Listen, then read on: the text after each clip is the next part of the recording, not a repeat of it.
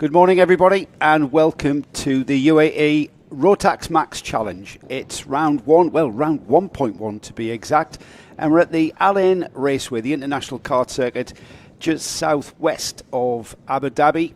The weather is beautiful, as you would expect in the UAE. My name is Joe Bradley, and alongside me is my stalwart colleague, Henry Baudet. Henry, once again, welcome to Al Ain.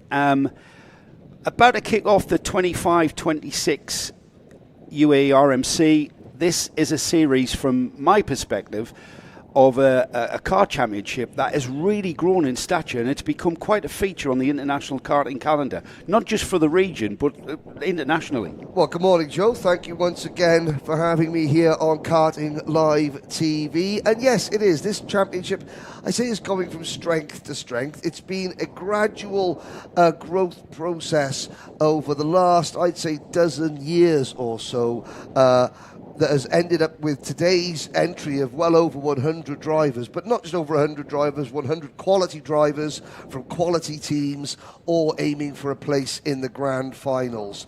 And this is the first of what I'm sure will be a number of action-packed, exciting rounds that we've got for you here on Karting Live TV and the UAE Rotax Max Challenge YouTube channel. We've got our usual Rotax classes, Micro Max for the 8 to 11-year-olds, Mini Max, slightly more powerful karts, the same amount of grip. But you mentioned there the Rotax World Finals, the Grand Finals. That's what it's all about, and that's what's up for grabs across this season.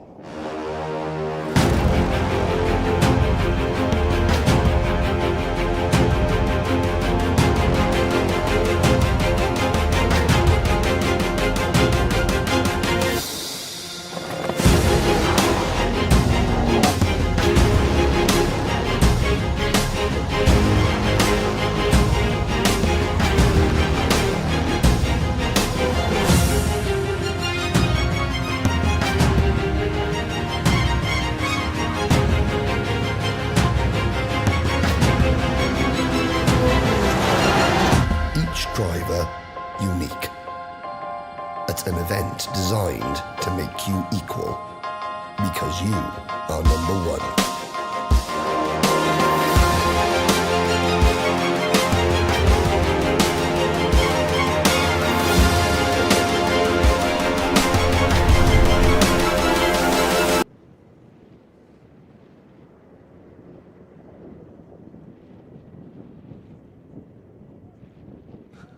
As I mentioned, Henry, we've got our usual four classes: Micro Max for the 8 to 11-year-olds, the Mini Max class for 10 to 13-year-olds. The 12 to 15-year-olds are catered for in the Junior Max category, and then we've got our senior categories, the Senior Rotax Max and the DD2s. But right now we're kicking off with qualifying. Qualifying, this, Henry, is where your weekend can go absolutely splendidly, or you're on the back foot from the very off. Yeah, exactly. 5 minutes. It's not long. This is a nearly a 1,400-metre circuit. We're using the Grand Finals circuit configuration, so the layout that the drivers are on is the exact layout that the Grand Finalists used back in 2007 and 2011. 21 of our youngest drivers, our Micromax drivers, are here. Last year, the Micromax Championship went down to the last lap of the last race of the season. It was decided by 1 point in the favour of Benjamin Karachkovic over Ava Lawrence. Of course, Ava has moved on to pastures new. Benjamin has moved up to Minimax, but means we've got a whole host of drivers coming into the championship either for the first time. We do have a bunch of second-year Micromax drivers as well, so it's a nice mixture of experience and new faces. So if I was to say to you, with a clean sheet of paper in the Micromax class, might be a hard one for you to answer here, Henry, but who are the drivers, who are the standout drivers that we're perhaps going to be looking for at the front of the field? Well, of the returning drivers, you've got Liam O'Hanlon, Samar Chopra, Adam Al-Sheikh, Vaibhav Ponna. They're the four names that instantly come off the tongue in terms of returning drivers. But I wouldn't, of the newcomers, Tayab Haroon, Amar Tabatsa, certainly one to watch. Tadeusz Prochaska, another driver, Alex Fryenstein as well. really, we've got a dozen drivers. If you threw a name at me at the end of the season, say, there's your champion, any one of a dozen, it wouldn't be a surprise. Yeah, it's going to be very, very tight, isn't it? These 5-minute qualifying sessions, this is what we will form the grid for our first heats, and then going forward from the heats phase, we go into the pre-final phase, which forms the grid for the all-important final. All the way through the process, though, we're scoring points for championship positions, aren't we? Yes, we are. So it's all very, very important to finish well in the heats. Therefore, it is all very, very important for all that work that's gone on in the practice days to then manifest with the correctly set up kart, to correctly set up the tyre pressures, and then the driver, and it's a pretty early start here, it's 9 a.m. in the UAE here, it's a pretty early start for these youngsters, but they have to do the job, they have to complete the job and be the final element in the package. Yeah, they do, and I have to say hello to everybody watching on the live stream. We welcome your comments in the live chat, both on Karting Live TV and on the UAE Rotax Max channel, YouTube channel, or already support coming in for some drivers in other classes. At the moment, Cameron Harvey is leading the way. Liam O'Hanlon is second fastest. Rudrapatrap Sekawat is third fastest. Now, one thing I didn't get quite clear is if we're doing best of 3-lap average or if it is the one single fastest lap. Now, 2 weeks ago, we were here for the Rotax Invitational, and Yes. it was the single fastest lap. It was the single wasn't it? fastest Now then, lap. Henry is going to be scooting off down to the Parc Ferme area when he will get an opportunity to have an up-close and personal insight from the driver that clinches the fastest time. That's a research mission for you out there, Henry, to clarify that question that you just posed to yourself. Actually. Yes, that was it. With just coming up to the minute, I want to say good morning and good night to Gaz Bury over in England, who's just finished his nights. He'll catch up later. Gaz, our media guru for Karting Live TV, who will be catching up when he wakes up this afternoon. But for now, with under a minute to go, 3 laps completed, and it's Cameron Harvey. Now, his best lap is a 1 minute 6.5. His last lap was a 1 minute 6.5. I'm getting the feeling, the way that this timing screen is filtering out, with the best lap of 1 minute 5.1 from Liam O'Hanlon, it might be that we're segregating these from the average. Well, we've got Harvey, O'Hanlon, Adam Al-Sheikh, Rudrapatrap Sekawat, Samar Chopra, Fryenstein. They're your top 6. Amar Tabatsa, Vaibhav Ponna, Jensen Kelly, Enzo Falzarano, rounding out your top 10. Now, we had 21 drivers entered. I believe the Almina family have not shown up, which has taken away 3 drivers. 3 drivers for the CRG team. They were the novice drivers. They were the novice drivers. With Dad in DD2. Yes. I believe that they have all pulled a no-show, which is a real shame. We've got a checkered flag, Henry, and with what I can see, the fastest lap of the session is a 1 minute 4.592 from Jensen Kelly. I'm not down sure in ninth.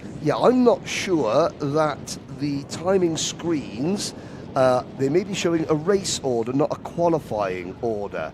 We will have to see, because certainly Cameron Harvey, I believe, was the first kart out of the gate, so to speak. But we will see what happens. But certainly, at the moment, I'm not going to attempt to work out who is where in that session, Henry. Maybe you could send a message. yes, I shall do so. But at the moment, the karts that have taken the checkered flag, Cameron Harvey across the line, Liam O'Hanlon, Adam Al-Sheikh, Samar Chopra, who puts in the quickest time that we've seen in that session with a 1 minute 4.053. He's the driver that's gotten the closest to seeing a number 3 there, 1 minute 3, very close to that, 53 thousandths of a second off the 1 minute 3 mark. And it will be 1 minute 4.053 for Samar Chopra. He's the quickest time of the session. However, shown at the top of the timing screen is Cameron Harvey, Liam O'Hanlon, Adam Al-Sheikh, Samar Chopra, Alexander Freinstein, and then the rest of the field coming through to complete their qualifying session. We've got Minimax next, exactly the same size chassis and tyres. The Micromax that you're seeing at the moment, they're on the Mojo C2 tyre. Exactly the same. If you're across in Europe and you're catching up early on this UAE RMC, it's exactly the same tyre that we are racing here in the UAE, even though the track temperatures are beyond 45 towards 50 degrees by the middle of the afternoon. Minimax coming next then, as the Micromax field make their way back into the paddock and into Parc Fermé. Minimax coming next, exactly the same 950mm chassis. They're on the Mojo C2. The only difference is the weight. The Micromax class running to 105 minimum weight, 105 kilograms minimum weight. The Minimax, which we're about to see go out on track, they run to 115 kilograms, and therefore 10 to 13 year olds also on the Mojo C2. The only difference, I'll get round to what I'm trying to say to you in a minute, the only difference is the engines. The engines producing a little bit more power with the Minimax, a bit of less air restriction both inlet and exhaust. Now, very interesting. Now, Nick, are we putting out the Gary Walker interview in today's paddock show? No, that'll be for tomorrow. So we're just going to tease you with tomorrow's paddock show. We've got a paddock show for you coming up in the lunch break, and we've got some new partners to talk to you about and tell you all about. But the paddock show, we mention and we talk about with Gary Walker tomorrow about what I'm talking about here, the restriction on the Micromax and the Minimax, and indeed the Junior Max engines, which are fundamentally exactly the same through all of our classes. The 125cc water-cooled Rotax engine. The only difference is we heavily restrict the air intake and the exhaust system on the Micro and Mini, and a little bit less on the Junior, just to restrict power, just to make it a bit more manageable for those age groups. So Henry has burst off down towards the Parc Fermé. He will be picking up on our provisional pole sitter, who we will clarify when he makes an appearance. So coming next, we've got Senior Max will be coming next. Then the Mini Max class will be out. Junior Max will follow up, and then we'll finally finalise and conclude our qualifying sessions with the DD2 class. So Senior Max coming next. It's perhaps our best supported grid at the moment, and with a lot of teams being represented, a few teams here that we will be talking about. The Mumbai Falcons, for instance, very, very well represented throughout the classes, and we get to talk to Mumbai Falcons in our paddock shows coming up this weekend, and a big insight and a big pressure on that team. They're representing a nation, the Mumbai Falcons. Hello to Paul Bateman. He's asking, I think that's a question, not a statement, Paul. Nice and warm. Yes, it is. It's a bit windy today here in the Al Ain. It's very flat land just on the Oman border, just to the south of the Abu Dhabi Emirate, and the wind very much up. However, it's not a Whitley Bay kind of wind. It is a very, very beautiful breeze, cooling, slightly cooling breeze, but it's still a warm wind. It's going to play a little bit of a role, I think, in today's conditions, because we're going to have dust and sand blowing onto the track. So we've got a very well rubbered track. It's been a very well used track in the last couple of weeks here. 2 weeks ago we were here for the Rotax Invitational, where we laid down a lot of Mojo rubber on the track. It hasn't really gone away. It's still there. We can still see the rubbered in line, but you do get a fine air of dust. Let's head down to Parc Fermé then. We've got Henry, who's there with our pole sitter.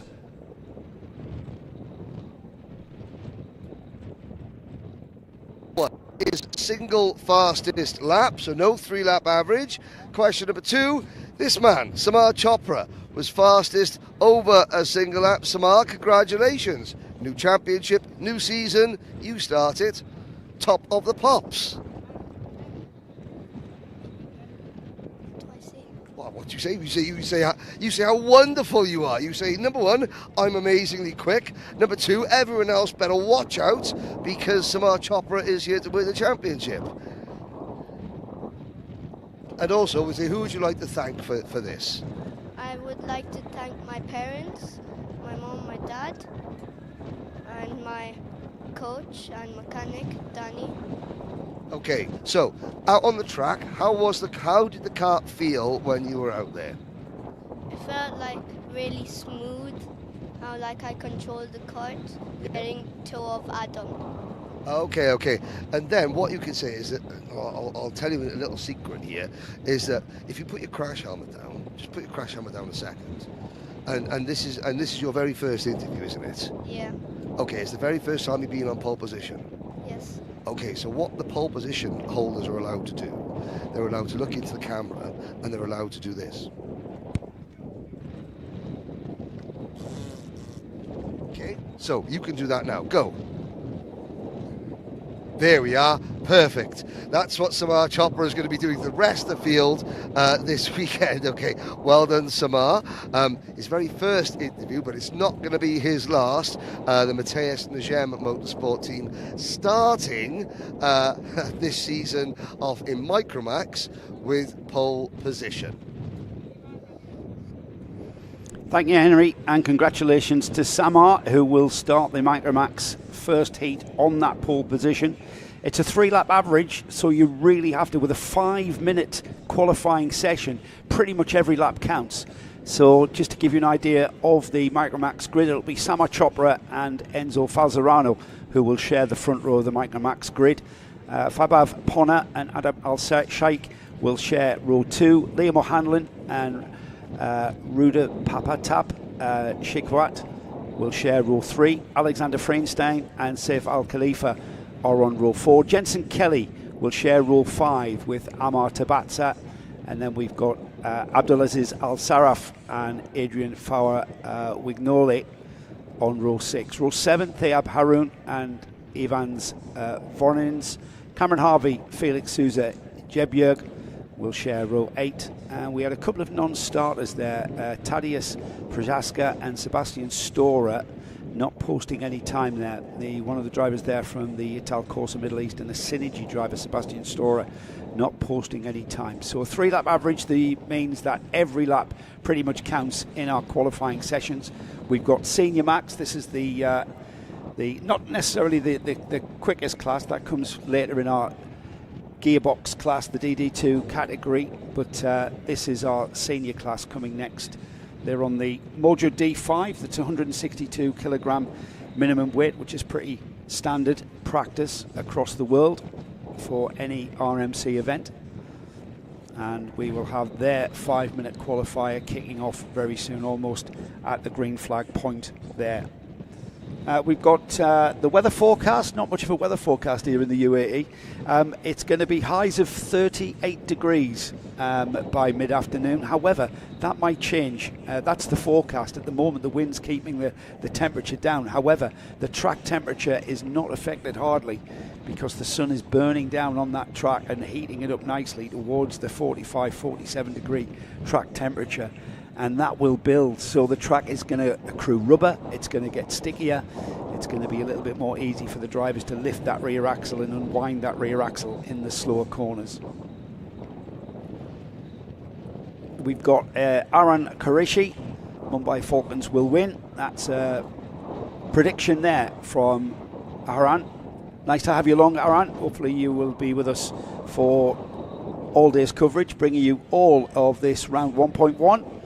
Round 1.1 is the first event of the 2025-26 UAE RMC, and will be first points championship round today. All of the action being brought to you tomorrow as well for another complete race day program, starting with qualifying, going through the heats phase, pre-finals and finals, exactly the same as what you're going to see today. So 2 days of pure racing, karting action, as ever, what we've come to expect in the UAE RMC.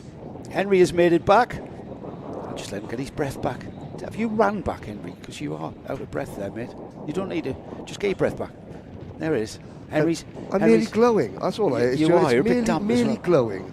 I want to ask you, how windy is it out there? Because we are seeing it's blustery. You can see by the flags on the screen just how blustery it is. And do you know something?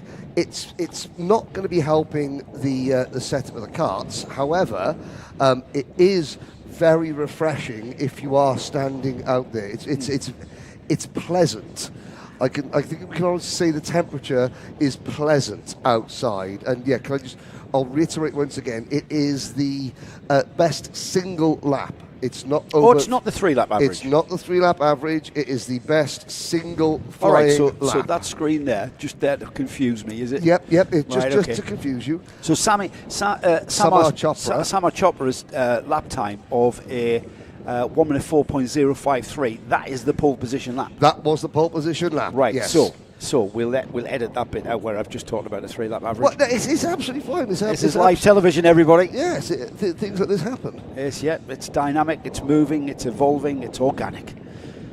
So we are talking about the single lap. So you've got I was going to say the pressure's off. The pressure can never be off with a 5-minute qualifying session.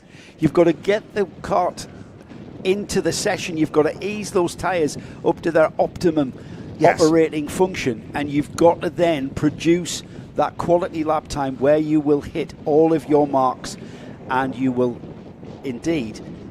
I would have thought, Henry, you're looking for a tow with this wind on this long twisting straight here at Allen. You are looking for a tow. What you're also looking for is to not be stuck in a group of about 30 karts like that. Now, what's going on there? Well, of course, nobody wants to be the first kart in line. Nobody wants to go around at the head of the train and sort of, break through the air and then give a tow to everybody following. Now, on your out lap, the race director, Ken Potter, says, okay, look, you can go out and you can get yourself in position. However, once you get about 3/4 of the way around your out lap, he wants to see you at race pace. Once you've come out of once you've been released on track. Because it's dangerous. Yeah, because it is dangerous, because you've got one driver who has shot out of the gate quite correctly, as is their right. It's a motorscape driver. So what's he going to do about this then? Well, he's already discovered the problem because, he's now come upon the back of the grid. They're all still slowing down and tripping over each other. And this is now going to start upsetting people. He's upsetting Ken. It's upsetting Ken. Ken Potter, our chief clerk of the course, he's about to be upset. He's on his radio button. He's about because this is not really once you enter a racetrack, you've got to be at racing speed because everybody out there is expecting everybody to be at racing speed. Well, and already you've had one driver there, the second driver going through your picture there, that motorscape driver. Almost was driven off the circuit because they came out of the final corner and they came out at full chat. The thing is, Henry, he didn't come out the final corner at full chat. He didn't accelerate until he got to the start finish. That's not where your qualifying lap begins. Your qualifying lap begins exiting the final turn, because that governs your straight line speed across that start finish to click the beam to start the lap. So you have to be optimised. You have to be showing green on your delta at that point there. He wouldn't have been showing green on his delta because he didn't press the throttle down until he got to the start finish line. Yeah, I think he was the 4th or 5th kart in line. Now, well, here we go. Now everyone is up to speed. And, yellow, is that the yellow? Yeah, yellow flag waving. It's one of the Axel GP karts off at the side of the circuit. Now, there are 37, I believe, seniors. It's 309, Henry. It's the number 309 kart. That is Jagrat Detroja. Jagrat Detroja.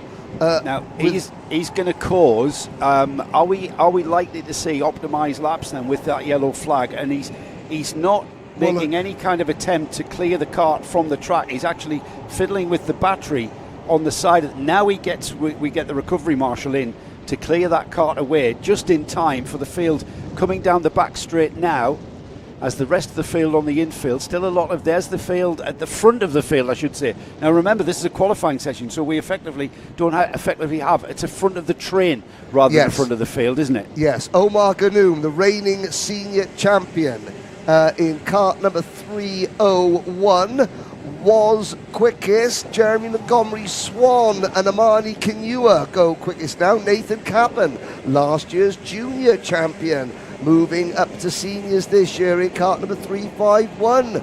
Goes fastest, and it's changing. Yes. Completely changed. Three purple sectors from Mohammed Manaimne. Brilliant lap that. That was absolutely optimised in every part. Now, he's gone a little bit slower in his first sector time there. He's gone green, not quite purple, but he's still on it. And yes, with 90 seconds to go, there's still time for a couple of laps, but it is, it's Manaimne, Ganoum, Hartman and Rayan Kairouz, your top four.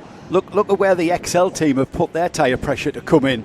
Because we've got 1, 2, 3, 4, 5. First 5 places at the moment on the timing screen, all XL, followed by M&M with 1, 2, 3 of their drivers down to 8. The Mumbai Falcons are next. Now here comes George Gibbons Racing to spoil the XL party with GGM and Rian Damadasa, who we know how quick Rian is. He's gone second, not quite as quick as Manaimne, who's still there with a 56.005. That is an absolute blistering time. Oscar Lambert now moves into the top 4, so it's Manaimne, Damadasa, exactly the same time. So it's going to be, Manaimne set his time first. Earlier in the session. He set that time first. So it's Manaimne, Damadasa, Ganoum, Lambert, Jules Dumont up into P5. Then Louis Hartman, followed by Rayan Kairouz, Antonius Haddad, the notorious BIGI, Alessandro Biggie up into P9. Zain El Hamasani rounding out the top 10. There's another driver parked at the side of the circuit, at the inside of turn number 4. Can't quite see who that is. The checkered flag is coming out, Joe. Checkered flag has flown and Nathan Kaplan has gone to the top of the screen. However, Manaimne has gone through as well. That's his checkered flag as well, and it looks like we've got a settled grid, Henry, with everybody coming through now. Majority of the field have taken the checkered flag. Some drivers coming in before the checkered flag. Their job is done. But at the moment, dare I say it, Nathan Kaplan, his best time of 55.730. That's his best lap. Then behind him, Rayan Damadasa, he kept the pace up with a purple sector 2, green in sectors 1 and 3. That got him a 55.838. That's put him on the front row. But Nathan Kaplan for Mumbai Falcons, that's the pole position time. Purple in 1, green in 2 and purple in sector 3 has given him the pole position for Senior Max. Kaplan and Damadasa will share row 1. Row 2, Oscar Lambert, a 55.962, and then Mohammed Manaimne with a 56.005. They are on the second row. So Mumbai Falcons, GGM, Mumbai Falcons and XL, that's your first 2 rows.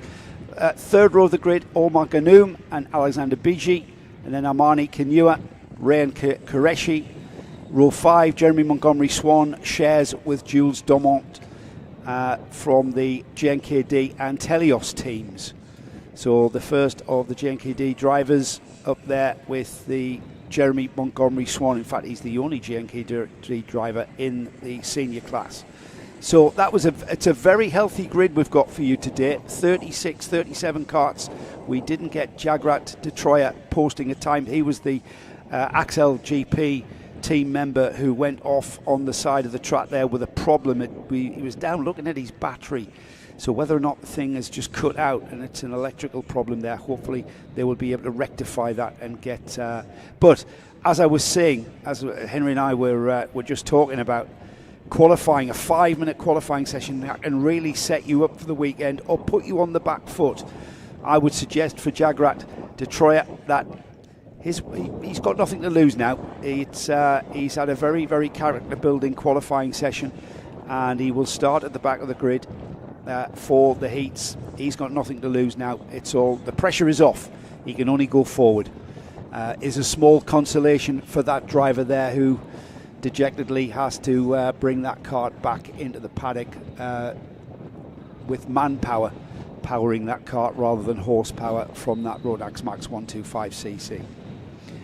So that's our Micro Max qualifying done, and that's our Senior Max qualifying done.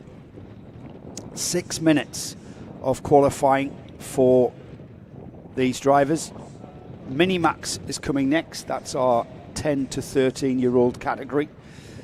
For drivers, that is, 10 to 13-year-old drivers, that is. We've got Henry down there, have we, Nick? Let's head down to Parc Fermé, where Henry has got Nathan Cappan, our pole position sitter for Senior Max. Well, it's not a bad way to start your senior career. The last time we saw you, Nathan, you were sealing the junior title, as we get a mechanic who's just going to block. Oh, it's not a problem. It's only that's okay. There's a lot of mechanics down here, guys, and there's not a great amount of space. But Nathan, you found enough space on the track to get a clear lap in. Tell us about it. Yeah, it was a bit rough at the start, finding the good grid position on track, leaving the space so we could get a good chase. Luckily, the last few laps we had a good chase, so we could seal the time with P1. Now, obviously, you won the junior title last year. You've done a lot of racing in Europe. What have you done since we last saw you? World Championships? Yeah, just been preparing a lot for the senior grid. I've been hearing it's quite tough, so I need to prepare for what's going to come next. And how tough is it now? I mean, you watched it last year. Now you're in it. How tough is it? It looks really tough compared to last year. It looks really hard, much more difficult compared to the junior grid. I just can't wait what's going to come. But at least you're going to be starting your first senior race here, out of the pack, hopefully keeping yourself in front of it. Yeah, definitely hoping to build a gap so we can seal our first win, hopefully our first race.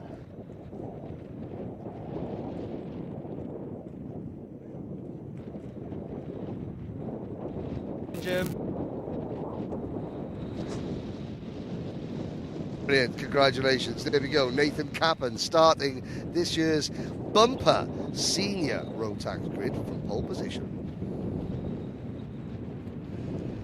Thank you, Henry. Nathan Cappan then will start on the pole position. We get our Mini-Max qualifying up and running. It's a 6-minute session. You've effectively got 5 minutes of lappery, though, by the time you bring that cart out.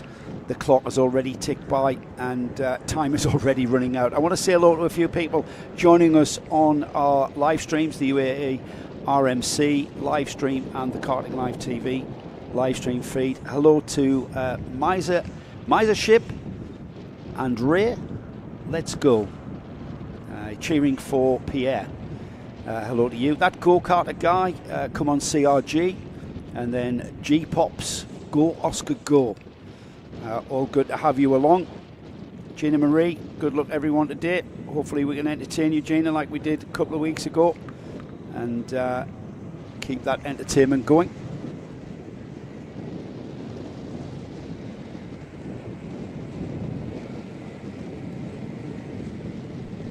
So clock ticking already, like I say, under 5 minutes. So you've effectively got 5 minutes of running by the time you come round and start that fast lap. With Attica Mea at the top of the screen now, just going purple in sector 1 is young Attica, and we get a lovely interview with Attica. We talk about women in motorsport in general and women in Formula 1, and that young lady has certainly got a sight set on the top level of this sport. Starting here in the UAE RMC, though, is a good starting point for any young racing driver with aspirations of becoming a career race driver. This is where you have to start your apprenticeship, learning the ropes from very, very early on. Oliver Butchard leading the train of carts through, and it's Mea who goes to the top of the screens. Quickly deposed by LBJ Stubbs. This is a timing screen that will be as organic as you like, with just under 4 minutes remaining. Currently, the provisional pole is a 61.659 from LBJ Stubbs. Here with Sam Pollitt Racing over from the UK, and a big welcome to Sam Pollitt for bringing out some team members and sorting out LBJ Stubbs. It's another British driver who will provisionally share the front row of the grid, Charlie Page. He's with Excel, And then we've got the two Axel GP drivers with Adegir and Rivandev Pritam. They are currently third and fourth. 61.659, that's the target provisional pole. 61.815 per page.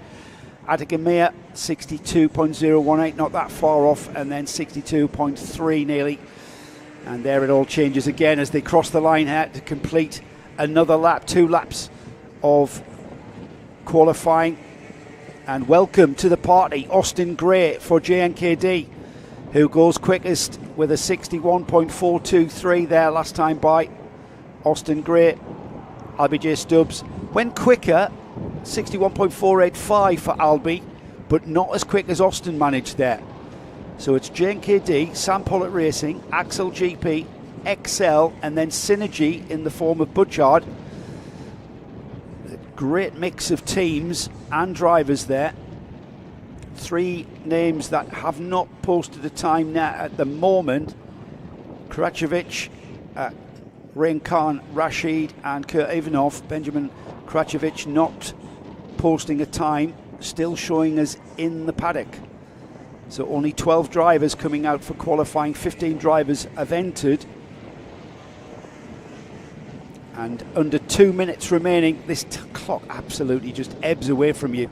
You really have to get on with the job with a purple sector time in sector 1 for Austin Gray there. As we see some slipstreaming tactics going on there out on track with this wind coming. It's a bit of a side wind here, so it's not going to help us on the long straights here. It is going to help on the long back straight though. There's a side wind there for these 2 drivers, so the slipstream effect not really being maximised there, but with the wind blowing, actually as I look out the window to my left and to my right, the wind looks like it's blowing in every direction, so I'm not quite sure where that's going to be. So the slipstream tactic will pay off undoubtedly here. And we see drivers there heading towards the final sector of the lap there through the long sweep of turn 13 and then the all-important turn 14 to finish the lap and then head down towards the checkered flag or the checkered flag area, the start finish, to complete that lap and start your next lap. That final turn is all important with Austin Gray still with the best time. He's gone quicker still, 61.225 for Austin. LBJ Stubbs not quite there yet, 61.485 was Albie's last time. And with Charlie Page in third place, 61.647. Absolutely nothing in these times at the front of this Minimax qualifying, as we would expect. Adegir is in fourth place at the moment. She's in sector 3 at the moment, and she's gone yellow in sector 1 and 2, so she's not maximised this run. Paul Schutzman and Oliver Butchard showing in 5th and 6th. Rivandev Pritam up to 7th. William Mazzali up to 8th. And then we've got in 9th and 10th Gleb Obukov and Max Payton, Adam Fleury, Rafael Zagati, the novice driver. His best time 64.320. Look out for a really lovely interview with Henry for Rafael Zagati. Brand new first weekend of racing here this weekend. With the checkered flag flying, then that is Minimax qualifying complete. And unless Paul Schutzman, who's the only driver there not to cross the line, here he comes now across the line underneath me, the rest of the field making their way around, and it will be Austin Gray who will get the accolade of chatting to Henry Baudet and telling us all about his qualifying session. It's LBJ Stubbs who'll share the front row of the grid with him. Charlie Page and Adegir will start on row 2. Oliver Butchard, Paul Schutzman will start on row 3. There are their lap times there on the timing board. And then from 7th down over, Rivandev Pritam, William Mazzali, Gleb Obukov, Max Payton, Adam Fleury, Rafael Zagati. That's the 6 rows of the Minimax field. And then no time posted for Benjamin Kračević and Rayan Khan Rashid and Kurt Ivanov. So we'll see. We'll see what their problems were, as we will get that information to suggest why those 3 drivers were unable to post that time. Hello to Jamie McGill good luck to LBJ Stubbs from all at Chloe McGill Karting. Keep pushing, AJ. Well, he's started well. He's going to start on the front row. Didn't quite get the pole position. That's Austin Gray's. But Austin Gray from the JNKD team on the pole position then. LBJ Stubbs with Jamie McGill supporting there from very, very early. I suspect, Jamie, that you are in the UK. So it's a very early start for you. And with the wind still playing a factor here, I think it's an element of that's going to play into things here. Certainly when we get racing and the slipstream effect will take place, and we're going to see how people can use tactically that wind with regards to how they go about their qualifying session. Coming up next is our Junior Max class, one of the most competitive and intense categories here, always filled with drama. So two more qualifying sessions to take place, both over 6 minutes. Junior Max next, and then we've got our DD2, the gearbox class, the 2 ratio gearboxes on the DD2 class, where they will be concluding our qualifying coverage. So just waiting, will we have Henry in the park permit? Yeah, we're just waiting for Henry to gather up Austin Gray.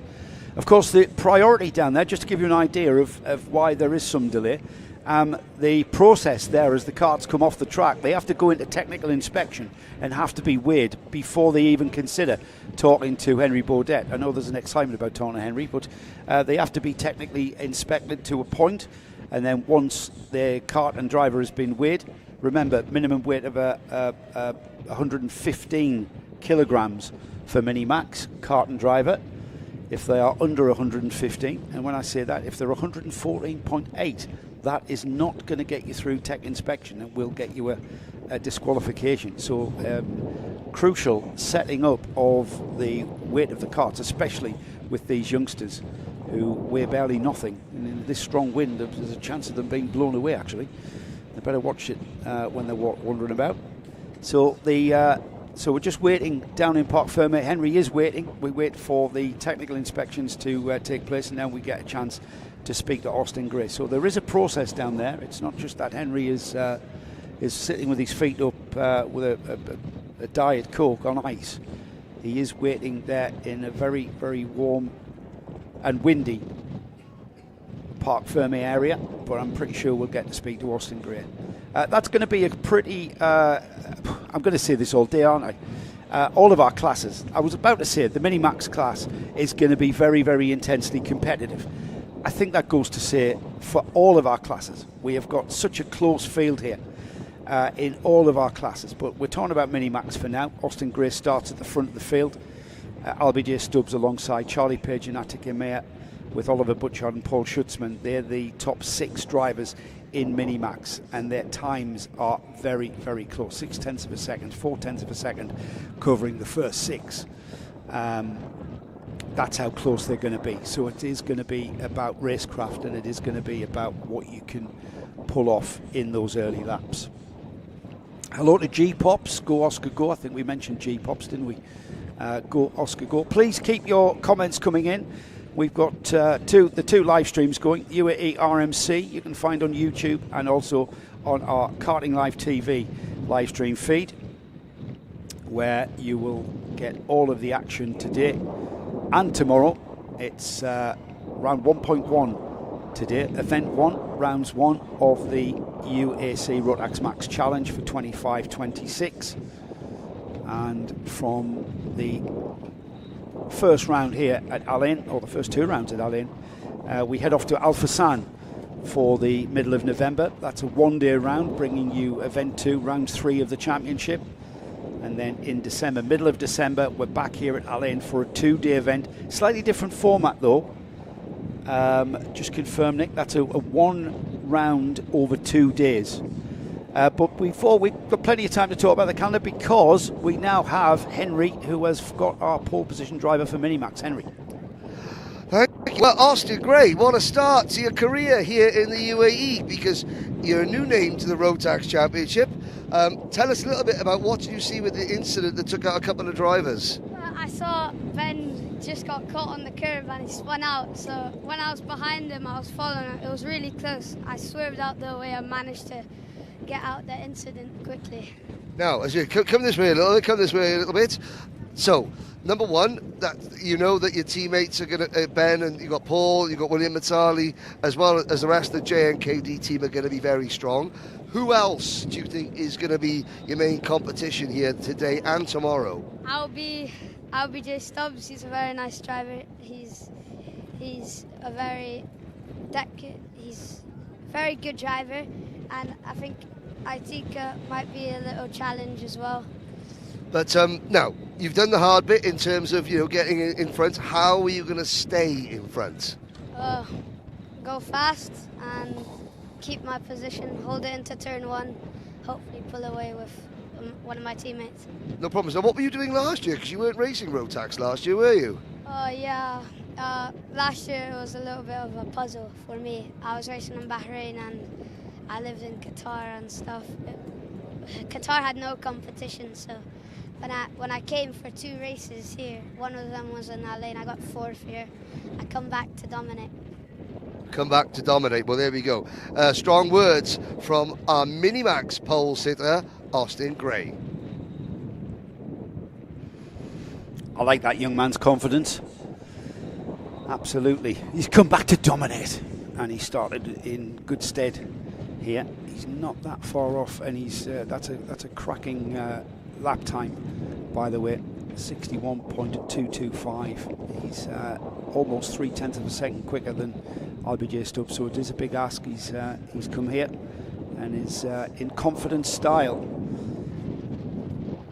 So before we get going with our next qualifying session, it's for our Junior Max category.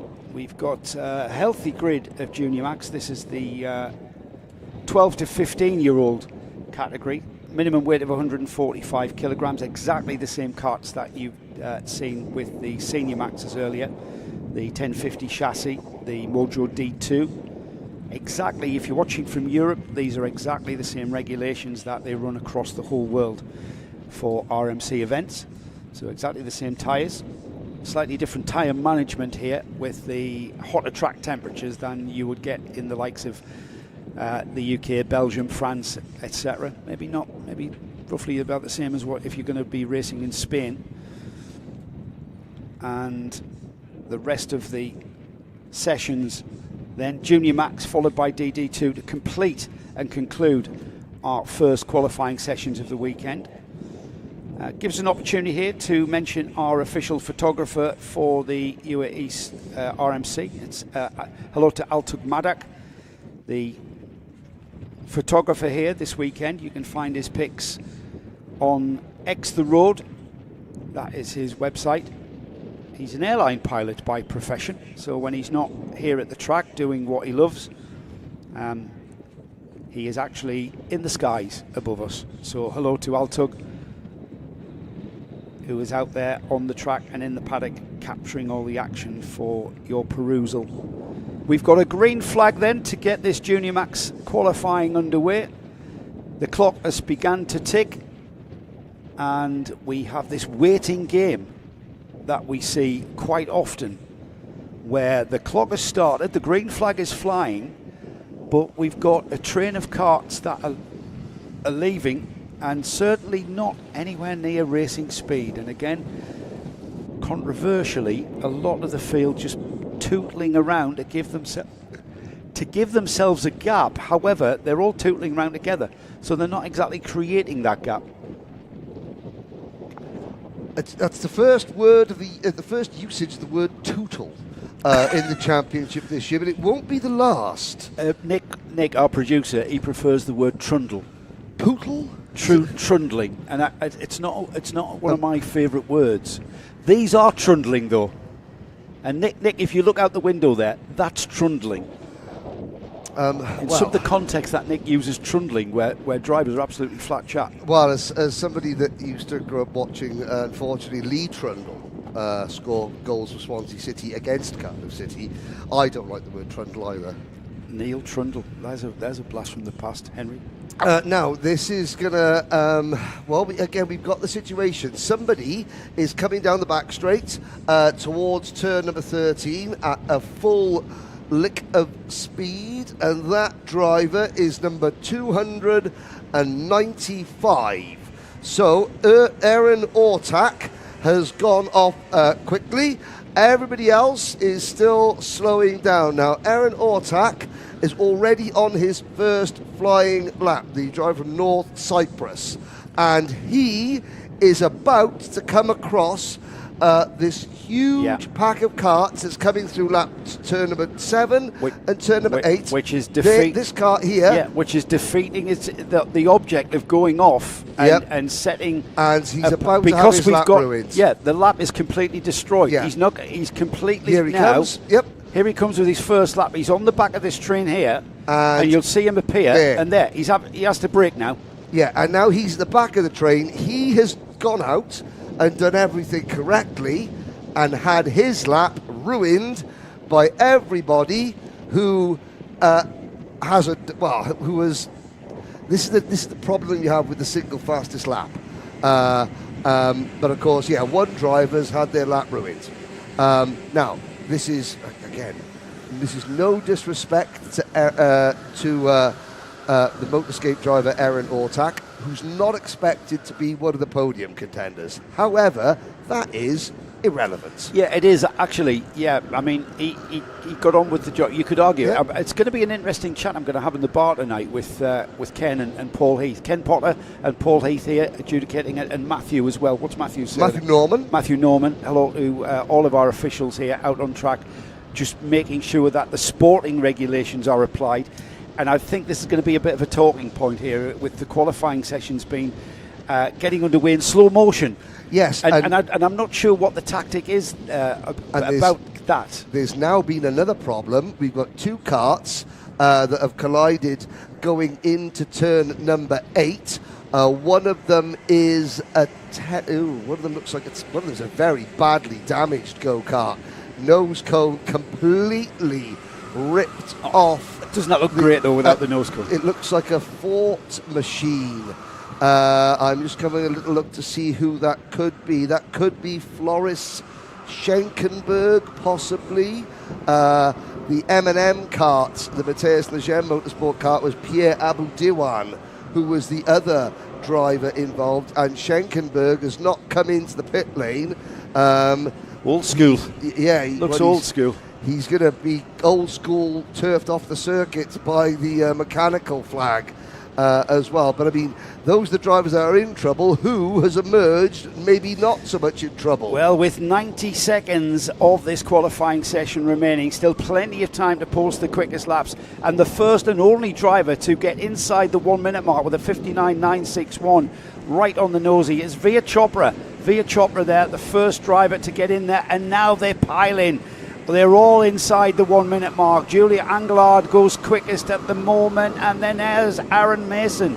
Aaron Mason for GGM. He's gone to the top of the screens with a 58.758. That is quick. Yep, Mason, followed by Julia Anglard, then Harrison Stevens, Ray Haber, Ari Kallenberg, last year's Minimax champion, Sava Kogai, Derek Rivera, Pierre Aboudiwan, after that spin, after the collision with Floris Schenkenberg. Sometimes a driver needs, you need to kick someone's kennel in the morning to wake them up. And that is what has happened to Pierre Aboudiwan in kart number 272, because he has just set the fastest lap of the entire session. Floris Schenkenberg does get the technical flag. And he's still on it as well. Pierre Aboudiwan has gone purple in Sector 1. However, everything changes, Henry, with getting towards the 10-second to go mark. It's going to be checkered flag coming soon. But that timing screen there is not going to look like that when we get the checkered flag. No, at the moment. So let's mark this. The clock strikes 0 now. With 0 seconds remaining, Jaden Hidding, Veer Chopra, Connor Clancy, Mitan Shaheen, Pierre Aboudiwan is your top 5. I am a betting man, and I would bet vast sums of money that will not be the top 5 when the rest of this field can take the checkered flag. Yeah, and so Pierre Abu Diwan, you've just mentioned there, Henry, that he's now taken the checkered flag. He was at the top of the scratch. Right. Yeah, he could be 5th. He could end up being pushed down. This is not the ideal way of going about a qualifying session when you're actually battling on track. I'm not expecting any of that bunch of drivers to be up there at the top of the screen. Conor Clancy has taken the checkered flag on the provisional pole. Is anyone going to knock him off? I don't think they are. Conor Clancy for Mumbai Falcons with a 57.889. That's the provisional pole. The only reason it's provisional, Henry, is because he's got to get through technical inspection. So at the moment, Conor Clancy will start on the pole position and indeed get a chat to you. Yes, Faris Haroon, the Emirati Express, second quickest. Harrison Stevens, Jaden Hidding. Well, Jaden Hidding was fastest when the clock struck 0. He winds up 4th. But still not a bad effort at all. Via Chopra, Jack Doe, Ari Kallenberg, Mitan Jain. You can see the rest. I'll go down and chat with Conor Clancy. And while you do that, I'll have a bit of a look at just how our grid is going to be formed for Heat 1 for Junior Rotax Max. Conor Clancy and Faris Haroon. Faris Haroon just over a 1/10 of a second slower lap time than Conor Clancy. He will start on the front row alongside Conor Clancy, our pole position driver. Harrison Stevens and Jaden Hidding, they are on row 2. We've then got Via Chopra and Jack Doe starting on row 3. Ari Kallenberg and Mitansh Jain, they were on row 4. Row 5 is Leo Anya and Erin Ortak, and then Pierre Abu Diwan, who did top the timing screens for quite a chunk of that qualifying session. He's alongside Gabriel Baracordi on row 6, and then we've got Derek Rivera, Arthur Qureshi, Jan Mikulachekvo, Giuseppe Montanari, Aaron Mason, Julia Angelard, Ray Haber, Savali Kojai, Floris Schenkenberg in 21st, Oliver Spencer 22nd, Johansa Saniyaka, Samuel Turner, Murad Baramova, Aaron Setai and Brando Londono. So Aaron Setai and Brando Londono, they did not set a lap time there in that qualifying session. Just to give you an idea of team-wise, Mumbai Falcons with Conor Clancy on the pole, Yas Heat with Faris Haroon alongside. Then we've got M&M with GGM on the second row, Motorscape and GGM next up with Mumbai Falcons, and JNKD Motorscape there with Aaron Ortak rounding off the top 10. So a good mix of team battles going on there as well. So we have got a very, very good mix here in the UAE RMC with a good inter-team rivalry there. We haven't got a team that's dominating here necessarily. It is very much up for grabs. And again, what is the most competitive class?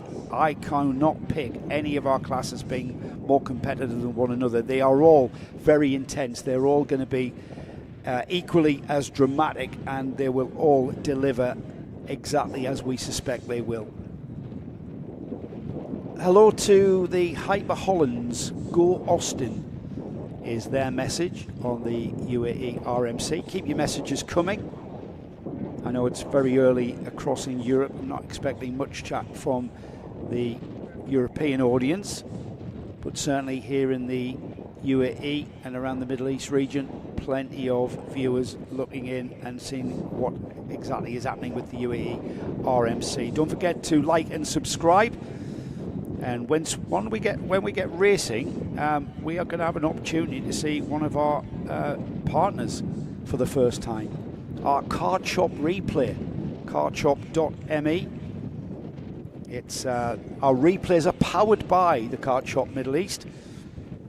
They are an exclusive distributor for the OTK family. Tony Karts, Cosmic, Esprit, EOS, Gillard, Red Speed, Lando Norris Karts, and of course the Carlos Sainz CS55. They've got a 24-hour delivery at cardshop.me, Card Shop Middle East. Our replays this weekend and going forward for the rest of the season being powered by cardshop.me. Once again, we're in that point where we are just waiting for the junior Rotax field to clear the weighbridge, and we're waiting for Conor Clancy. We don't know where he is in the queue for the weigh-in, so that's why the time is a little bit different every time before we can join Henry. We are about to get the nod once Henry's in position with Conor. With a great lap, as I said there, mentioned his time of 57.889. He's 0.153, just under 2/10 quicker than the next driver up, Faris Haroun. Faris with the Yas Heat team, 58.042. So only one driver, therefore, getting inside the 57s. So that was indeed quite a good lap there. It came 57.889. That came on his final lap, I think, lap 4 there, right at the end of the session, as we suspected it might. So we're about to get going with our DD2 qualifying session, another 6-minute session. It might be the smallest field of karts that we have in the UAE RMC. But before we do, let's head down to the Parc Fermé where Henry has got Conor Clancy. Henry.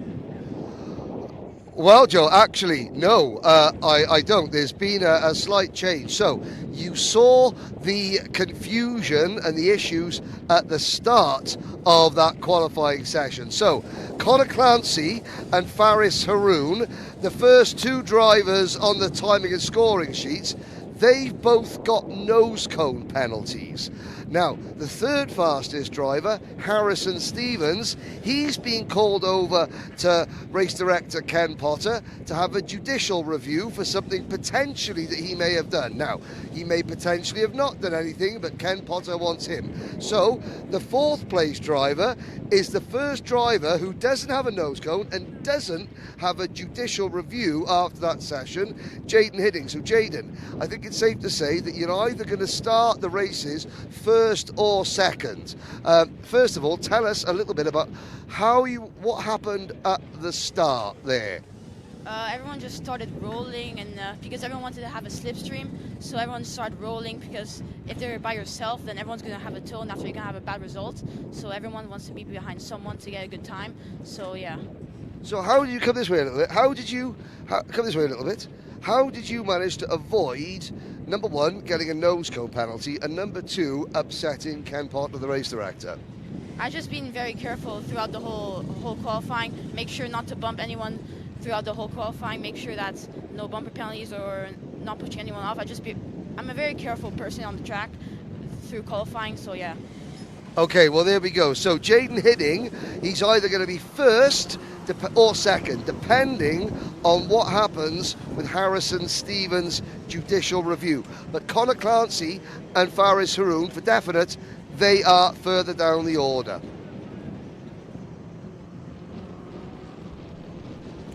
I did mention that there was going to be intensity and drama, and we haven't even started racing yet. We're just qualifying, and already the drama is ensuing there with the judiciary getting involved there. So we'll wait and see how that qualifying session will pan out and become official, and we'll wait for that to manifest from the official's office before we talk about that. We'll have an idea of the grid actually when they line up, probably. So DD2 Masters, DD2 and DD2 Masters out on the track at the moment. These are the 2-ratio gearboxed Rotax Max karts. They've got 2 gears. The left-hand paddle is for first gear, the right-hand paddle is for second gear, so it's a little bit different to the paddle shift you see on, say, or even a KZ, a gearbox engine kart, a gearbox kart. Slightly different. Mechanical link to the 2-ratio gearbox that sits over the rear axle. If you haven't seen our Rotax Invitational from here at Al Ain from 2 weeks ago, we do a lovely little piece with Danny Brand about the technicalities of the DD2. I'm pretty sure I'll get my teeth into them as we get across the season as well and get more insight into the technicalities and the engineering that goes into DD2. And it's something that I'm being an engineering geek, I suppose. certainly got an interest in.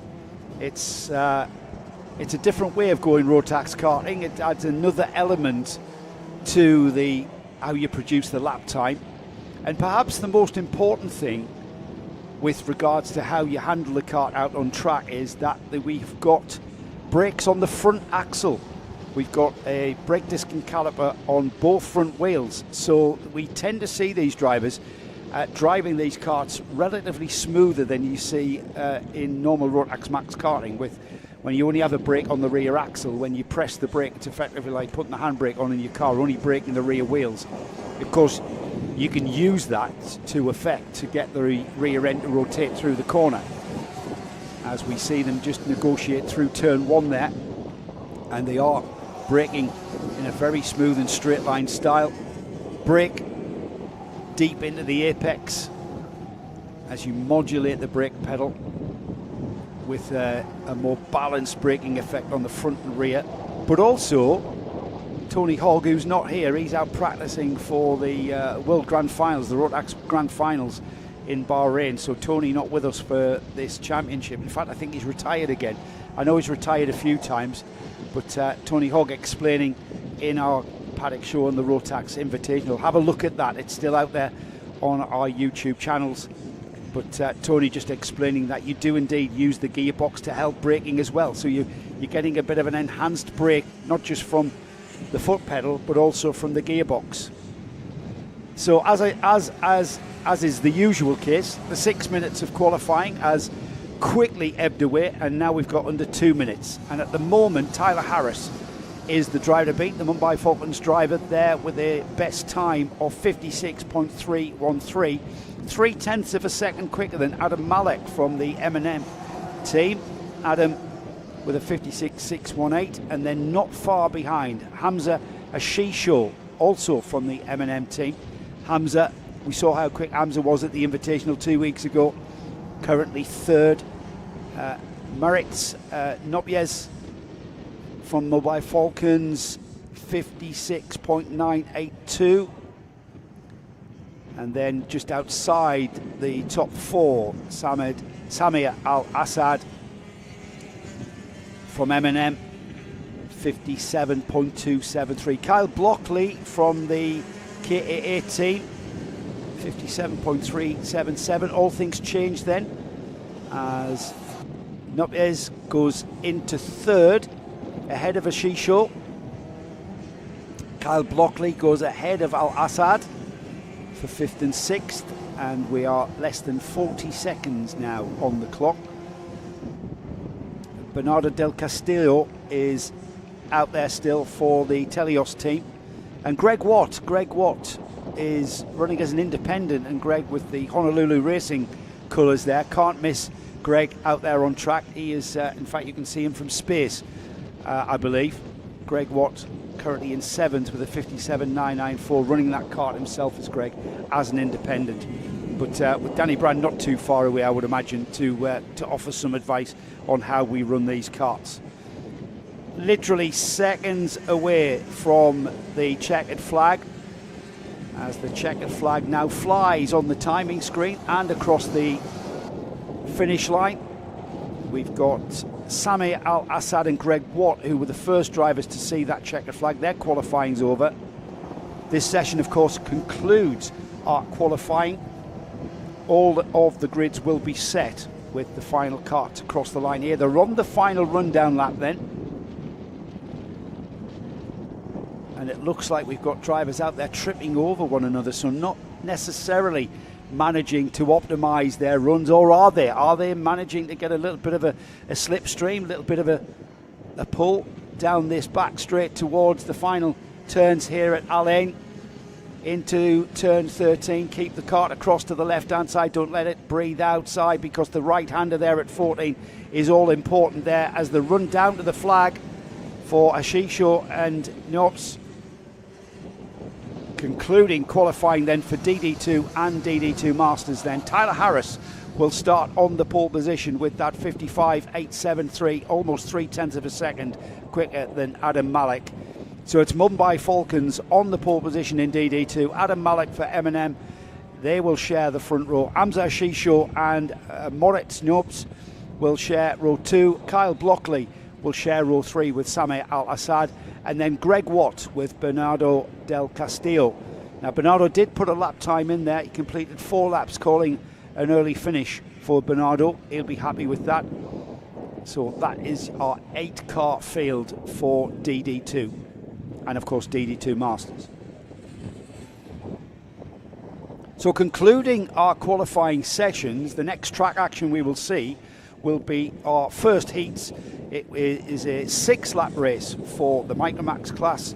We've got a 9-lap race for the Senior Max, Group A and B. We've had to split them into groups of A, B and C. We have so many subscribers to the Senior Max class.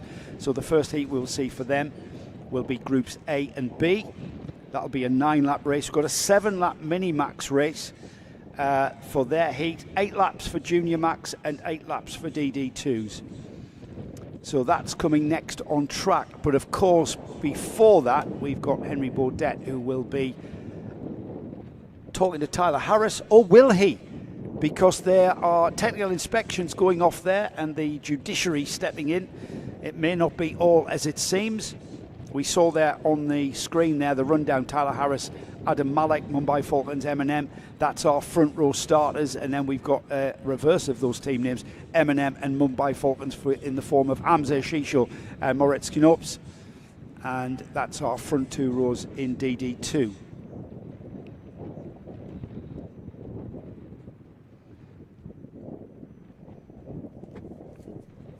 I was about to say, is the wind dying off? I don't think it is, actually.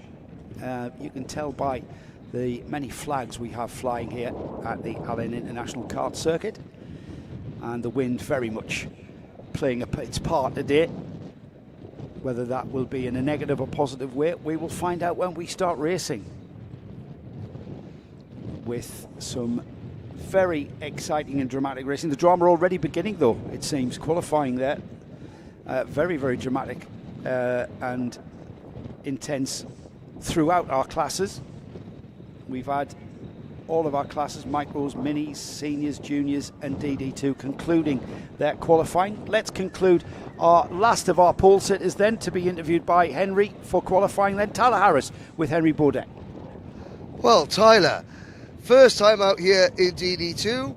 I'm not going to say it's easy, because obviously it's not, but you must be really pleased with being able to start your DD2 career with a pole position. Yeah, it feels really good. I mean, we just went out straight away and put the laps in, ended up first. How tricky has it been? Because of course you've been a regular in Senior Rotax for the last couple of seasons. Over in the UK, you've tried a little bit of KZ racing, and now so you've gone from single speed to 6 speeds, now 2 speeds. What's the challenges been like in going back and forth between the 3 different types of karts? Well, obviously KZ and Senior are extremely different, and then DD2 lies somewhere in between. So DD2 is really closer to the Senior, but it's like obviously got the front brakes, which makes it a lot different on the entry. So it's got a bit of the KZ style on the entry, but it's not quite as much as the KZ because it doesn't have the gears. Now, of course, you've got a slightly smaller grid, but again, Adam Malek, Hamza Shisho, they're both more experienced than you in this class, as well as the rest of the Masters, who we're going to speak to Maurice Knopf very soon. You know, there's a lot of experience just behind you. How do you plan on holding them off? Driving away. Driving away, simple as that. There we go. Thank you very much, DD2 pole sitter Tyler Harris.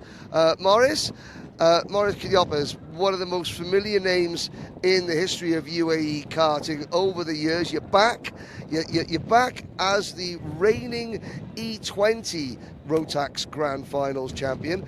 But I want to know one thing more importantly than anything else. Do you think your son Sem will be happy with your performance in qualifying? For sure not. He's not even here, and he's coaching me. Papa, did you hit that curb zone? Did you do this? Did you do that? Maybe you should go quicker, Daddy. But he also said something which I hope is true. Papa, you only wake up in the final, you know. So he says that's 3/10 for me. Let's hope so, because qualifying didn't go 100% correct. But okay, it's nice to be back in Al Ain. after 8 years. And it's also really enjoyable to be with a new team. When you walk around and you think, yeah, I made the right decision. So Mumbai Falcons is really a great team. I couldn't have asked for more.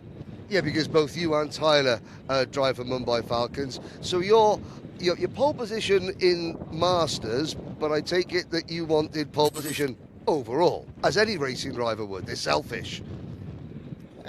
Yes, but in all honesty, I just want to win. Just want to win. And that's in this afternoon, you know. So let's see. I'm not gonna, you know, I know young boys in front of me. They have to win. It's like, you know, what's it called? You know, like a red flag with the bull. Yes. If they see a 5 number, they can't they finish behind it, you know. But let's see what we can do with experience. Okay, there we go. I can hear engines in the background. That means that the racing is about to get underway. Very lucid moment there for Henry Baudet, remarkably there. He did indeed hear engines. We've got our Micromax class out for their first heat then. And the grid looks like this. Sama Chopra is on the pole position with Enzo Falzarano alongside. Vaibhav Ponna and Adam Al-Sheikh are on row 2. Liam O'Hanlon and Rudra Papatap Shekhawat with Alexander Feinstein alongside. We've then got Saif Al Khalifa, Jensen Kelly, Anmar Tabatsa, Abdulaziz Al Saraf, Adrienne Farah Vignoli with Evans Voronins, Cameron Harvey, Tayab Haroun, Tadeusz Projaska, Felix Sousa Jebjerg, and Sebastian Storer. M&M on the pole position with JNKD alongside. They're the team names. The field nicely forming up on the back straight towards the final 2 turns at 13. This, the sweeping left, very fast, 180-degree turn that leads immediately into the all-important turn 14. They're nicely formed up.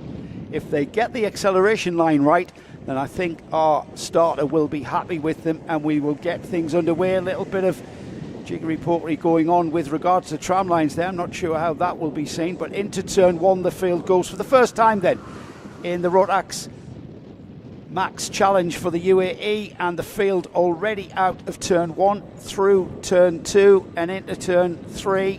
This is the very technical part of the Al-Ain track here, into the tight twisty turns, technical. This is where you make your lap time up, everybody. It's how you go through the slower turns. That's how you make your lap time up here. You're all down to your motor once you get out onto that straight. Here we go then, through 9 and then into 10, and then that run down the double left-hander at 11 and 12. All important to get this one right. The leader beginning to pull a slight gap here in driving an absolutely outstanding first lap here as they come underneath us, underneath our commentary position. Sama Chopra, hard to beat in qualifying, making it look exactly the same as we are under race conditions there. 1 lap completed for Chopra, with Ponna second, O'Hanlon up to third there. Falzarano, Sheikh, Feinstein, Tabatsa, and we've got Shekhawat, Khalifa, Jensen Kelly, the driver, rounding off the top 10. Now then, that gap has completely disappeared there to our leader Chopra, as the rest of this Micromax field has gathered themselves up there, composed themselves, and now we see a move for second, Henry. Yes, that's up into turn number 7. Liam O'Hanlon on a charge. So it is Samar Chopra, our pole sitter, leading. O'Hanlon for the GGM team in cart number 22 up to P2. Vaibhav Ponna, Enzo Falzarano, Adam Al-Sheikh, Alex Freienstein, Amar Tabatsa, Rudrapatrap Sekawat. A move down in turn number 13, one of the Motorscape carts there, trying to have a little look at the inside of, I believe it was Enzo Falzarano. That was Alex Freienstein committing into turn number 13, but didn't quite come off the plan. Now, where is Cameron Harvey? Just walked past his dad looking, and is there a cart? I can see a driver standing by the marshal post at turn number 13. That would be, sadly, Cameron Harvey. I can see the Synergy overalls there. Definitely Harvey standing there. It's the only driver that we've lost. Yeah. That is a shame. But what it does, Henry, is it's ruined his position for starting in the pre-final. However, the pressure's kind of off. Now Cameron has to just get his head down, and he can only go one direction from here, and that's forward. So that's little consolation. I know, Cameron, when you watch this back, but it's something that you've got to think positively. Side by side driving as the 22 of Liam O'Hanlon there made that move out of 13. Here's the kart shop replay as O'Hanlon goes around the outside into 13. That was a really brave move. But look at this. That puts him into an ideal position for the final turn and into the lead. Yeah, that's fantastic, and a great courtesy of our new replay sponsors, kartshop.me as well. Great view from the kart shop replay to see Liam O'Hanlon. That's got to be one of the moves. If that doesn't stand the test of time as one of the moves of the day, I don't know what will. But all that effort, and Samar Chopra's back in front. It just goes to show how quickly things could change. That was always going to change, because he kind of disadvantaged himself going through the final turn. We're going to see a replay here, not a kart shop replay, but a replay of what we saw on the previous lap. O'Hanlon's on the outside, Chopra's down the inside to defend, and O'Hanlon just hasn't quite got the momentum to go alongside through turn 13, so it has to slot back in. Now these two squabbling, Henry, it's great, but Adam Al-Sheikh and Viber Ponna now are getting mixed in as well, so we've got a 4-kart train for the lead. Exactly, as and O'Hanlon tries the crossover coming out of turn number 1. O'Hanlon has the inside, and he squeezes through into turn number 2. Going through as well is Adam Al-Sheikh, but Viber Ponna has gone from 4th to 2nd, and here's another kartshop.me replay. But look at the karts in 4th place, Joe. This is brilliant opportunist driving. Look at that. Everybody slid wide. They just took too much speed. And the kartshop.me replay really did capture that really well, with Ponna there into 2nd place. How it is going to be by the time they come back underneath us is anybody's guess, because they're already through turns 11 and 12 and that run down towards 13. This is the all-important one, Henry. This is how we're going to finish the lap, but our leaders got comfortable at the front of this field. That's going to disappear in an instant, and it does. But O'Hanlon has come out of the final corner. The checkered flag is waiting, and the first win of the 2025-2026 UAE Rotax Max Challenge Championship season goes to Liam O'Hanlon from Viber Ponna, Samar Chopra, Adam Al-Sheikh, Alex Fryenstein, Enzo Falzerano, Rudrapatrap Sekawat. Now, I asked Rudrapatrap, why is he running number 4 and 44? Because 4 plus 4 equals 8, and I'm 8. Seems perfectly reasonable. Saif Al-Khalifa and Tadeusz Prochaska are 8th and 9th, with Amar Tabatsa rounding out your top 10. Jensen Kelly, Ivans Voronins, Abdul Raziz Al-Saraf, Adrian Fore-Vignole, Tayab Haroun, Sebastian Storer, and Felix Souza Jebjerg. The two drivers, the Ital Course Middle East driver finishing 17th. But that's not all you hear from Felix today, or this weekend. He and his teammate, Rafael Zagatti, as well as Luke Thompson from Ital Course Middle East, gave us a great interview for one of our paddock shows this weekend, and it's a very insightful, enlightening and entertaining chat that we had from all of them. So O'Hanlon, who of course lost out to Zev Godschalk at the Rotax Invitational 2 weeks ago, he wants to make sure that that doesn't happen again. has. Well, that's a good start. It's a very good That start. is an excellent start, isn't it? It bodes well, Joe Bradley. Yes. It doesn't bode very well for our voices, Henry. No, not at all. No, we've got to keep this going for 2 days, remember? Well, yeah, that's fine. Because we're going to get to do all of this again tomorrow. Can't wait. Can't wait. Yeah, please don't forget, ladies and gentlemen, this is round 1.1. Tomorrow we have round 1.2. 5-second penalty for Tadeusz Prochaska. Tadeusz, I just want to say hi to Tadeusz's family. Tadeusz wasn't here yesterday. I believe he was at a family funeral, so I saw Tadeusz's dad this morning. So that hope that the rest of the family are doing well. Condolences to the rest of the Prochaska family watching back home. So, Henry, we've got our first Senior Max. Now, we've got a very well-subscribed Senior Max class, which means that we've had to split them into 3 groups to get them through the racing, the heat process into the pre-final process. Yes. Well, I was going to say there were 39 drivers on the entry list. Now, I believe 34 is the maximum that we can have. Which is right. We didn't have Elliot Surtees. Elliot Surtees and Kai Hunter, they will be back, but they're racing in the UK this weekend for the final round of the Ultimate Karting Championship. That's the end of their European program. Yes, that's the end of the European season. Do you have event at Genk? Is that an RMC? That'll be the Golden Trophy at Genk at the end of October. So that's the end of their European season. Yes, it's the final chance for drivers in Europe to get tickets to the grand finals. Of course, the start of the quest for next year's grand finals, the ones that the 2026 grand finals. This is it. It's here. This is today. Here, right now. We're one race into it. Yeah. The road to ... Don't know where it is. Wouldn't be allowed to tell you if I did know.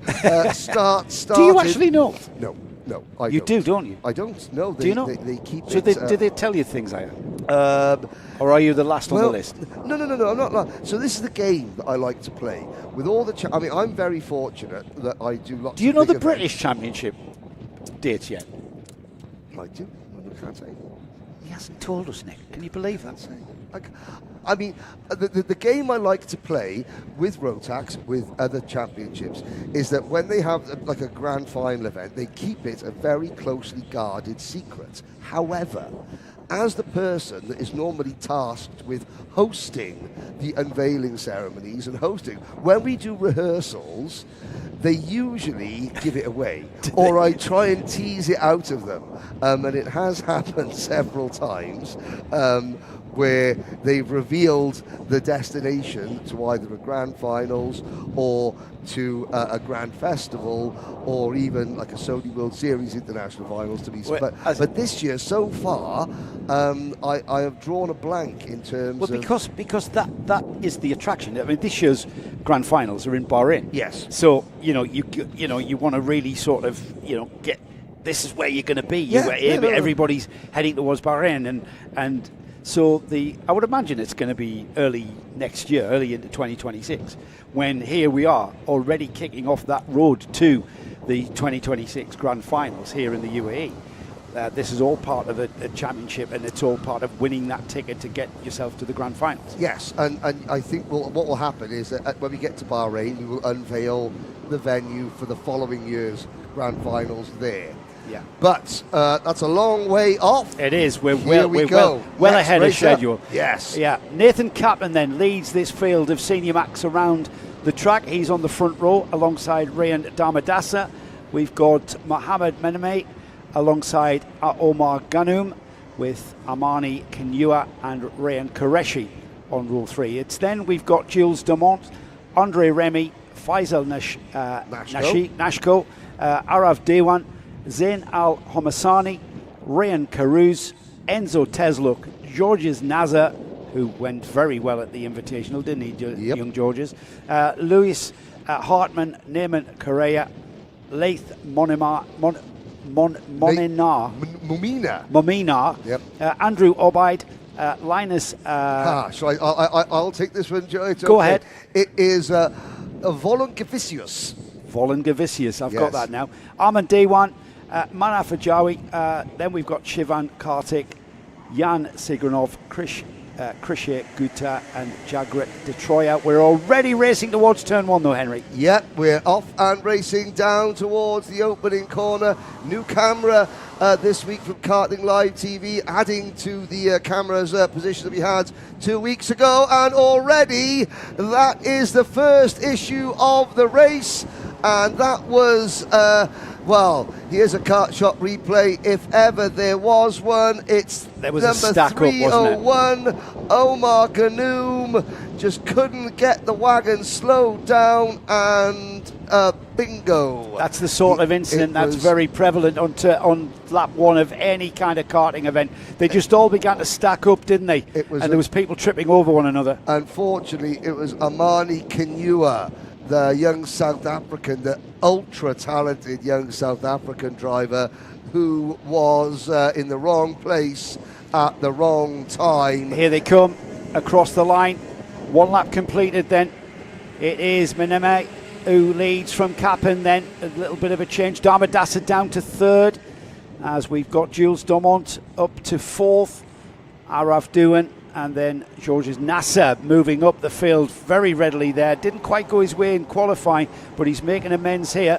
And I've got him up to second now, actually. That's just updated itself with Kappen in the lead and Nasser in second. Yeah, in fact, it's doing a dicky fit. I think George Nasser, I mean, he's made a good he's start. Up to fifth. I'm not quite sure if it was that good, the 3-3-1 kart, although the front group have splintered up quite a lot after that incident. You could see Ganoum there just getting caught out. Do you know something though? It's the number 3-2-1. It is Damadasa who is in second position. Then it is Nathan Kappen. So Mohamed Manain, Mohamed Manain leads the way. Mohamed Manain, then Damadasa, Jules Dumont, and Nathan Kappen now finds himself back in fourth position. Now he had 3/10 across the line, Henry. That's disappeared as they go into the more technical section of the infield here. Damadasa leading Dumont and Kappen. Kappen wanting that pole position back and having to kind of compose himself to get back onto the tail of the four leaders here. But looking very, very composed there. Our leader, Mohamed Manain, who leads into turn 11 and 12, and then it'll be the race down. But these four beginning to get a little bit spaced out there and things beginning to settle down. Yeah, meanwhile, Amani Kinua is continuing at the back of the field. But the lead group of four drivers, still four drivers. Manain for XL Motorsports, Damadasa for George Gibbons Motorsports, Jules Dumont for Telios, and then Kappen, who I think has just passed Dumont for third. Let's have a look. Yes, the Mumbai Falcons liveried machine is up into P3. Let's not forget, this is Kappen's first time out here in senior Rotax. Yeah, so reigning junior champion. So a little bit of a baptism of fire there in that early laps. He dropped to fourth. He's back in the swing of things here. But now we've got a challenge for the leaders. Damadasa, maybe his tyres are just beginning to come on where he wants them, because he's now pulled right onto the bumper of our leader, Manain, who's now got to fend off going into 13. Damadasa not really in a position to challenge here, but he is getting towards the rear bumper of our leader there as they cross the line. These two broken away now from Jules Dumont and Nathan Kappen, or Nathan Kappen and Jules Dumont, I should say, as that change for third place is now confirmed. As we've now got Manain beginning to defend, looking over his shoulder. Rian Damadasa, the Sri Lankan driver, comes through turns 2 and turn 3 into turn 4. There's a little bit of dust on the track there because last time around one of the tail enders went off, impacted the barriers, came back onto the track, dragging half the desert with him. They're through turn 7 and 8 now. This is lap 5 out of 9. In 5th position is George Nassar, Arab Diwan, Omar Ghannoum, Rayan Qureshi, Zain El Hassani, and Andrea Remy. Your top 10. Battle is on, Joe. We've got a challenge there coming off with defensive driving from Manema, who ends up in 3rd as they come out. And who's that looking like he's going to go through and into the lead? Nathan Kappen. And that was all about how they came out. Is he going to lead into turn 1? No, the answer is no. He's got to settle in behind him. So Kappen second, Damadasa though, with the car chop replay showing us defensive driving from the leader there. And this is where it all went wrong for him, with a mighty challenge there into the last turn. And there, opportunist driving from Kappen there. That junior, did you say he's the champion? He's last year's champion. Yeah. So welcome to seniors. Yeah, welcome to seniors. I think sometimes it's the seniors like to sort of, they say, look, you need to get the junior out of you.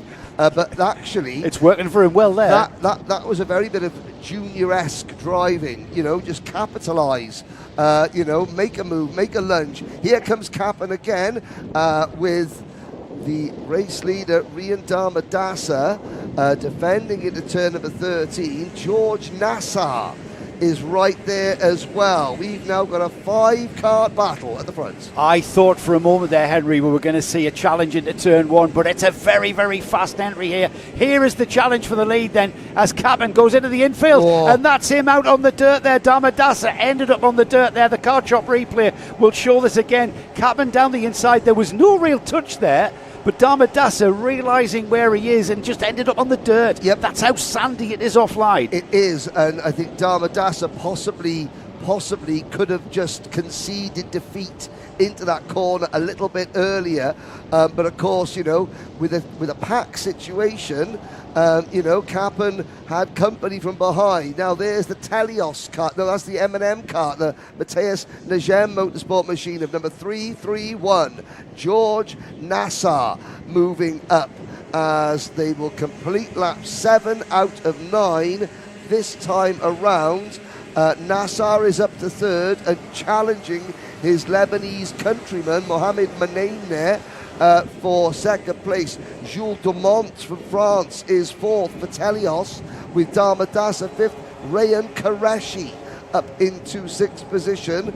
El Hamasani is 7th. The top 6 less than 2 seconds apart. I don't think George's Nassar is done for the day quite readily. He is not going to sit behind the XL driver Menemene. He's going to have a challenge here, and this is where he's lining it up. The leader's already gone. That's Nathan Kappen off, and there's the move there. And again, just look at that. You put a wheel off the line and you're into the sand. The car chop replay will show exactly what I mean here, as George's Nassar gets down the inside.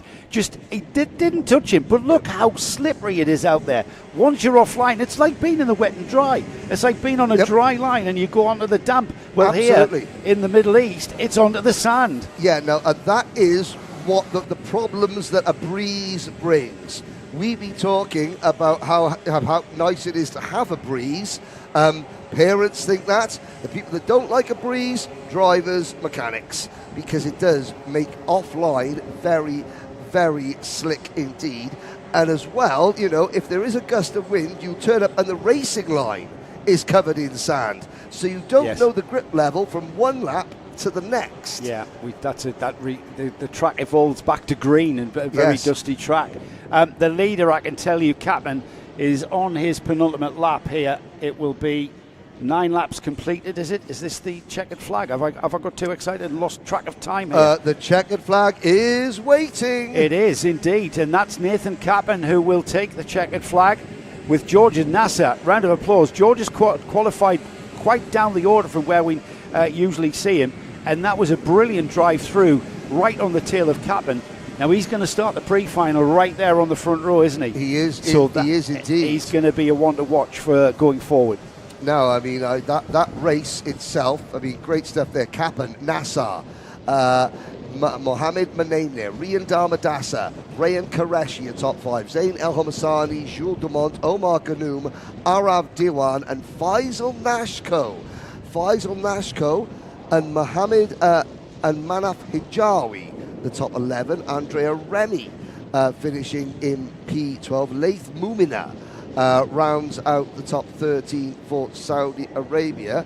And I've got to say, we had plenty of highlights there. The Kart Shop Middle East replay was put. It's almost had as much action as their online ordering facility, because if you do want any OTK parts in this neck of the woods, Joe, for your Cosmics, your Express, your Gillards, your Red Speeds, your Lando Norrises, your Carlos Sainz 55 chassis, then 24-hour delivery at Kart Shop ME.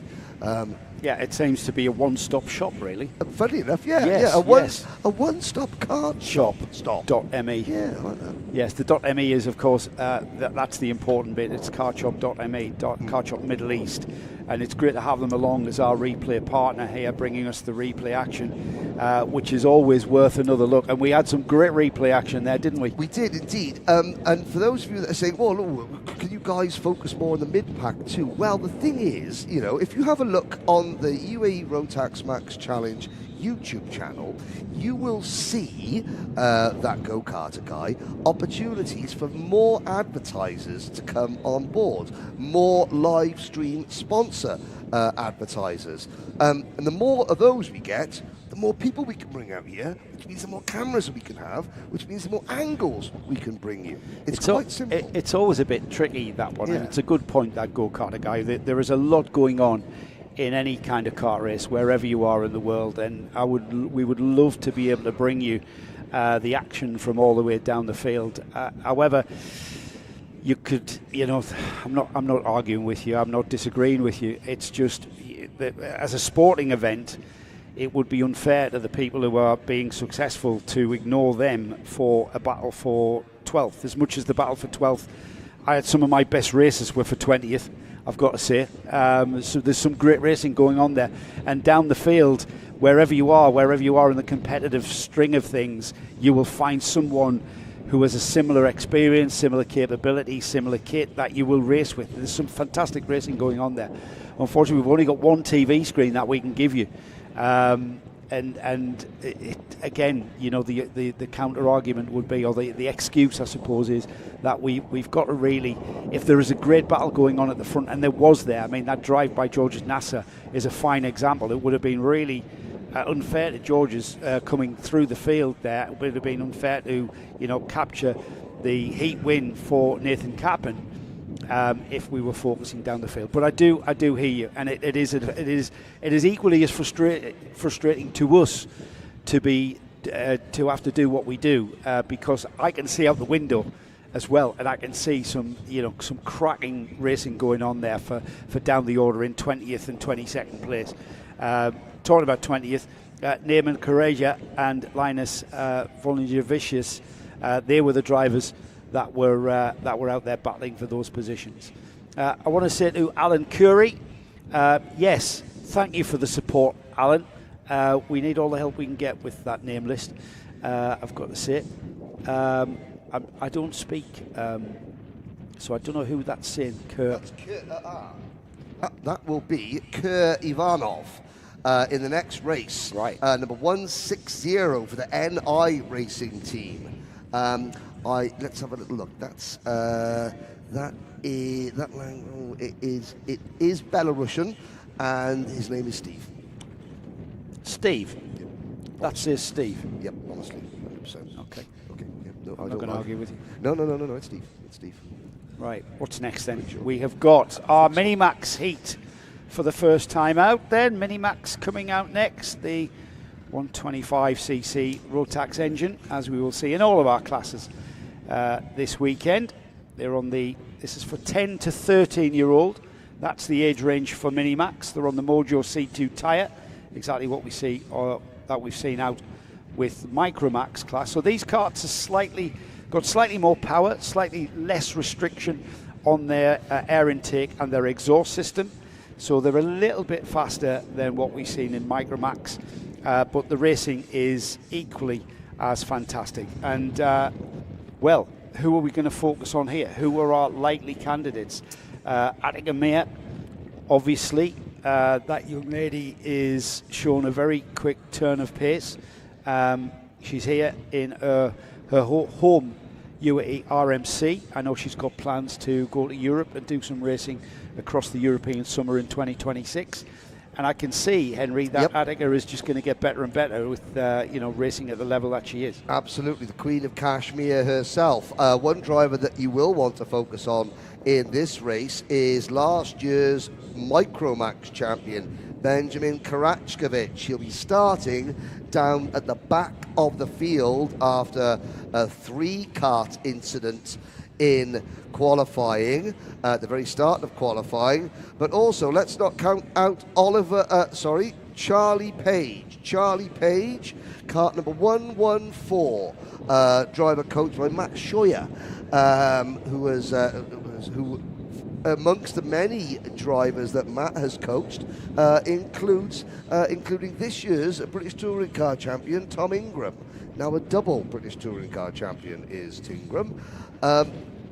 Charlie Page. Are you old enough to remember Tom Ingram in karts? Yes, I am. You really that old? And I want to just say, I mean, I'm sure I know how much Tom loves his UAE Rotax karting. This is all the time, 100%. So he's bound to be at home, in bed, breakfast in bed, watching this with the missus and with the dog. With the BTCC trophy in bed with him. Yep, and the miss and the dog and the dog and the dog. I want to just say hi to Tom. And to your dad Bruce.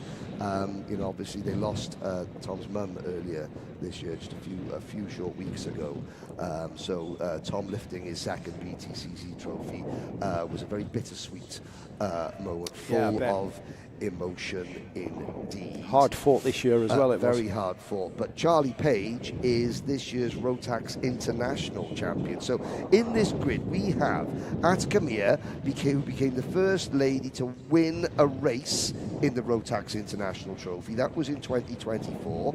Charlie Page is this year's Rotax International Trophy Micromax champion. You have got Austin Gray, who raced in Bahrain and Qatar last year and has come here to dominate, as he said. Benjamin Karachkovich is the reigning Micromax champion. Albie J. Stubbs is this year's British Water Swift Restricted champion. We've also then got a couple of the wild cards. Rivan Dev Pritham.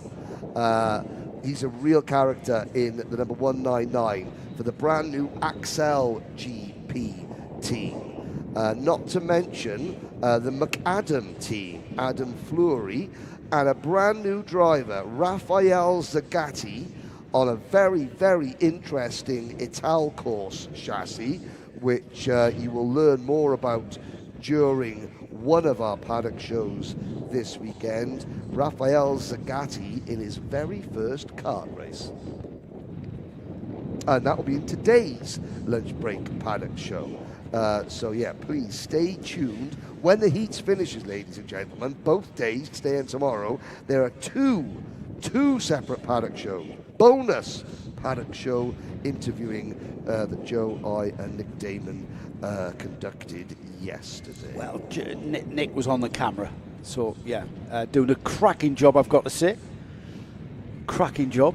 Very steady hand is needed for the camera, and it's a bit of a heavy lump as well. So as ever, exciting and interesting and insightful. I wouldn't call it as heavy enough to make anyone complain about maybe their back being stiff. Or would it? It's not that heavy, is it? Unless you're really weak. No, of course.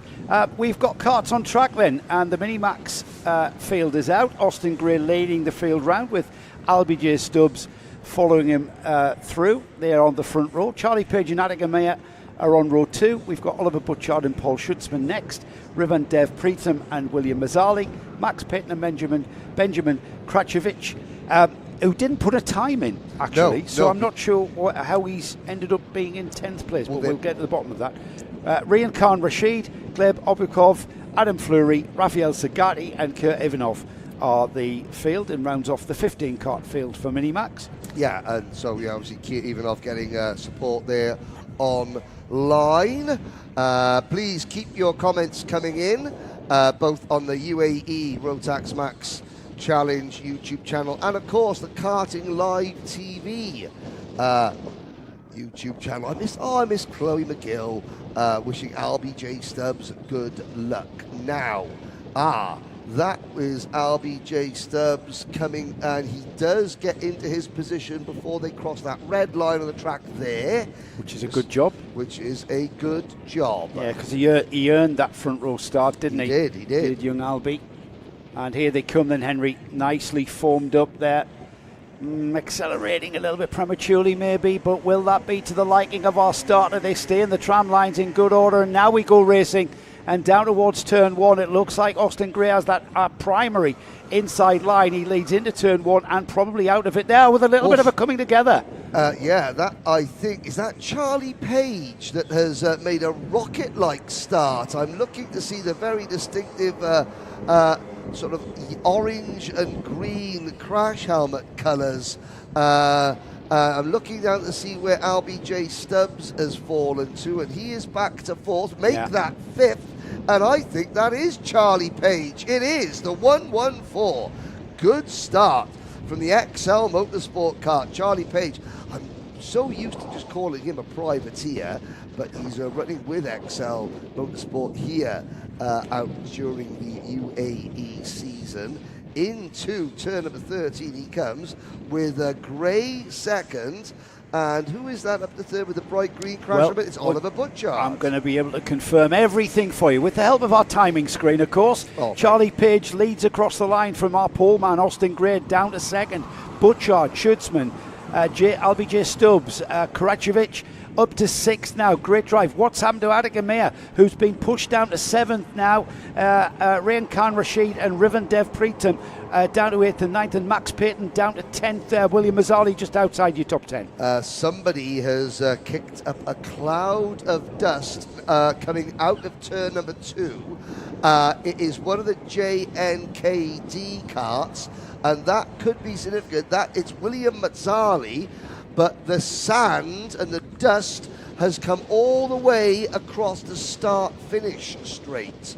So when the leaders come down the start-finish straight, they will be greeted with a nice film of sand on the track. They're about to see it now. So this is where Page and the rest will cross the line. It's right about there. That'll mean their tyres are a little bit slippery going into turn number 1, but they all managed to cope with it very well. Just check this out. Have we got Karacevic up into 3rd place, or is that up to 4th ahead of, or was that Attica Meir? It's P3. Is it really? It's 3 so for Butchart now down to 4th. Yep. Now we've got both Karacevic and Meir, who's on the tail of Karacevic and following him through. I think Meir's gone through on Butchart already, has she? No, not quite. No, that's with the orange shouldered overalls at the back of that train. The lead train, in fact, as they go through 11 and 12. What is this going to be? It's going to be a bit of a drag race down the back straight, all line astern. Page, Gray, Karacevic, Butchart, Meir. No change though, Henry, as they go through 13. They're about to be joined by the number 170 of Paul Schutzman, and LBJ Stubbs now regaining his composure. Yeah, after a poor start, Stubbs finally back into his rhythm as again. And a problem for second position. We just saw there Karacevic and Gray, 2 teammates. Here's the kart shop replay. You can see Karacevic going to the inside and up over the back of his teammate. And I tell you what, that has given Charlie Page a handy advantage, and it's put Attica Meir and Oliver Butchart up into P2 and P3. Well, that just shows how intense it is out there and how close you get at turn 1. It's a very, very fast entry through turn 1, and that has certainly split this up. We've got the leader, Charlie Page, very, very comfortable now. I can't say the same for Attica Meir, who has the synergy of the number 188 of Oliver Butchart right on her rear bumper. But it's a change then as Charlie Page leads across the line, 4 laps completed. Attica Meir, Oliver Butchart, LBJ Stubbs back up to 4th, Paul Schutzman. Whereas Karacevic ended up 11th, and Austin Gray through in 14th. So that really has cost those 2 JNKD teammates. 15 starters, 15 drivers still running. Rivan Dev Pritham runs in 6th position. Then Rihan Khan Rashid in 7th. Peyton is 8th. Kia Ivanov 9th. Gleb Abukov 10th. Karachkevich, Fleury, Zagati, Gray and Mazzali. I would say Rafael Zagati, he is just 2 seconds behind Adam Fleury. They're 12th and 13th. Now obviously they're in front of Austin Gray and Mazzali. Both of them have went off. This is his first ever race. This is his first ever race start. Yep, this is the first. It's not his first race in, this class. It's not his first race in Rotax. It's his first race full stop. And it was his first media interview at the Ital Corsa Middle East. Passed that with flying colours. Did indeed, but he's dropped. I've just noticed there he's got a problem there. He's dropped down to 14th, so he's had a problem there, dropping behind Fleury and Gray. But you would think that he'd done this all the time. That great interview that you can catch in the Paddock Show with Henry. Here is a challenge, though, with Oliver Butchard beginning to get a little bit impatient now with Attica Meir, but Attica very confident in that second place. And if anything, these two, I think, Henry, they're playing this, what I call a high-speed game of chess. Yes. They are playing chess, and they're making their moves very carefully. They're not squabbling, and they are catching Charlie Page. They are indeed. Let's see what the gap is. It was 0.7 of a second. There is Charlie Page across the line. He's into lap 6 now. Attica Meir is down to 0.6. I'm not sure there's enough time with them on their penultimate lap. Well, they're starting their last lap. They just. They started their last lap. Yes, of course. Completed lap 6. To start lap number 7. So at some point, Oliver Butchard is going to have to say to himself, right, we're not going to catch Charlie.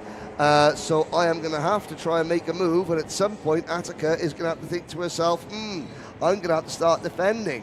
We're running out of corners to get that done, however.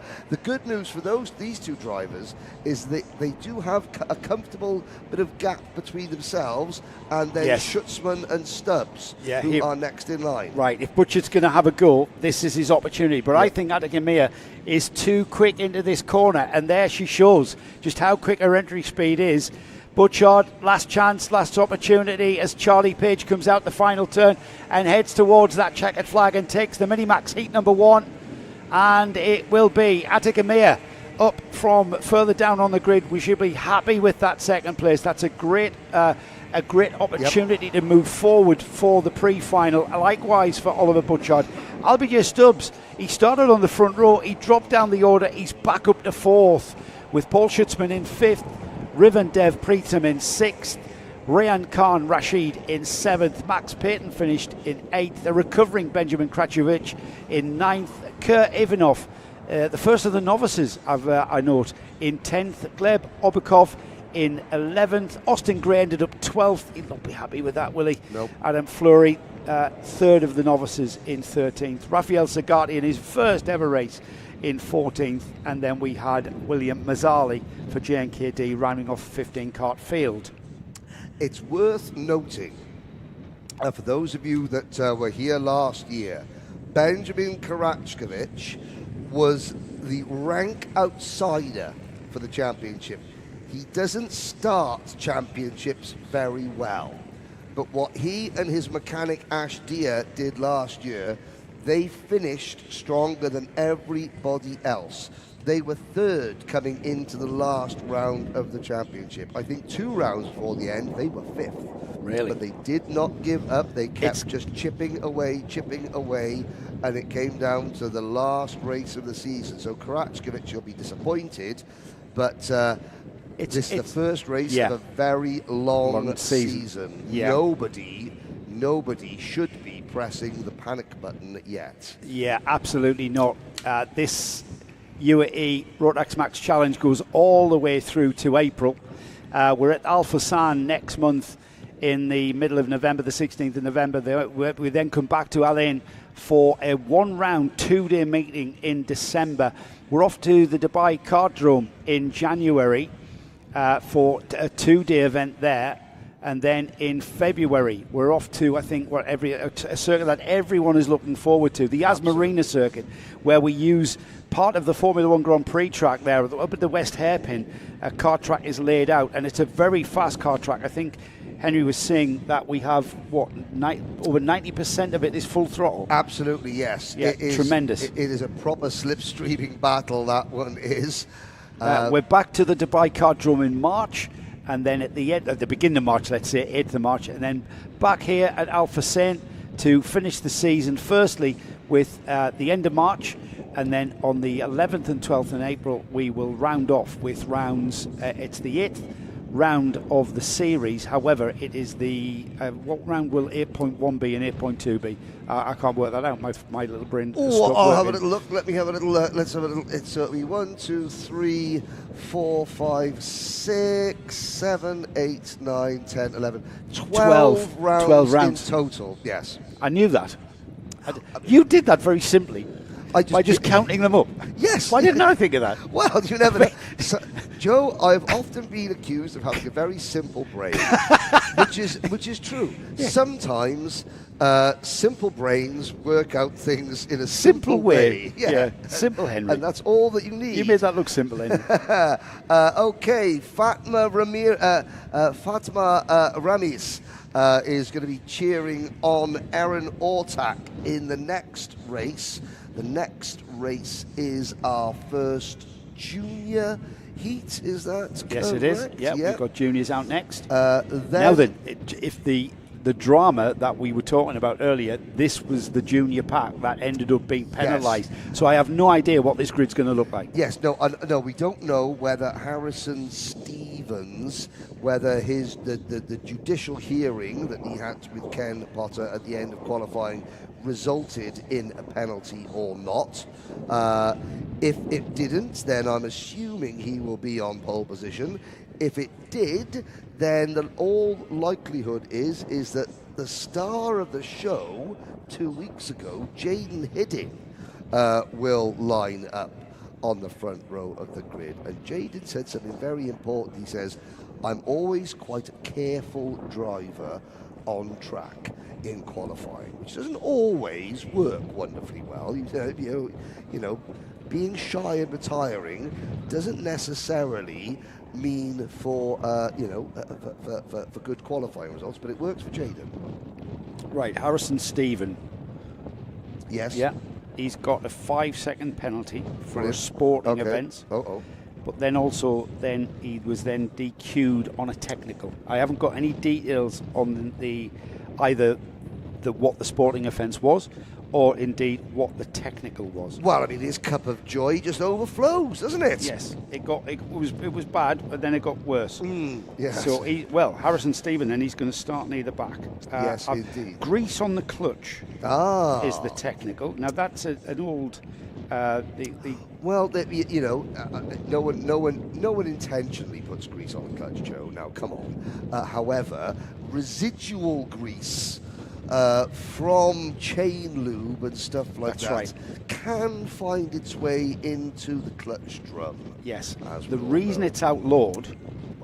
The reason it's outlawed is because you would think a friction clutch, which connects the engine to the drive, you would need that to be less lubricated.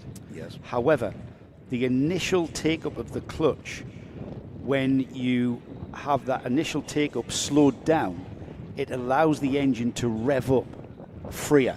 Yes. So that initial take-up of that drive, the process is quickened up. I'm talking very sort of minuscule time element and time frame here. Well, I mean, but minuscule distances in karting are all important. This is what I mean. The small gains that you can make, a lot of small gains create a big gain or a bigger gain. Yes. It meant small incremental gains. So that's why that we're not British cycling, the Dave Brailsford That's right. method. Yeah, absolutely. So yeah, that's why it's outlawed. Grease in the clutch is outlawed because of that, because there can be a performance gain. And remember, this engine's been around for what, 25 years? Well, longer. Yes. So this is all, and we talked to Gary Walker, our chief scrutineer here, tomorrow in the paddock show, and we look at just one element of one of those technicalities. We look at exhausts and exhaust restrictions or lack thereof, which is what the teams would love, like just get the exhaust gas out. And it was on the mini-max field where we have restrictions. But Gary has forgot more of the technical infractions than we can even gather. He's been around this sport for a long time, and I've been around motorsport, Henry. I've run race teams, I've raced karts, I've raced cars. Yep. Trying to gain, as Mark Donoghue, that famous racing driver, the unfair advantage. Absolutely, you've heard it. We've got the same book collection, Joe. We have indeed. We are the same geek. Yeah. We are sitting here in our anoraks, everybody, with them fully zipped up, with our hoods up. We are total anoraks. But I suppose the anorak analogy doesn't really work here in the Middle East, does it? No. But of course, the teams are, we call them mechanics, and we call the team managers. But in reality, they're engineers. They are trying to engineer their karts in the same way that Adrian Newey tries to engineer a Formula One car. Small gains. They are trying to engineer their machines to the front of the field. They're looking at rule books and they're thinking, okay, it says I can do this and it says I can't do that. It doesn't say that I can't try this. And that's fine. And the officials understand it. It's a game of cat and mouse. The way I remember running a team in Clio Cup in the UK on the total package, and the regulations, the technical regulations for Clio Cup were if it doesn't say you can, you can't. Right. If it doesn't say you can, you can't. Well, so all sorts of things that were going on. Neil Doe, thank you, Neil. I think that would be Jack Doe's dad, possibly. There was a load of bumper penalties after qualifying. Yes. I'm not surprised, because that was the qualifying session, just to remind everybody, that we saw earlier. Where Conor Clancy and Faris Haroun were two of the victims. Yeah, well, what happened, Henry, is they all came out. They didn't go off at racing speed. They all bunched up. Yes. They were all going around slowly. And then there were people speeding up and slowing down. And what happened? They all concertinaed into each other. Yes. And that's where the penalties came. That's where the bumper penalties came. What do we mean by bumper penalties? Are you new to this Rotax karting world? Bumper penalties. The front bumper on the kart is on a detachable mechanism, which we'll go into later, because we've got our grid for the Junior Max appearing. I'll leave you to do that. Well, we got Jaden Hidding and Jack Doe on the front row. Conor Clancy and Mitan Jain on row 2. Leo Aina and Erin Ortak on row 3. Pierre Abudiwan and Faris Haroun, row 4. Derek Rivera and Arhan Qureshi on row 5. Jan Michalizeko and Giuseppe Montanari are on row number 6. What's that coming over the hill? It's Via Chopra on row 7 alongside Aaron Mason. Julia Angelard and Ari Kallenberg are on row 8. Saveli Kogai, Floris Schenkenberg, Oliver Spencer, Johansa Senanayake, Sam Turner, Gabriele Baracordi, Ray Haber and Murad Bayravmova round out 24 drivers. Harrison Stevens is 25th, and Brando Londono, who didn't go at all in qualifying, is 26. By my reckoning then, the 27th driver that isn't out there is Arhan Sethi. Now that's a shame. Jaden Hidding bringing the field around and forming them up nicely through the final turn. They'll all be in grid order. A few stragglers just coming out of the final turn, but our front of the grid is in great looking, and it's been given the go-ahead. We are racing towards turn 1, into turn 1. Look like Jaden Hidding. Somebody off in a big way, off to the camera to our left.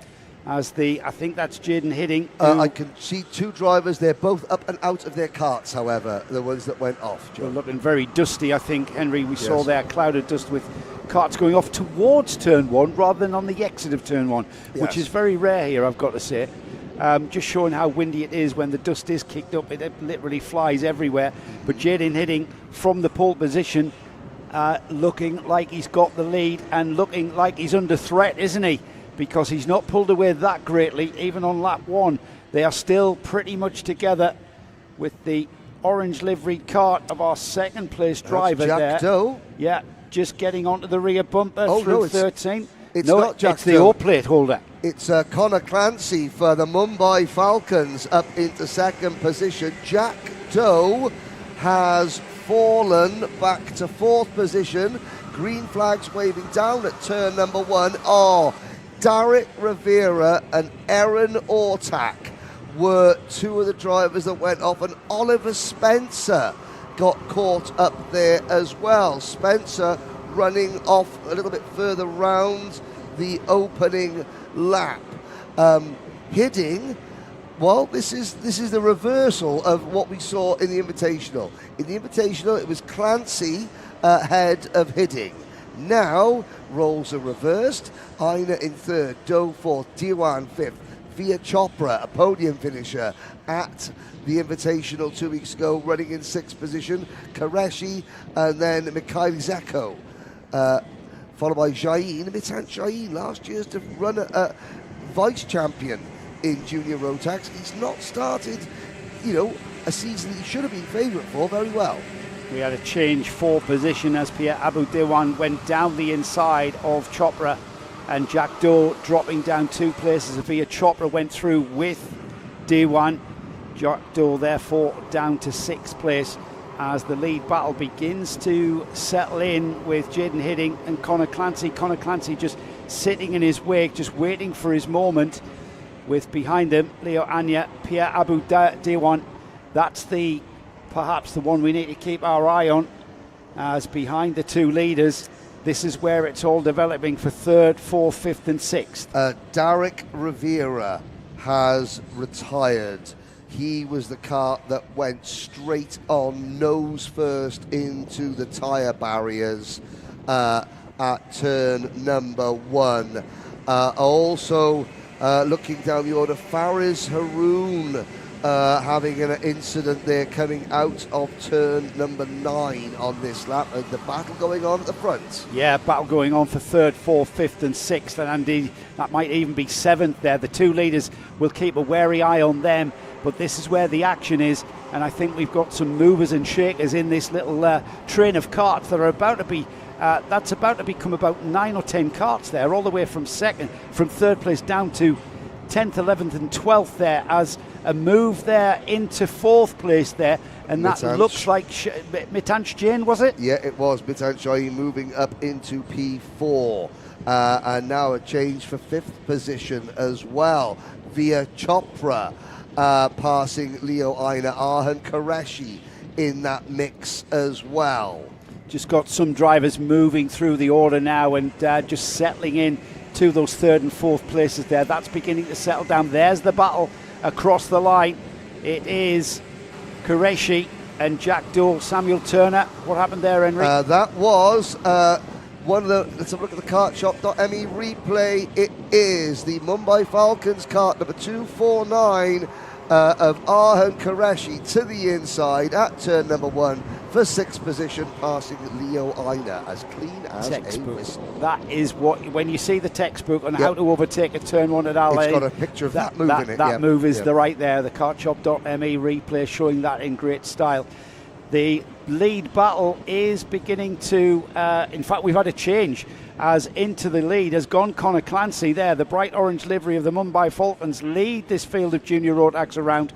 We've already completed half distance. This will be 5 laps in the bag, going on for the next 3 laps then. This is an 8-lap heat here, as Connor Clancy will show at the head of the field for the first time. Jaden Hidding second, Pierre Abu Dewan, Mitansh Jain, Via Chopra, Jack Doe, Leo Anya, Arhan Qureshi dropping down to 8 then. After Qureshi had moved up the order, Jack Doe moving down the order, it's all swapped around. Via Chopra also making a move. The Mateus Najem Motorsport team have really, well, they were strong last year, but they have, improved their game even more during the off-season. Because Via Chopra, I think, just went back past Mitansh Jain going into turn number 1 for what is 4th position. So Jaden Hidding, he was obviously disappointed at not winning the Invitational, but he was quite pleased because for him being able to run with Conor Clancy, a driver that, you know, with at least another season and a half's experience of junior Rotax to his name, and also, you know, he's running the O plate, he's raced for the UAE in the grand finals, he's raced all over Europe. Jayden wasn't too upset with, you know, pushing him and finishing a close second to him in the Invitational. However, now Jayden wants more. Jayden's not content to sit behind Conor, even though Conor's more experienced. Now he's thinking, right, well, I've done my bit of apprenticeship learning. Oh, lots of dust. Yeah, that's that had nothing to do with those two, did it? That came from way across the track, and it's cost Jayden Hidding. You can see Jayden Hidding getting distracted by that. Clancy, the extra bit of experience, you know. Well, that was what you saw from our central camera there out on track. That was the density of the sand that came across the track there after we had a card going off. At turn and that would just be like fog. Jayden Hidding totally blinded by that as he went into a tricky part of the track here. Well, that's one of the differences racing here in the UAE. But both Clancy and Hidding were blinded by that. Clancy kept it pinned. Hidding, momentary hesitation. That's the difference that experience gives you. I noticed Jayden Hidding. Is that the flag of the Netherlands that he? Yeah, it is. It is. He's there's Canadian. He's got Canadian parentage. He's got Dutch parentage, and his mum Genevieve is going to then give me a kick because I've forgotten where her family are originally from. All right. Lebanon, possibly. I don't know. I'll check up. She'll tell me. Netherlands flag. The leader, Conor Clancy, is just coming out the final turn. This is the battle between that we're watching here, as there's Conor Clancy going towards turn one. There's second place Jayden Hidding, Pierre Abu Diwan, Via Chopra, Mitanj Jain, and Jack Doe. Leo Anya seventh. Kojai loses out to Qureshi right on the final lap there. Arthur Qureshi ahead of Kojai and finishes in 8th. 9th then is Savili Kojai. Gabriel Barakori rounds off the top 10. And Harrison Stevens finishing in 11th.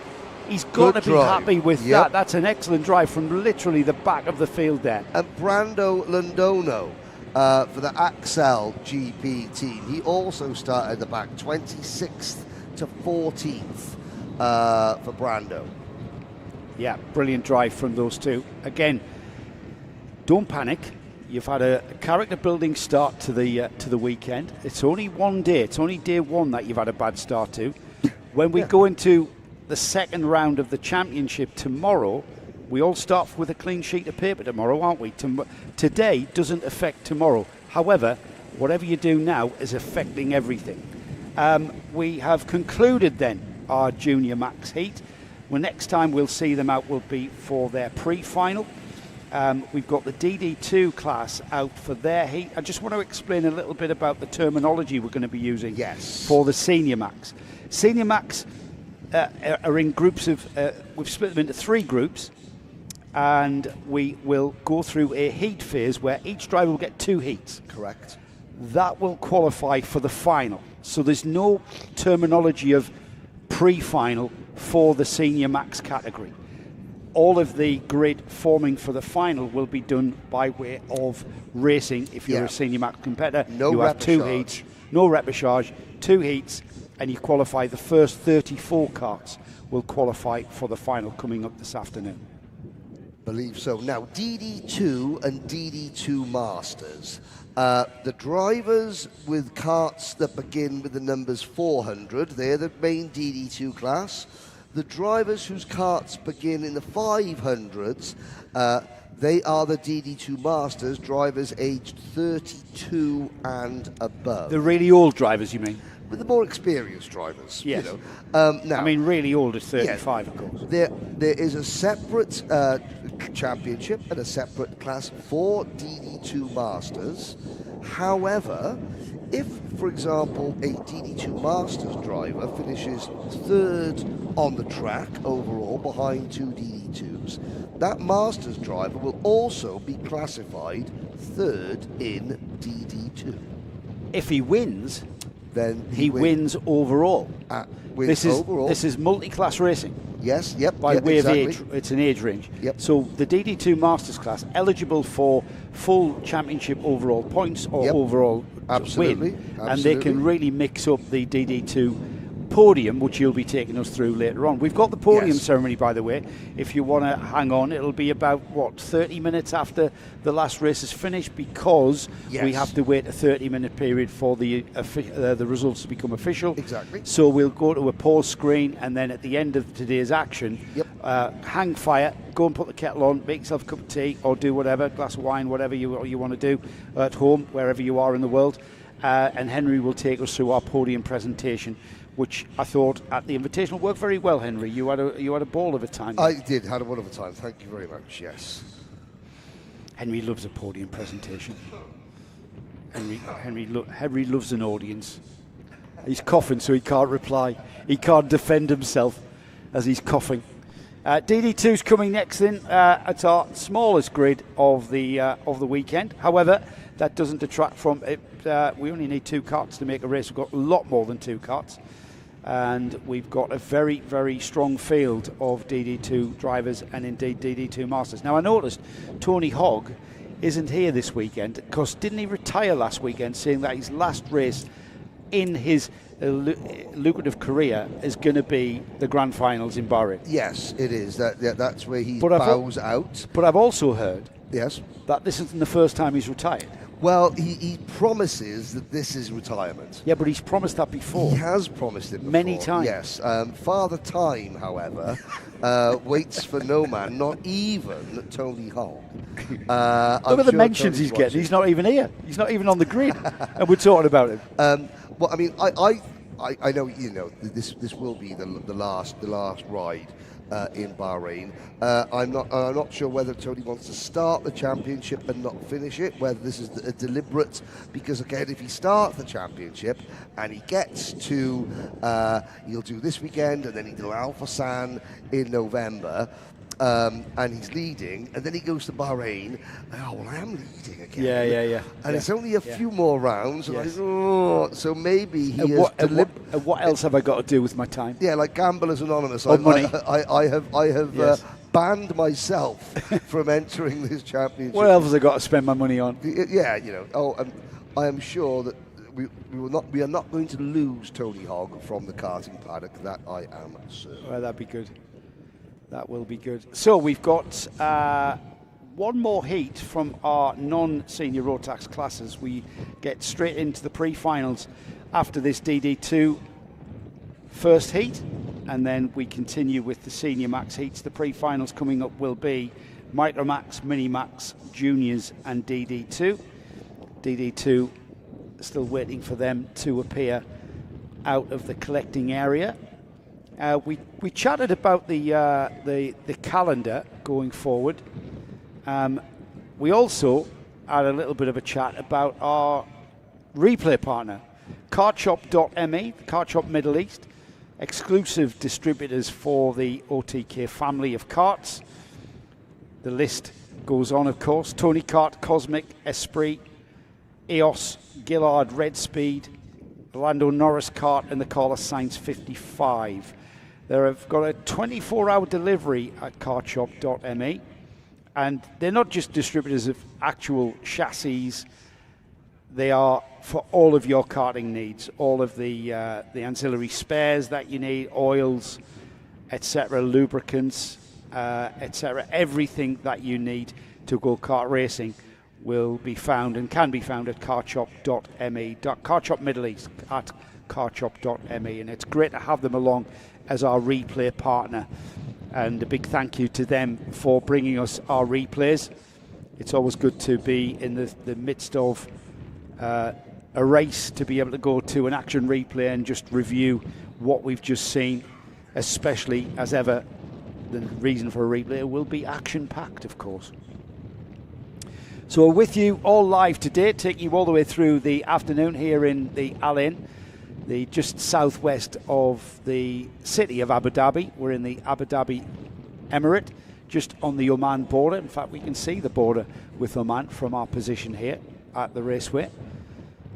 and we are here all day today, and of course kicking off with qualifying all day tomorrow, taking you all the way through all of the action to kick off the 2025-26 UAE, the United Arab Emirates Rotax Max Challenge for the 25-26 season. And if the start of this season is anything to go by, it's going to be an absolutely fantastic season, taking you to all of those tracks that are completely different in character and completely different in challenge, and both from a driver's perspective and indeed an engineer's perspective. We have very different challenges from all of our tracks that we visit. There's the DD2 result from qualifying, forming our grid. Tyler Harris and Adam Malek will share the first row of the grid. Hamza Ashisho and Moritz Knops will share row 2. Kyle Blockley and Greg Watt will share row 3, and then the fourth row of the grid, rounding off an 8-cart field, is Bernardo del Castillo and Sami Al-Assad. So 8 carts then will take the start. We've got the only independent runner, the privateer, Greg Watt, with the Honolulu Racing livery on his cart. And with team representation, we've got 3 carts from NMM. We've got 2 Mumbai Falcons and 1 KAA. Green flag will wave and the DD2 carts will be released. We mentioned here, just to remind everybody, this is our gearbox category. 2-ratio gearbox on these DD2 Rotax Max carts, with a paddle shift that you might just get a glimpse of on the steering wheel. Left hand paddle shift, right hand paddle shift, left hand for first gear, right hand for second gear, and you basically flip between first and second gear around the Al Ain International Raceway here.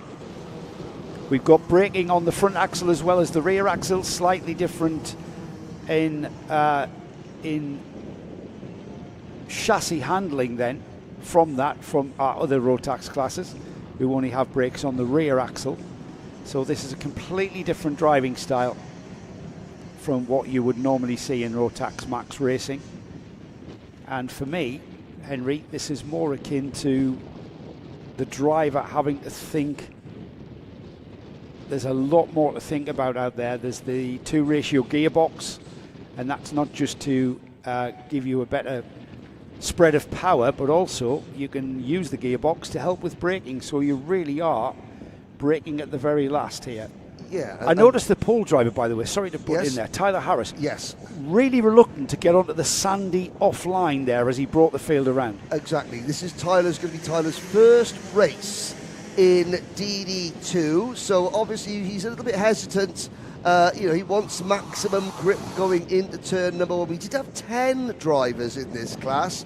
Sadly, Sami Al-Assad. Sami Al-Assad is there. He's back. We've lost Ahmed Al-Mansouri from the Masters class, and also Faisal Al-Maina has not made it out this weekend. Hope we might see them tomorrow.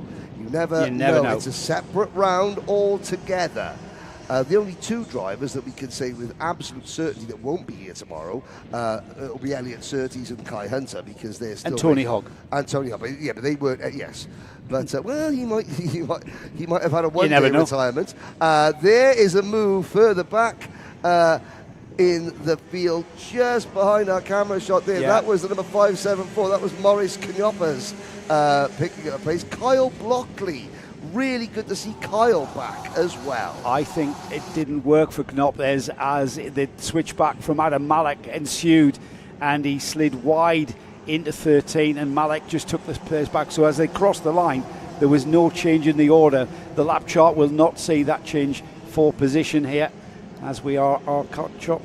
Are we in a replay here? Yep, this is the kart shop replay of second place changing hands. Adam Malek going past the Rotax Invitational winner Hamza Hashisho. Sem Knopers, who is Morris's son, who is also an extremely talented DD2 driver. I wonder whether Sem will he normally joins the live chat just to poke fun at the way that I'm saying his family's surname, Knopers. Is that the way you say it? I believe it is, although Sam will tell me something differently. I'm sure. Because I was thinking the K may be silent. No, and no, it's no, not. it's not. Knoppers. It's Knoppers. Okay. Knoppers. So it's as it looks. And I can't because remember. it's again under the Netherlands flag. Yeah, and I cannot remember the translation. There is a literal translation into what Sam, if you're watching, I'm sure you are watching because you've been criticising your dad's driving from wherever you are in Europe watching. Please let us know what the translation of your family name is. It's something. Gavin Hill saying. Absolute veteran of DD2 Masters. Yes, Greg Watts is here now. Of course, Greg has been playing second fiddle to Tony Hogg for so many years. Tony retires. Greg is thinking, okay, I've got a chance here at maybe making the grand finals. And out of the blue, Maurice Canyopas and Kyle Blockley, who have both represented, Maurice Canyopas, a winner in the grand finals last year at the E20 class. He's been a podium finisher in DD2 Masters in years gone by. Kyle Blockley, the last time Kyle raced in the grand finals was 2017 at Portimao. His mechanic and I, Joe Scory, was his mechanic that day, and Joe reminded me a couple of weeks ago at PF International that apparently Joe and I had a fantastic night together on Saturday evening in which many Jägermeisters were drunk. I've got to say that's not like either you or Joe Scory. And I cannot remember it for the life of me. Those days are well gone, mate. Don't worry. You won't have to do that again. Don't worry, mate. You're far too old for that. And so is Joe Scory, by the way. Yeah, I know Joe as well. So I can only imagine. Hello, Raffaella Menegoni, watching on the live chat. Hopefully we'll see you out in a kart soon. Harris, Malik, Hashisho, the top three. Canyopas, Blockley, Al-Assad, Watt and Bernardo del Castillo are the order on track. 8 drivers started, 8 drivers still running. Now that orange cart there, you see, with the orange helmet, that's Moritz Knoppers, who we're talking about. That's a Mulby Falcon. Now he is leading the Masters. Yes, he is. So I'm not sure if he's like sort of fully aware. He's like, I'm happy with this. I'm the leading Masters kart here, so I am leading my class. I don't need to push that hard to get on terms with the Shishu and Malik, you and don't indeed know Morris, Tyler Harris. Well, no, I don't. No, so, he's not happy. So he's not. No, he's going to push on, is it? There are karts in front of him, therefore he is not winning. And if this is the final, that's the overall podium. Yes, he's going to be on 2 podiums there with you. Absolutely. He gets to see you twice. Yes, oh, lucky boy. If he gets past one of the 3 karts in front of him, but for Morris, no, there are karts in front of him, full stop. Yes. Therefore, he's not winning. Yes. He might be winning his class, but he is not winning the race. And the best defence is offence, isn't it? Because Kyle Brockley, the other Masters there, the white helmet there, chasing him down, he's not that far away. And I'm going to say, missed gear changes are a factor here in DD2. Yes. We don't really need to talk about gear changes in normal Rotax Max karting, but here in DD2, you only have to fluff that gear change, fluff that paddle change, and Kyle Blockley is going to be right there with him. At the moment, he's not really making any kind of ground on him. The man of the moment, the driver of the moment, is Tyler Harris. Who is going to beat Tyler Harris? 1.6 seconds is his lead, and he's putting in purple sector 1, 2, 3, another sector. Oh no, he's gone green. Adam Malik's put in a purple sector, so Adam Malik's found a bit of pace. Malik and Hashisho both raced in this class last year. So in terms of the Max Dexter, the champion the last 2 years, he has moved on. Noah Tamaska, last year's championship runner-up, he has gone to college in the United States. Marco Drittenprice, who was the 3rd member of the brand racing team last year, he's racing in Europe. He's from Europe. The Bosnian, Austro-Bosnian driver. He is whose parents know Welsh. Strangely, Marco Drittenprice's parents always greeted me by saying "Borodar" in Welsh because that's very nice, isn't it? It was, because they. You don't even speak Welsh. You're from South Wales. I Welsh, but a little bit. Yeah. You know, Borada. It's good Yeah, morning. that's about it, isn't it? And they said, well, no, when Marco was racing in the UK, we went to Wales to do some hiking. And we learnt the language, and so that was good. But then, so the top Tremendous. 3 from last year's championship aren't here. Yaroslav Prakov also not here from last year, which Anand Giant Chandran not here. So really, we've got a brand new leaf that has been turned. A new page in the DD2 book has opened, and We've got another page that is just closing as well. As the Yeah. checkered flag has flown, Tyler Harris takes the win with a 1.9 second gap to Adam Malik. The question is, who can beat that youngster, Tyler Harris? Adam Malik then finishes in second. Hamza Ashisho, he finishes just under 7/10 behind in third. What's the gap there? Yeah, another just over 7/10 for Maritz Knopes, finishing in fourth, but finishing first in Masters. Fifth overall and second in Masters is Kyle Blockley. Then finishing sixth is Samid El Assad. Finishing third Masters, seventh overall is Greg Watt. Fourth in the Masters, Bernardo Del Castillo. And eighth overall there for him. yes, I mean, the main thing is we had 8 starters and 8 finishers. Greg Watt taking third in Masters overall. Have to say, Sami Al Assad. Hopefully, Sami will get a trophy this week. Unfortunately, I made a bit of an error. There was a clerical error in the podium, and I had to retrieve the trophy that I had just given. Poor Mr. Al Assad.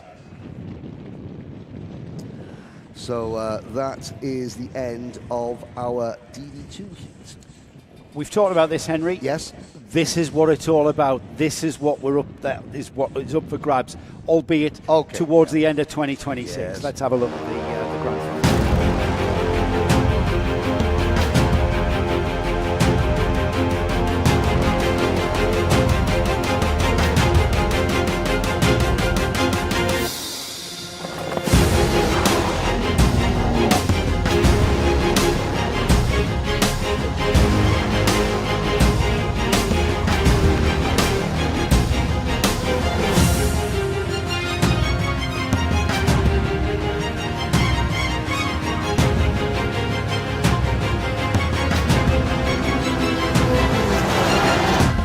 Driver unique.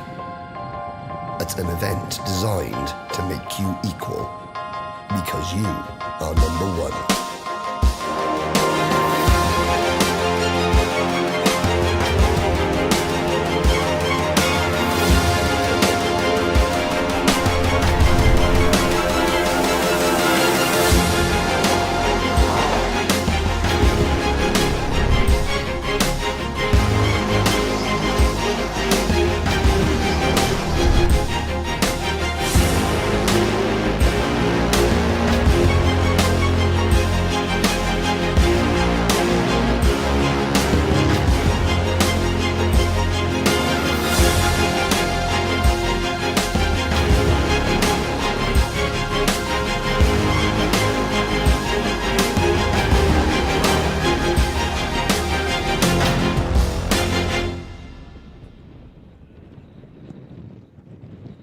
So we are about to kick off with our first pre-final of the weekend. It's the Micromax pre-final. We've already had one of the heats, and we will have a grid when we see the carts being released. I just want to say hello to a couple of people here. Okay. Who did you not mention? Have you mentioned Fatima Ramiz? I have, yes, supporting Aaron Ortic. You've mentioned Raffaella Menegoni. Yeah, and I hope you're okay, Raffaella. Let's go Jaden. So me is the actual name. That's not me. That's no, Nigel it's Bradley. not you. It's not me either. It's me. It's me. So hello to me. Hello me. Hello to Fatima. Hello to Gavin Hill. Gavin Hill. And hello to that go-kart guy. Who is that go-kart guy? Oh, I'm not sure. No. Someone who supports CRG. Yes, I saw that. Because, but I know that. So I would imagine, but we will do our best to. Hello to Paul Bateman. Hello, Paul Bateman. Hello to Arthur Qureshi, who's, I think, here. Yes, Arhan Qureshi, yes. Gina Marie, who's sat at home Yes, watching. the boss. And Jamie McGill, who's possibly now veered towards that championship that's kicking off for the final round in the UK, I would think. I doubt possibly. it. No, or has he stayed with us? Yes, Jamie, is Chloe McGill in the? Chloe McGill is that one of other the championship. UK, well, I don't know. She's a heat winner in the British championship. She is. She's very good. Yeah. She's might be there tomorrow for the whatever it's called. Yes, for the Rotax National Trophy. That's the one. Yes. I keep calling it the festival and kept getting wrong. that's okay. And I thought I don't have to remember it because we're not doing it. Yeah, no, exactly. So it'll be the start of, well, we've got the Micromax pre-final next. Then we have Senior Rotax Group A versus Group C, I believe, for their heat. Then we have the pre-finals for Minimax, Junior Max, DD2 and DD2 Masters. And then the last race before lunch is the Senior Rotax Heat Group B and Group C, so that everybody in seniors has done their 2 heat races. At the end of the heat racing and the pre-finals, there'll be an opportunity for you, the viewer back home, to understand and to learn about how you, that's not me who's supporting Jaden, it's not you, Joe, but you, the viewers, can support this stream because there are advertising opportunities abound here in the UAE, and then it'll be the first of 2 paddock shows. Become a part of the series. Become a partner with the UAE RMC, actually. Well, exactly. And everybody in the paddock here. This is an opportunity for everybody in the paddock to support your championship as well. Yes, indeed. Don't come apart at the seams like my trainers are, but it's good ventilation. Which is what you need here. Yes, it is indeed. So we're just waiting for our first pre-final, and it is our Micromax, as you said, Henry. Now, the Micromax field is, what am I talking about? All of our fields are really close. They are. But the Micromax field is undoubtedly going to produce a bit of a cracker, because we had people who were, I think, looked like they were out of position in qualifying. Maybe qualifying didn't go quite the way they wanted, and that sorted itself out in the first heat. But where it's going to go from here has a lot of factors and a lot of elements and a lot of planets that have to align and we are forming the grid positions for the start for the all-important final, aren't we? Yes, and you know, Liam O'Hanlon, he was devastated at missing out on the victory in the Invitational.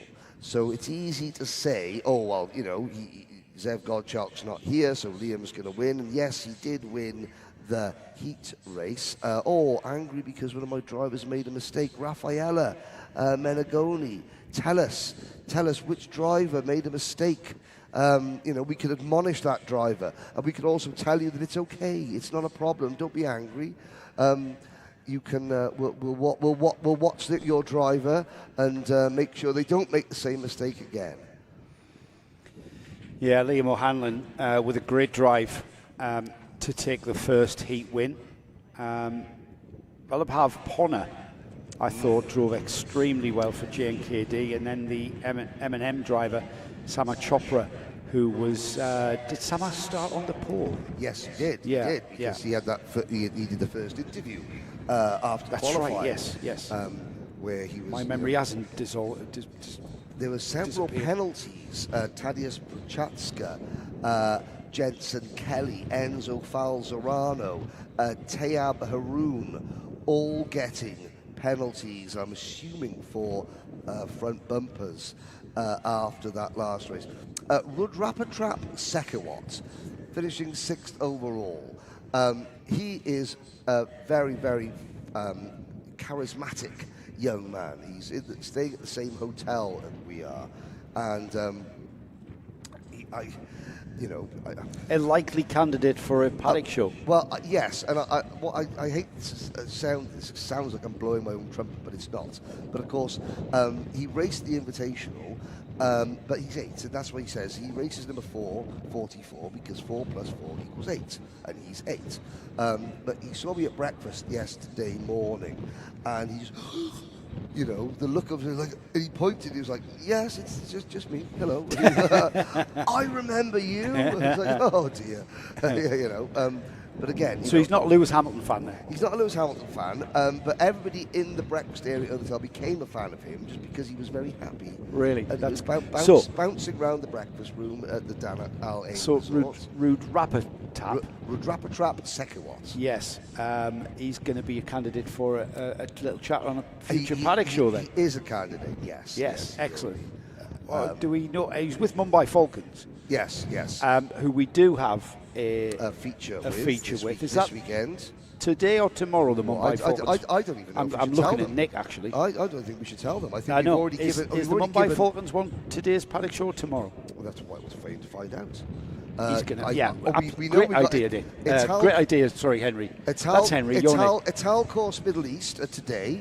You know, but the rest is a surprise. The rest is a surprise. Yes, we can tell you who we grabbed yesterday in the paddock, which is when we filmed it. Yes, it's going out today and tomorrow. So yeah, it's a bit of you stay tuned, as they say. Yes. Now the marshals. Here is the grid that has just been pushed up onto your screens. There was a brief break in the timetable, allowing mainly the marshals to, you know, to get some drinks out, some fluids out to the on-track officials. As we now we've got get given the starting lineup. I just want to say hello to Ethan Rillstone. Good luck to everyone. And he says also at MN Motorsport. That's the M&M team. Matthias Nagem Motorsport, yes. So the grid looks like that then. Before we get our grid graphic, Liam O'Hanlon will start on the pole position. Then we've got Vaibhav Ponna alongside. Sama Chopra, who started on the pole from qualifying here, started on the pole in the first heat. He will start in 3rd place on row 2. Adam Al-Sheikh will start alongside. Alexander Freienstein will start alongside our friend Rudrapatap Sekawat. And then we've got Saif Al-Khalifa alongside Amar Tabatsa. Ivans Voronins with Abdulaziz Al-Saraf. Adrian Farr Vignole alongside Enzo Falzerano. Jensen Kelly with Tadeusz Projaska.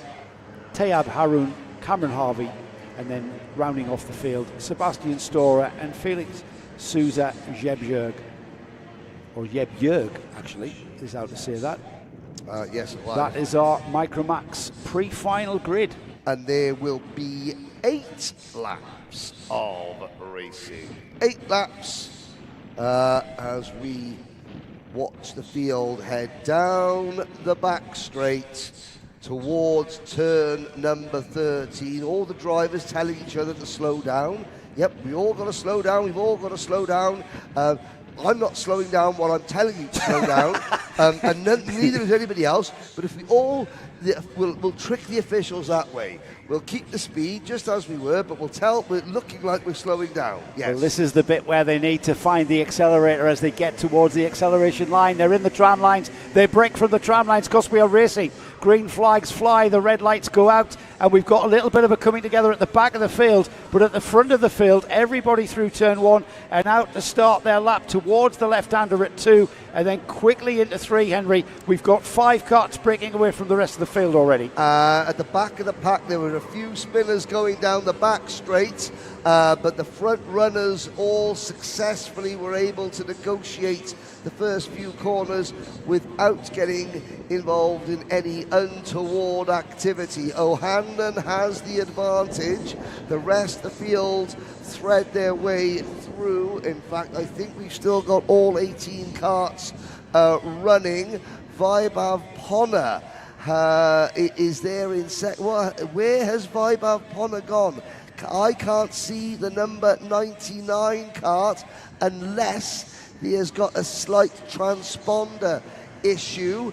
No, Vaibhav Ponna has fallen back. He's fallen back a long, long way. He hasn't even come through yet, Joe. And there, arcarchop.me replay there was for Adam Al-Sheikh going ahead of Alexander Freinstein going into turn 13. That's going to settle down. Meanwhile, at the front, Liam O'Hanlon coming under immense pressure from Samar Chopra. Adam Al-Sheikh, after that beautiful move at 13, he's now trying to fend off Alexander Freinstein. Rudraprap Shekhawat is in 5th, ahead of Evans Voronins.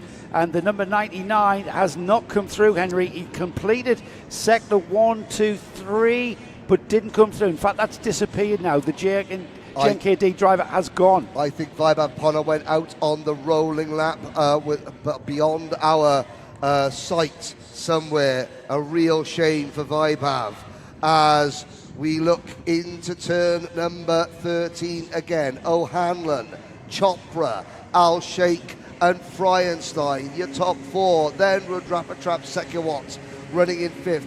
Voronins, Falzarano, Al Saraf. And then behind Al Saraf is Prochaska, Harvey, Fore Wignole, and the leading novice Sebastian Storer. So Chopra just playing a waiting game, is he? Because not far away, in fact almost on his bumper in that second place is now the third place card of Adam Al-Sheikh and Alexander Freinstein, who is coming through as well. So that 4-cart train that did break up slightly, they've dropped Shekhawat, who's dropped back in 5th, but these 4 now beginning to do what we usually find in Micromax. They're beginning to close back up. This is perfectly pure cadet kart racing.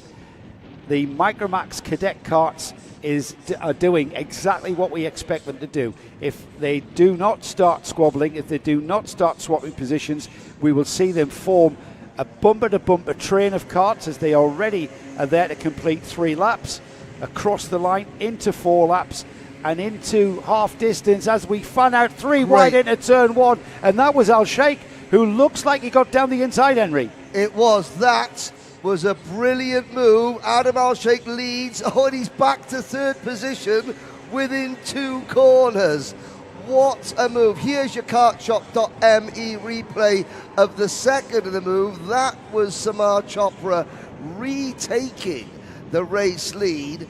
But Adam Al-Sheikh there deserves a huge amount of credit. That's a gutsy move, going 3 wide into turn number 1. He got the move done, but then it was undone just 1 corner later. Well, half undone. No, actually it's been fully undone, because now he's back to 3rd place. Here comes Chopra, back to the inside of Liam O'Hanlon, who in the midst of all that actually retook the lead from Chopra, but now it's Chopra back in front. And here is the kartshop.me replay of Samar Chopra retaking the race lead. That was a textbook move from Chopra, who shows in the lead. But this is not over yet, as we've got side-by-side racing, pack racing here from the Micromax class here, as we're on the infield section now. It's changed again as we come through the... O'Hanlon leading. O'Hanlon back into the lead through turn 6, onto the back straight now, heading down towards that kink at turn 7, and then into the very, very tricky turn number 8, which is a hairpin, leading straight into the hairpin at 9. They're beginning to fan out. Really great driving from O'Hanlon in that technical section here, and he's given himself a bit of a breather as they go through the left-hander at 11 and then 12. Now this is all about the second, third and fourth place karts getting back on terms, but that's not going to happen now, as down the inside has gone Al-Sheikh, and it looks like he's made it move. The blue and white kart there behind that leader there it is, and he has made it stick, and he will maintain that second place across the line. And of course you've got 4 different teams represented up here at the front as well, as Chopra repasses Al-Sheikh for second. Al-Sheikh comes back at him. Now Freinstein's going to get a good run in the Motorscape Birrell ART, but runs out of clean tarmac. And here's another kartshop.me replay. Al-Sheikh very, very deep into turn number 2, but somehow is able to hold off Chopra through turn 3, but Chopra retakes the position going in to turn number 4. All of this is Liam O'Hanlon is saying thank you so much, everybody. Yeah, appreciate because that, guys. this, Appreciate this it. is allowing me to just optimize every single braking point, every single turning point, and just maximize that lead as we've got defensive driving now from that second place, number 29 of Samar Chopra, who was showing back in second place. They stay in line now. I think the three of them have maybe clicked on that the fact that the leader is getting away and we are bumper to bumper. Are we going to see a challenge into turn one? No. Everything's settling down to very fast turn one here, isn't it, Henry? It is indeed. There's several different lines going into it, which you can see beautifully illustrated by our new camera position down at the exit at the outside of turn number one. And now Alex Fryenstein, he sat and watched this battle in fourth position now for several laps. He hasn't quite plucked up the courage to make a pass himself. But again, this is new territory for Alex, running this high up at this level of race. So you can understand why, and it's only a pre-final. This is not a final. So Fryenstein is just maybe doesn't want to give himself a penalty. Could he capitalise? Down the inside has gone Al Sheikh. He's taken Chopper again. It'll be the one lap to go board. Here we go with the cartshop.me replay and another textbook move. But just look how that kart was squirming on the brakes on the dusty infield inside line there. Yep. It's very, very brave to have a go into that very fast corner. But he's has he lost it again? Has he dropped back? Al Sheikh is still second. Al Sheikh is still second. Yes, but not for much longer. No, not for much longer. And you mentioned Alexander Fryenstein, who was there just waiting for that opportunity. They're on the final lap as well, Henry. Yep, Fryenstein has got to somehow summon the courage to make a move. He's been quick enough, but he has just not pulled the pin just yet. As Shekawat is still in fifth position. O'Hanlon is up the road. There you can see Shekawat with the white crash helmet in P5. A big gap back to Saif Al Khalifa, who runs in sixth ahead of Voronin's Prochaska, Harvey, Falzerano, Al Saraf, Kelly, Tabatsa, and the rest. But the checkered flag awaits Liam O'Hanlon. Who takes it? Yeah, and he makes it look easy, even though it wasn't. The reason why he made it look easy had nothing to do with Liam. Liam just got his head down and got on with the job, which is commendable, and that's what you've got to do. It was Adam Al Sheikh, Samar Chopra, and Alexander Fryenstein who, squabbling over second, third, and fourth, made Liam O'Hanlon look like he coasted to the finish there. He didn't. He was absolutely flat chat. Absolutely great drive from O'Hanlon there to take the pre-final win. Adam Al Sheikh finally ended up in second. Yep. Samar Chopra in third. Alexander Fryenstein didn't capitalise, or didn't have an opportunity, I should say, to gain any ground whatsoever, and he had to settle for fourth. Rudapaptap Shikawat was in fifth. Behind them, just slightly off. Then we had Saif Al Khalifa, Ivans Voronins, Tadeusz Prochaska, Cameron Harvey, and then the top 10 rounded off by Enzo Falzerano. The rest of the field was there on the timing bar. Abdulaziz Al Saraf, Jensen Kelly, Amar Tabatsa, Adrian Fauer Vignoli, Sebastian Storer, Tayab Haroun, Felix Souza Yebjerg, and Fabiav Ponna, who was a non-starter, we believe, Henry. Yeah. I did the first 2 sectors on the out lap, then either came in, can't see the recovery vehicle going out on track. Oh yes, I can. I lied. The recovery vehicle is out on track to retrieve Vaibhav Ponna's errant go-kart. But that'll be the next race. That'll be the second of us. See, there is Paul Vaibhav trudging back with Paul Heath to the pit lane. Yeah, always a sad sight there for a driver who are kids after all, and the kids didn't get his race pool kid. That's the 10 to 30. Sorry, the 8 to 11-year-old, the youngest drivers that we have here in the UAE RMC. So he will be there in the final, though. Whatever the issue is that non-started him, I'm sure the GNKD will be straight on it and will be rectifying whatever issue that manifested there and get Vaibhav back out for the final. The final for Micromax coming up at approximately 2:20 this afternoon. We'll have the 11-lap final for you coming up then at 2:20. Just it'll be kicking things off after the lunch break. The lunch break, of course, is when you can see our paddock show. Henry and I went off into the paddock and did some interviewing, getting some great insight into the depths and just investigating the soap operas inside the awnings that are developing here at the first round of the UAE RMC. So that's Micromax sorted. Their final coming up at 2:20. Next out is our Senior Max. This is Groups A and C. And we've had some great racing from our seniors. We've got a very well subscribed Senior Max class. And we've already had their qualifying done. Fastest in qualifying, of course, was Nathan Kappen. Ryan De Tomasa was second. Oscar Lambert, Mohamed Menemene was fourth.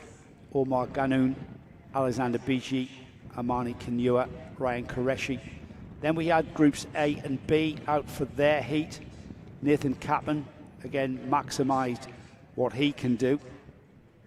And he did take the win in that first heat. We haven't seen any of the Group C runners yet, but it was Nathan Kappen with a great drive from George's Nazar up through the field and into that second place. A great drive from George's, and that bodes very well for him going forward.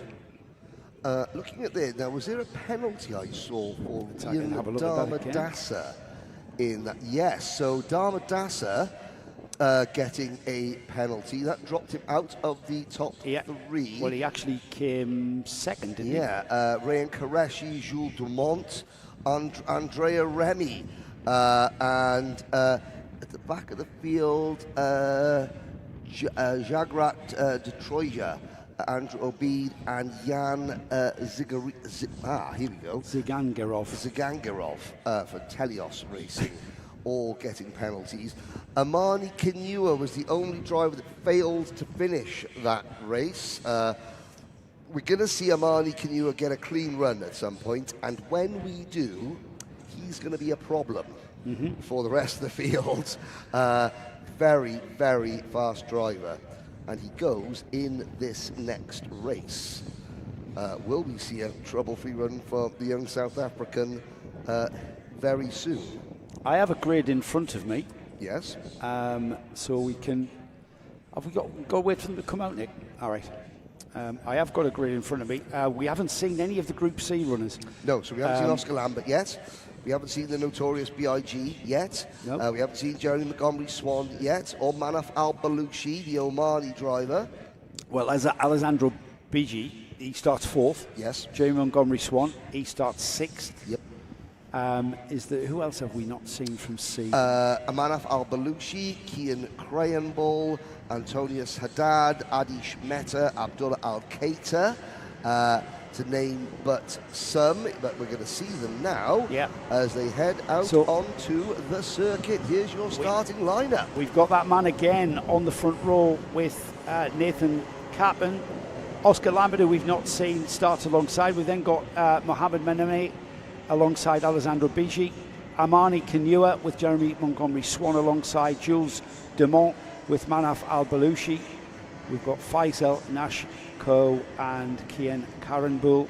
Zain Al-Homasani with Antonius Haddad. Enzo Tesluk and Adash Mehta.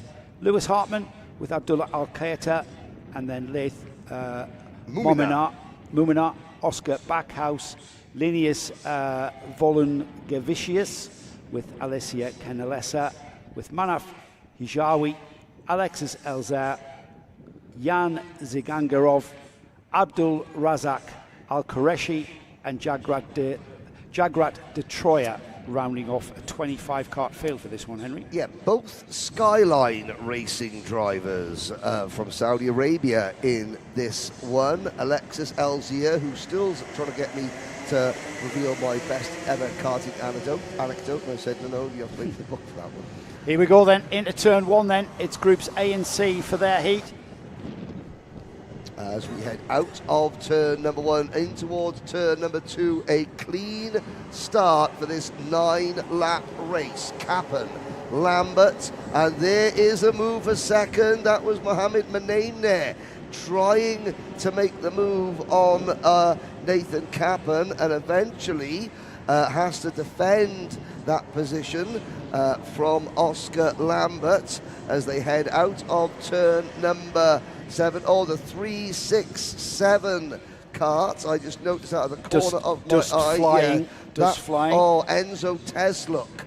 So the CRG fans on the live chat will not be happy about that, but Enzo does continue down towards the back of the field. Across the line in a complete lap number 1. It's Capon from Maneme, Oscar Lambert in 3rd, Amani Kanua, Montgomery Swan through in 5th, Alexander BG in 6th. It's all to play for though. First, second, 3rd, 4th and 5th coming together there. This is allowing Capon to disappear slightly as the 2nd, 3rd, 4th, 5th, 6th. They've got a little bit of a gap before the 7th place kart of Manaf Al-Balushi comes through. But these drivers now will want to try and catch Capon, so the less squabbling that goes on, Henry, the more chance they have. Yeah, they will need to sort themselves out pretty swiftly, I have to say. Kanua, you can see Kanua, he's got the white and sort of turquoise blue FIA Karting Academy race suit on because he represented South Africa in, no, that's not the Karting Academy, that's the Champions of the Future race suit. And he's already settling in 3rd position. Lambert is back to 5th. Now, lots of the last year's senior title contenders are in this battle. Montgomery Swan, Lambert being 2 of them. They're being shown the way by the new kid on the block, Nathan Capon. Mohamed Manaim there, Amani Kanua running 2nd and 3rd, and Manaim and Kanua are closing in. Yeah, they've caught him. They've done really well. They've driven smoothly and they've drawn Nathan Capon back towards them. If they're not careful though, Amani Kanua, he's looking very racy, just dipping beyond the behind the fairing there just to reduce the airflow. You've seen how determined he is as they come across the line. Then 3 laps completed and these 3 beginning to close up. Now the question is, can Mohamed Manaim have a go? Is he quick enough? It's one thing catching the kart in front, Henry. Mm-hmm. It's a completely different textbook you need to actually pass. And right now on his lap, it's the textbook on how to get past at Alain is what he's flicking the pages. How is he going to get past Capon? Well, it'd be interesting to see if Capon starts looking over his shoulder. If Capon... Oh, he's gone. There it is. He's found the page. Yep. He's found the page. That's how to do it. And he did it at a very tricky part of the track there at turns 9 and 10. Here it is then, the kartshop.me replay showing us in textbook style. He really shouldn't be able to do that right there. That is really tricky. I mean, Capon wasn't looking over his shoulder. I was about to say, if Capon starts looking over his shoulder, he'll realise that he's got 2 karts directly following him, and that might maybe start to defend. Because, of course, you'll know that if one shoves their nose at the inside, the other one will go with him, which is exactly what happened. But it happened before he had a chance to even realise it was going to happen. It might even happen again, Henry. Here they go then, out towards the back straight there. There's now 6 in the lead. Yeah, absolutely. And the thing is, at the moment, Manaim is leading. There's a change for 2nd and 4th place car coming through, and now he's dropped back. Everybody was 4th there, I think, at one point, but we're going to have to wait for them to get out onto the back straight. It's not over yet. Moving into down the inside of turn 11 there. That was brave. Manaf Al-Balushi making a move for the Motorscape team, and there goes Oscar Lambert. Well, that started at turn number 7 when Oscar Lambert sort of gave his teammate, let's have a look at the kartshop.me replay. This is Lambert passing Kanua trying to fight back and Lambert not having any of it. Lambert started that whole chain of events off by sort of giving his teammate a bit of a shove going into turn number 6 to sort of get him past Kenua. Kenua then came back at Lambert to retake that position, but of course then Lambert was able to pass Kenua once and for all a couple of corners later. What my train of thought was about the start, and it's been proved that what I was about to say that I didn't actually get to say was going to be correct. Mohamed Mename and Nathan Kaplan, because this lot was scrapping in that train of 7-8 carts, that's allowed them to just pull away. And right now, Mename completes 6 laps in the lead of this race. He's got a gap of 0.4 of a second in Nathan Kaplan, but then it's 1.7 seconds back to this lot here in the form of Oscar Lambert, Amani Kenua, Manaf Al-Baluchi and Alexander Beachy, to name but a few. Jeremy Montgomery Swan down to 7th, by the way. Do you know, it's so good to see Manaf Al-Baluchi from Oman up in the top 5. He's a very talented driver. It's such a shame we're not going to the Muscat Speedway this year. I know the championship wants to go back as soon as it's logistically possible to go back to the Muscat Speedway, but Manaf Al-Baluchi's been a stalwart of this championship. He's there in the it's now the black and the red and black livery of the Motorscape performance team, formerly known as Birrell Arts Middle East. He's got the notorious BIGI directly behind him, and that was almost a little battle for the race lead. Yeah, that's the race lead that's coming, and I think it's Nathan Kaplan can see the Kaplan off. Nathan Kaplan just got offline onto the dirt, and the cartshop.me replay will see this.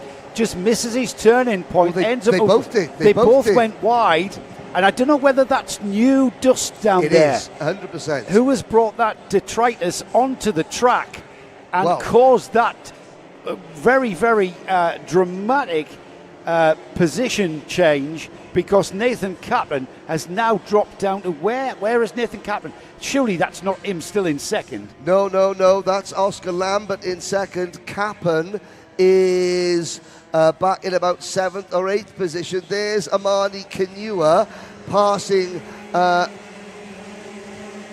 Al-Baluchi for what will become, I believe, 3rd position. Kaplan is down to 8th. Big off there at turn 1. Yellow flags fly. The cartshop.me replay will catch this, and it's the battle for 2nd place. Or is it battle for 3rd, 4th and 5th? Oh, it's Kenua, Baluchi and Beachy. I think it was Kenua and Baluchi that went off. Can I just mention something here? This is just the heat phase. Yes. We aren't even up for a trophy yet, and this is how dramatic and intense the UAE RMC has become. It's become a championship that everybody wants to win, and this is why we're seeing the racing that we're seeing. It is so intense. And there's another kart in the barriers coming out of turn number 12. Now, I think what we have, the wind here, it's called the Shikari wind, the hot wind that comes in off the desert.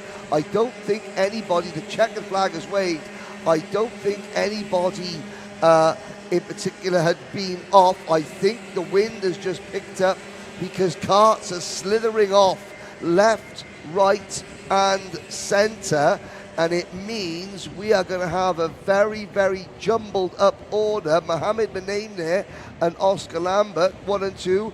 Alessandro Biggie Smalls finishes 3rd, ahead of Montgomery Swan, El Hamasani, Kaplan, Dumont, Hartman, and Jagrat de Troja. That will please the Axel GP team no small amount, because he started, I believe, down in 25th place, comes home in 9th.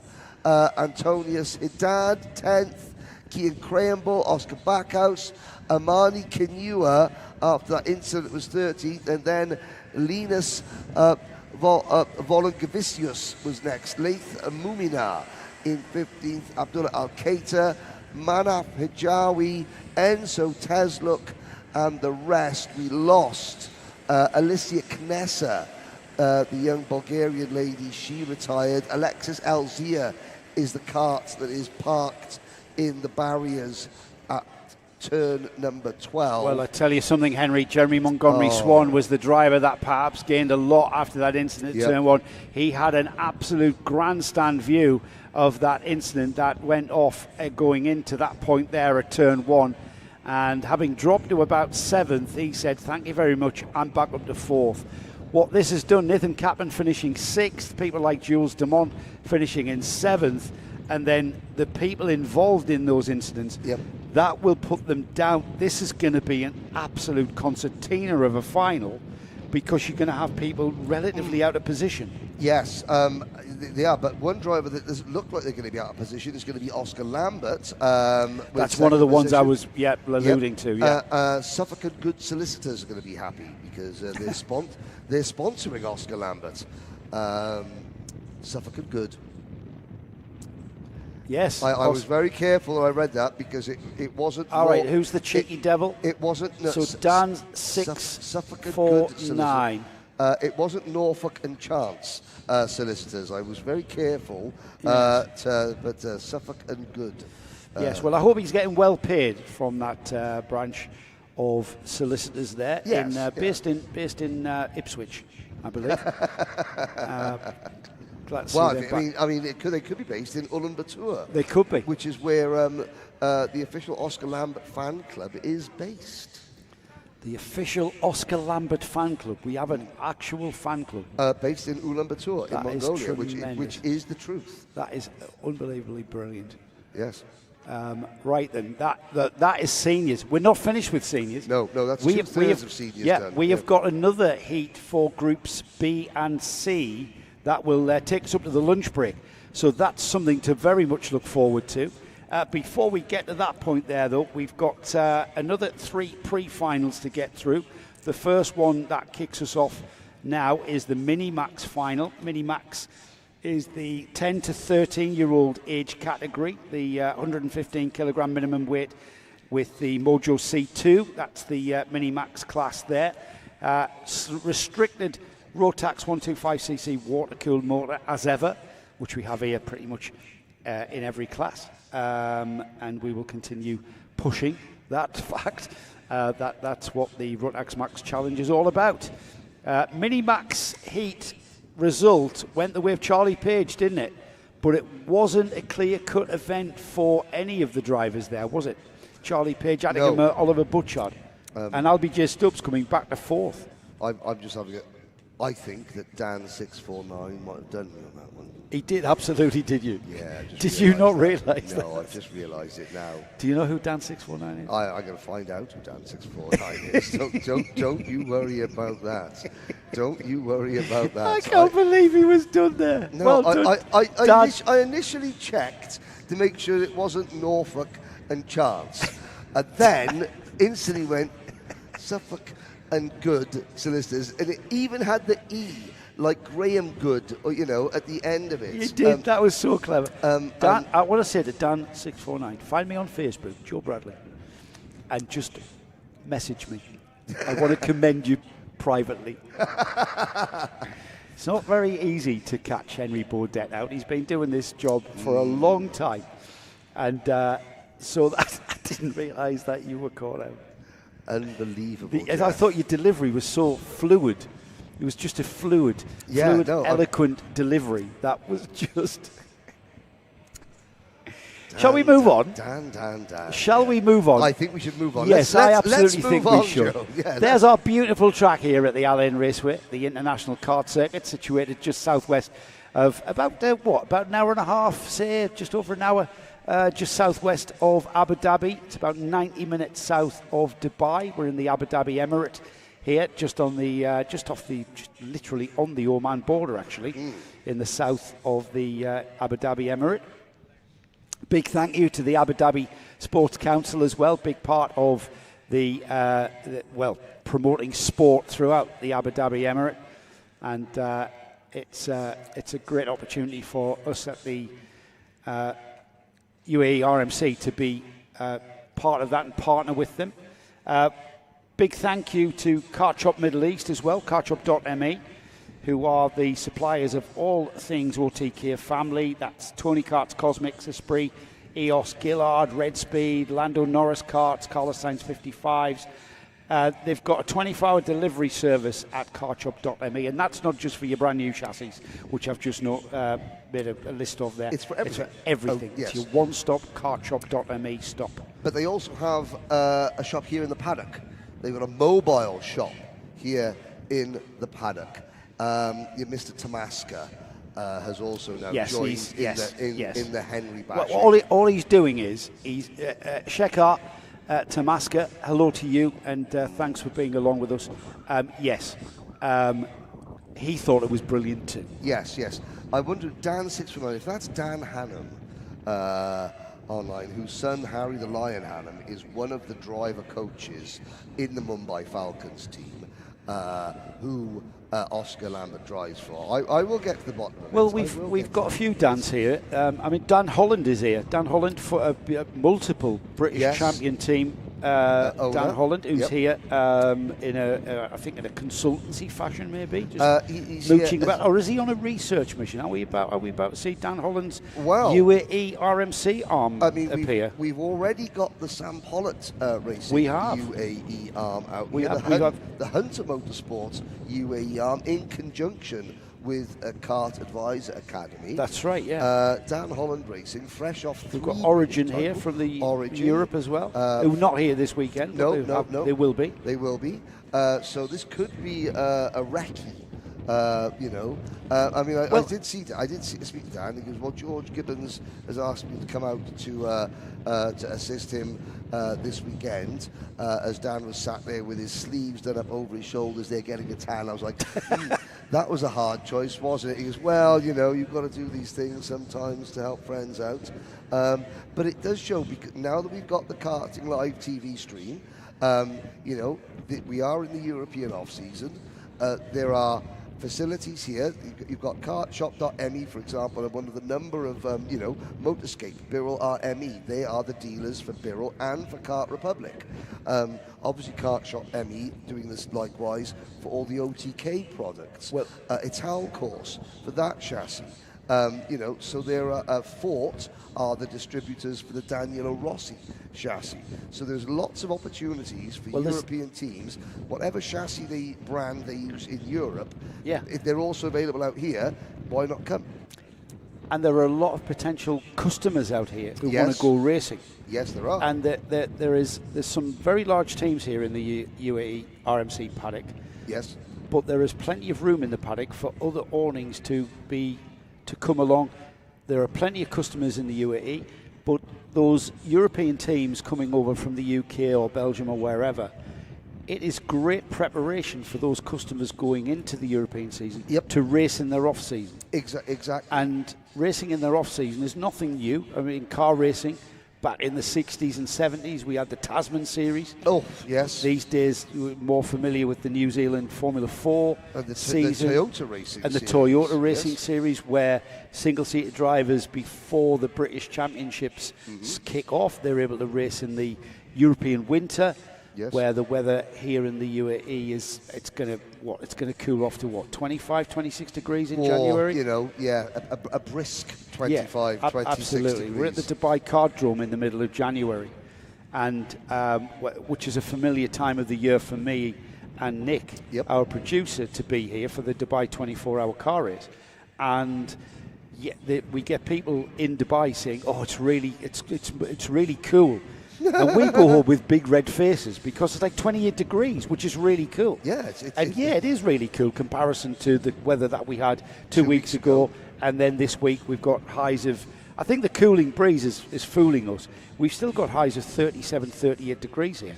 That means we've got a track temperature of 48 degrees, perhaps. But that nice breeze is keeping it at a low 30s. Yes. In terms of as you're walking around the paddock, and you are walking around the paddock this weekend, not sort of slowly lumbering around the paddock, trying to jump from one bit of shade to the other. Yeah, and my heart goes out to our drivers of all of these ages. I mean, the youngest being 8 years old. Yep.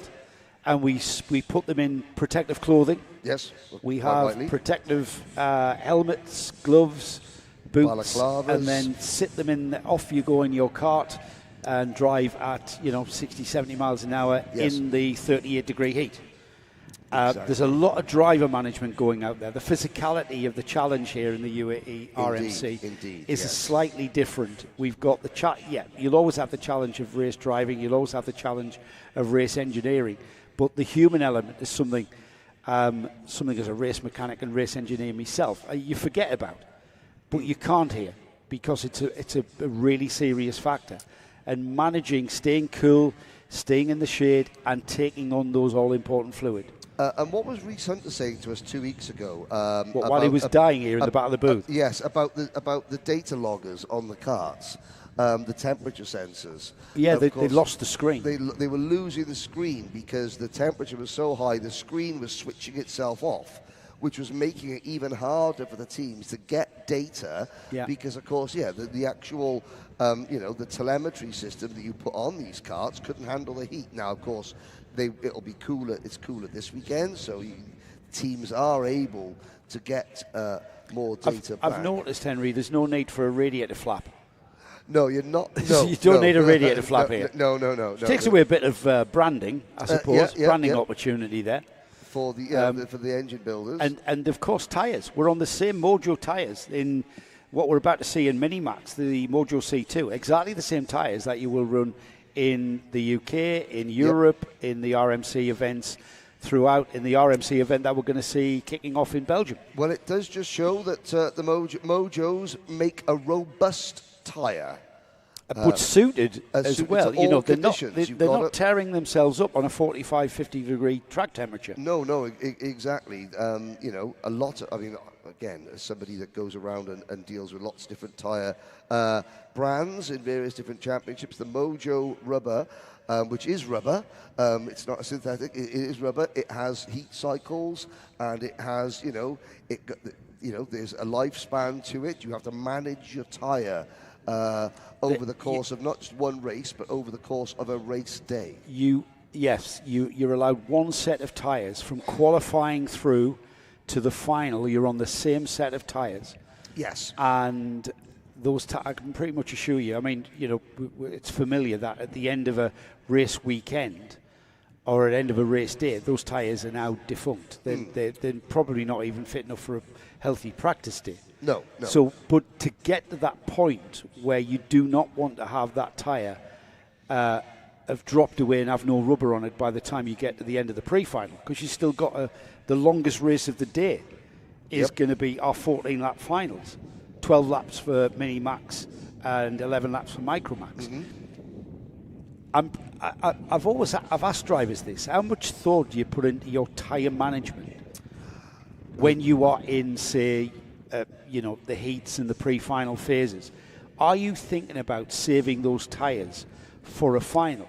And the majority of times, it's a back thought, isn't it? It's at the back of your mind thought. Well, I've got to say, the drivers that end up winning are the ones that think about it more. Generally, generally, Yes. not across the board, but as a generalisation, if you're thinking about your tyres more, then you are in a better position. As the next race gets underway on the rolling lap, it is Minimax. It's Charlie Page and Attica Mia on row number 1, Oliver Butchard and Albie J. Stubbs row 2, Paul Schutzman and Rivan Dev Pritham on row number 3, Rian Khan, Rashid and Max Payton on row 4, Benjamin Karachkovich and Kia Ivanov row 5, Gleb Bukov and Adam Fleury row 6, Rafael Zagati and Austin Gray. It's gone from hero to 0 for Austin Gray, pole in qualifying.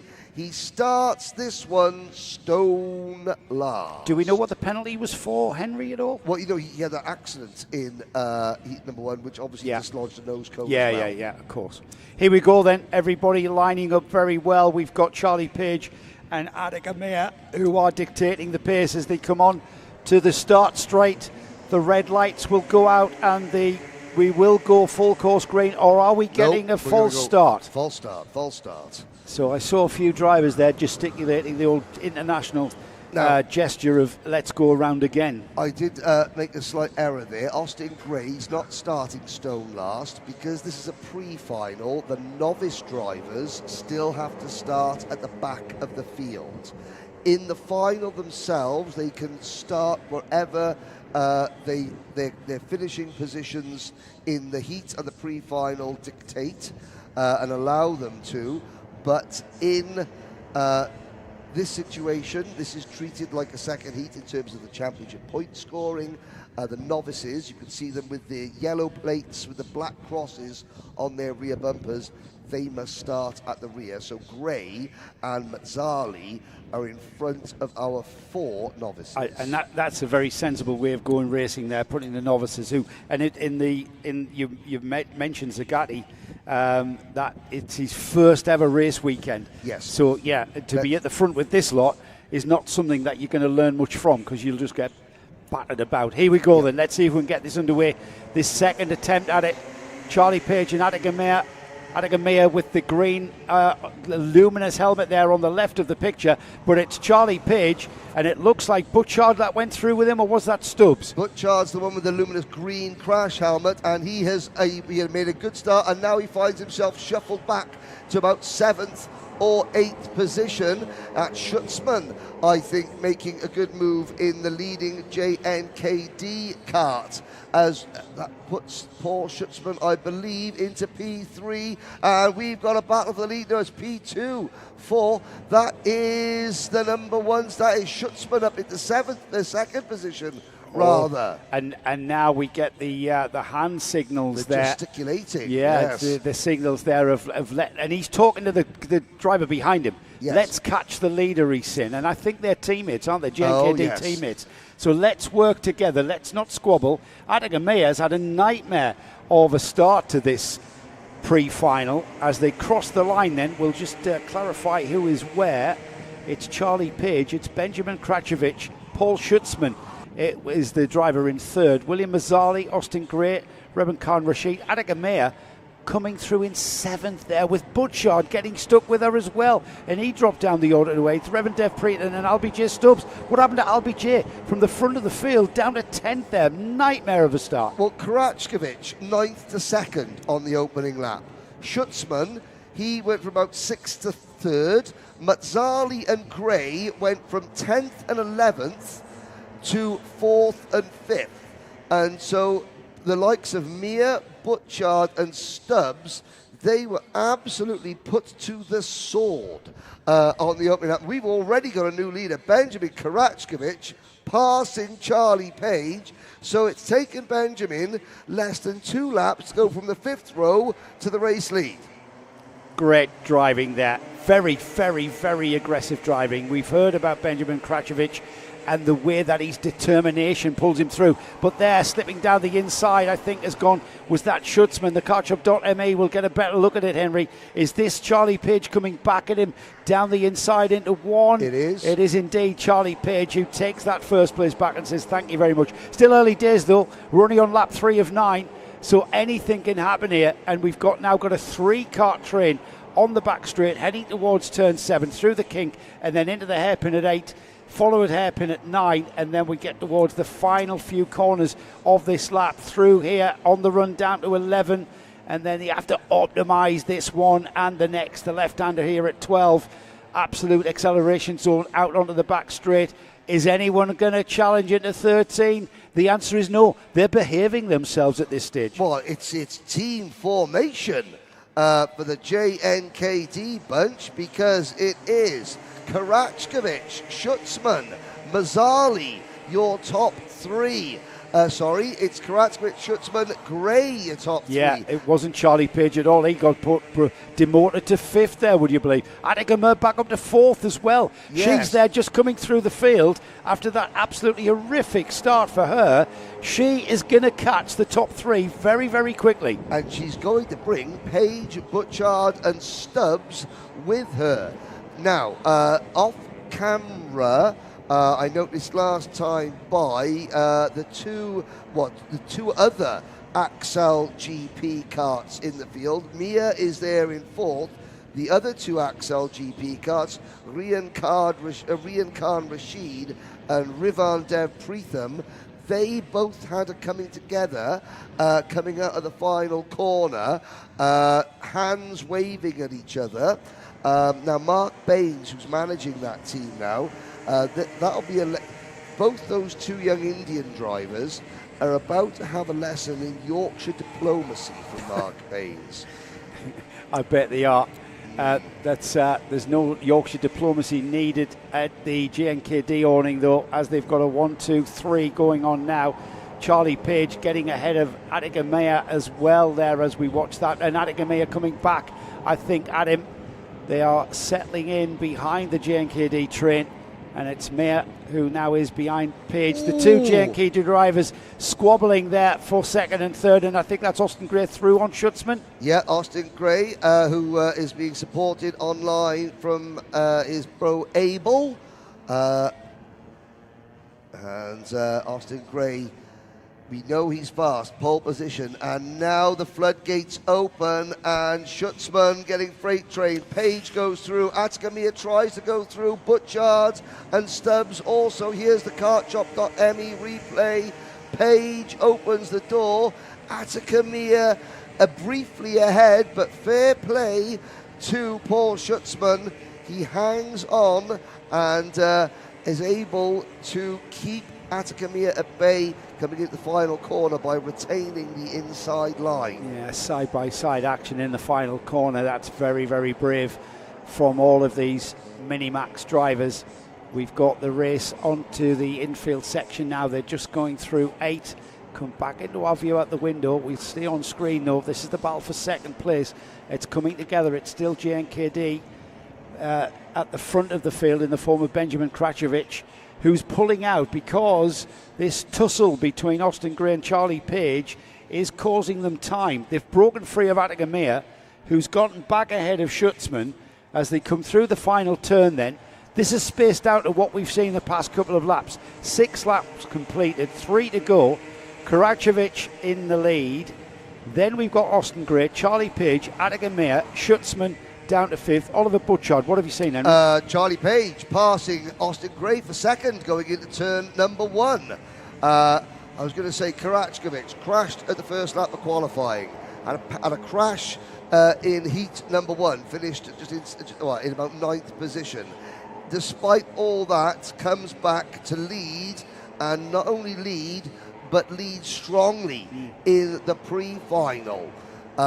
The rest of the field have been put on notice that it doesn't matter whether Benjamin gets a bit of bad luck or a bit of misfortune, he can drive back up through the field as and when it suits. Well, this doesn't bode very well for everybody going into the final if Kračović can hang on to this for another 2 laps. Austin Gray now falls behind Charlie Page, who crosses the line in second place. Let's see what the gap is to Page from the leader. It's 0.6 of a second, but Page there puts the fastest lap of the race in 60.512. Goes quicker than anyone else around him, but he cannot get rid of Austin Gray. Austin Gray looked like he's bungee tied to the rear bumper of Charlie Page. Page not able to break free, and if Austin Gray, he can do his mate Benjamin Kračović, his teammate for GNKD, he can do him a big favour here, and he can hassle Charlie Page, which will solidify Benjamin's lead, which I'm not sure he actually needs the help, because he's doing it all very well himself. Yeah, I don't think Kračović needs anybody's help at the moment. He'll gratefully receive anything that does happen to fall his way, however, as the top 3 finally begin to spread out. They will complete lap 8 out of 9 as they cross the line. The last lap board is out, and I have to say that the order in the top 4 looks very, very stable. Battle for 5th, 6th and 7th is between Schutzman, Butchard and Albie J. Stubbs, although did I speak too soon? Has Charlie Page left just enough room for one final assault on the race lead? We're going to find out in the next few laps, because this race is nearly over, and Karacevic, who had such a comfortable lead with 2 laps to go, now with only a few corners to go, that has completely disappeared. Charlie Page has found great pace. He's broken free of Austin Gray. Now he gets onto the rear bumper of Karacevic, onto the back straight for the final time, then down towards 13, 2 more corners to go. It's not close enough though for him to challenge, and Karacevic only has to drive his line, and he come out of the final turn heading towards the checkered flag.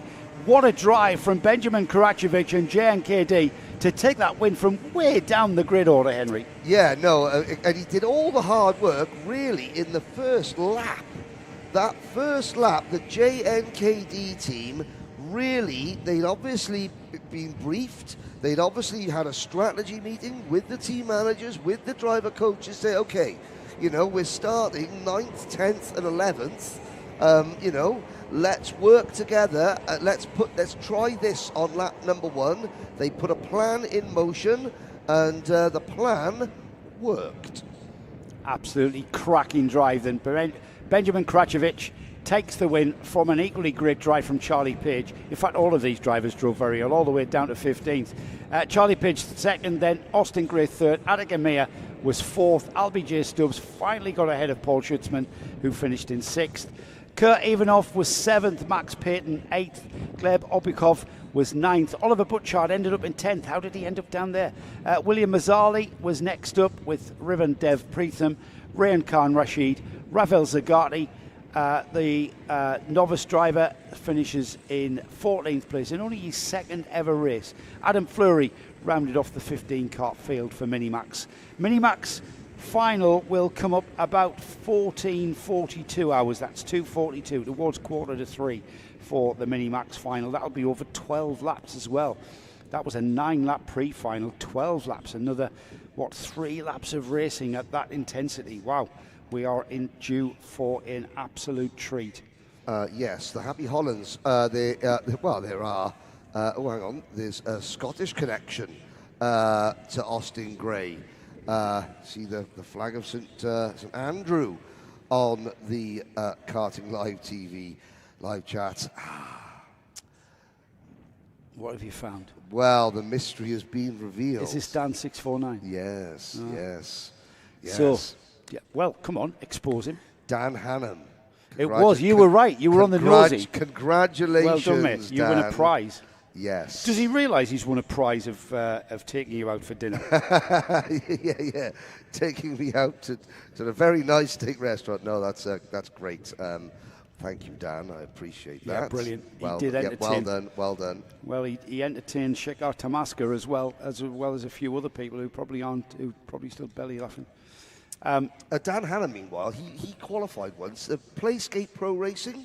Yeah, I remember Playscape. Right. Bob Pope's place. Yeah. But no, I'm trying to think. Was it Playscape Pro Racing? What was the company that raced out at Clay Pigeon? Did corporate races?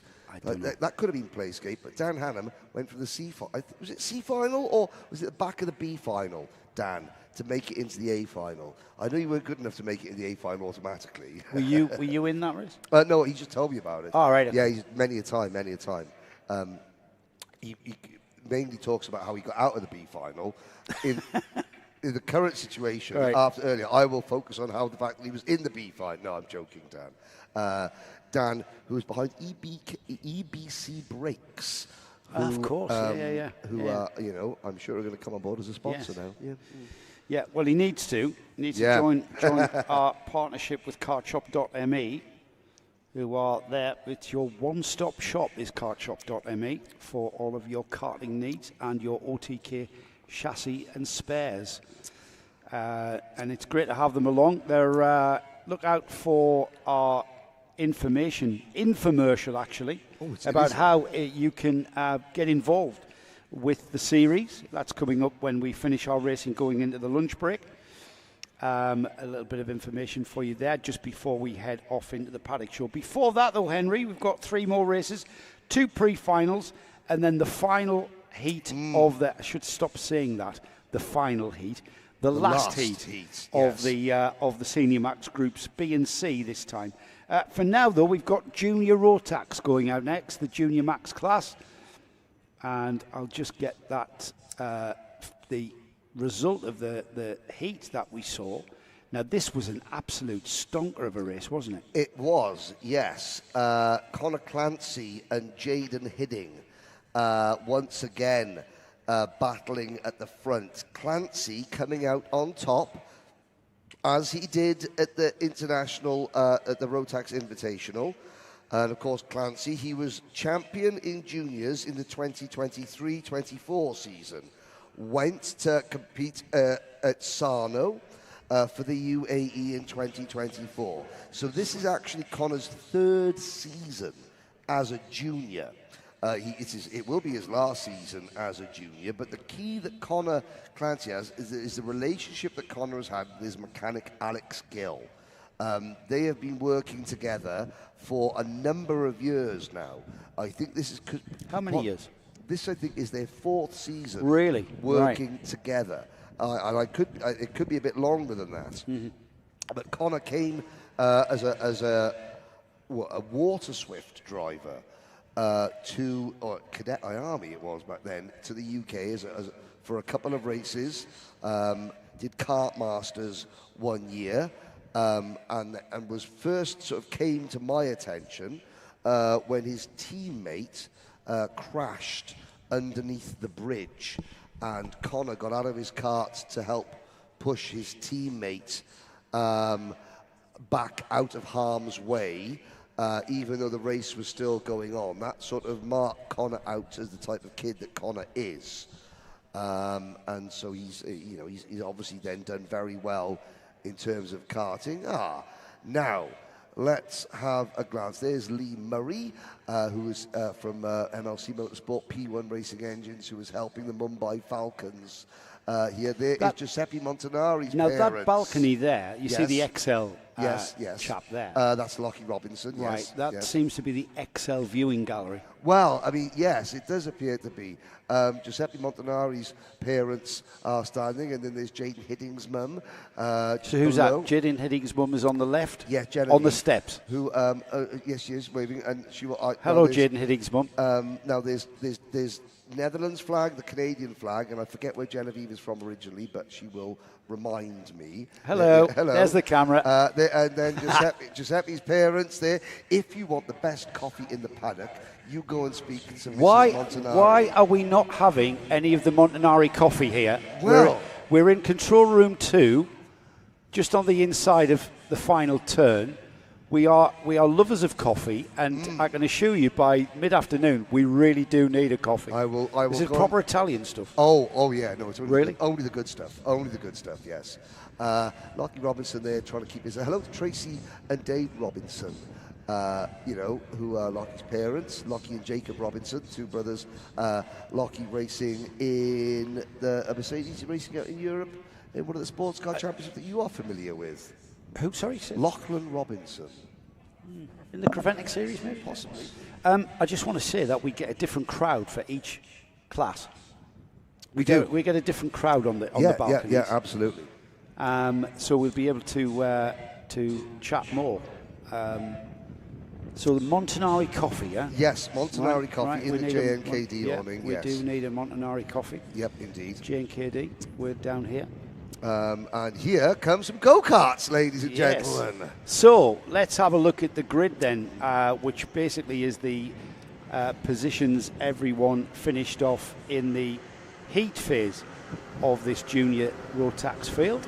Conor Clancy and Jaden Hidding, they're on the front row with Pierre Abu Dewan with Via Chopper alongside, Metange Jian and Jack Doe, Leo Anya and Savelli Kojai, Gabriele Baricori with Harrison Stevens, Brando Londono with Ari Kallenberg, Aaron Qureshi and Giuseppe Montanari, Ray Harbour and Julia Engelhard, Flora Schenkenberg with Erin Ortak, Oliver Spencer and Jan Michalasheko, Aaron Mason and Johansa Sanananyaki, Samuel Turner, Faris Haroun, and then 25 carts are Murad Baramova, 26 kart field rounded up by Derek Rivera.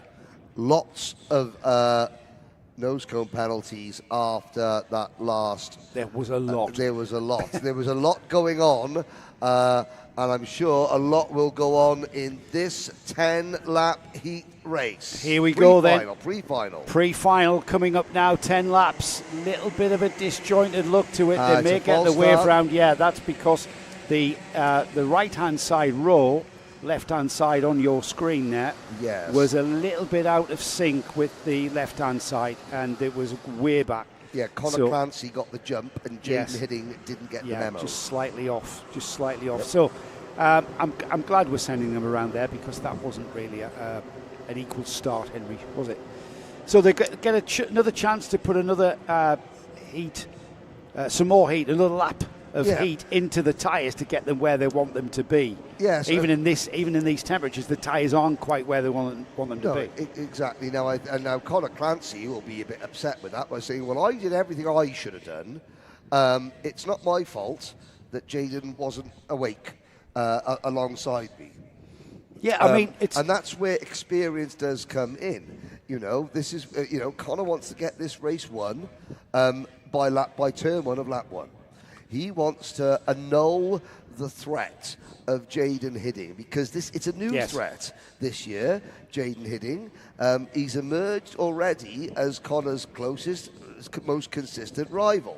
Well, Connor has to stamp on that very, very quickly. Let's see if he can stamp on it as quickly as he needs to here. Now this is looking better. Again, Connor Clancy gets a slight jump on it. Are we going to go racing? We get the green flag and we get the lights out into turn one, the field goal. And it looks like everybody's through turn one, Henry, and it's the race towards that back stretch towards two. The left-hander immediately into three, and then the technical part of this track certainly sorts out the field, and already becoming spread out all the way down the 26-car field. And experience does pay off. Clancy once again gets the jump on Hidding. Hidding, I'm looking down, has fallen back to probably 7th, 8th position, maybe even worse, because it is Pierre Aboudiwan up into 2nd position. Via Chopra is also there. Mitans Jain is up at the front as well. But what I was saying about how Clancy needs to stamp on the threat, that's not because Connor doesn't necessarily like Jaden. It's not about that. This is about, these young bucks and does, so to speak. They have to assert their dominance. He hasn't got to worry about Jaden Hidding, because Jaden Hidding has come through in 25th place. Jaden was the cart that went wide coming out of turn number one. And so then, that has completely put him out of the contention here.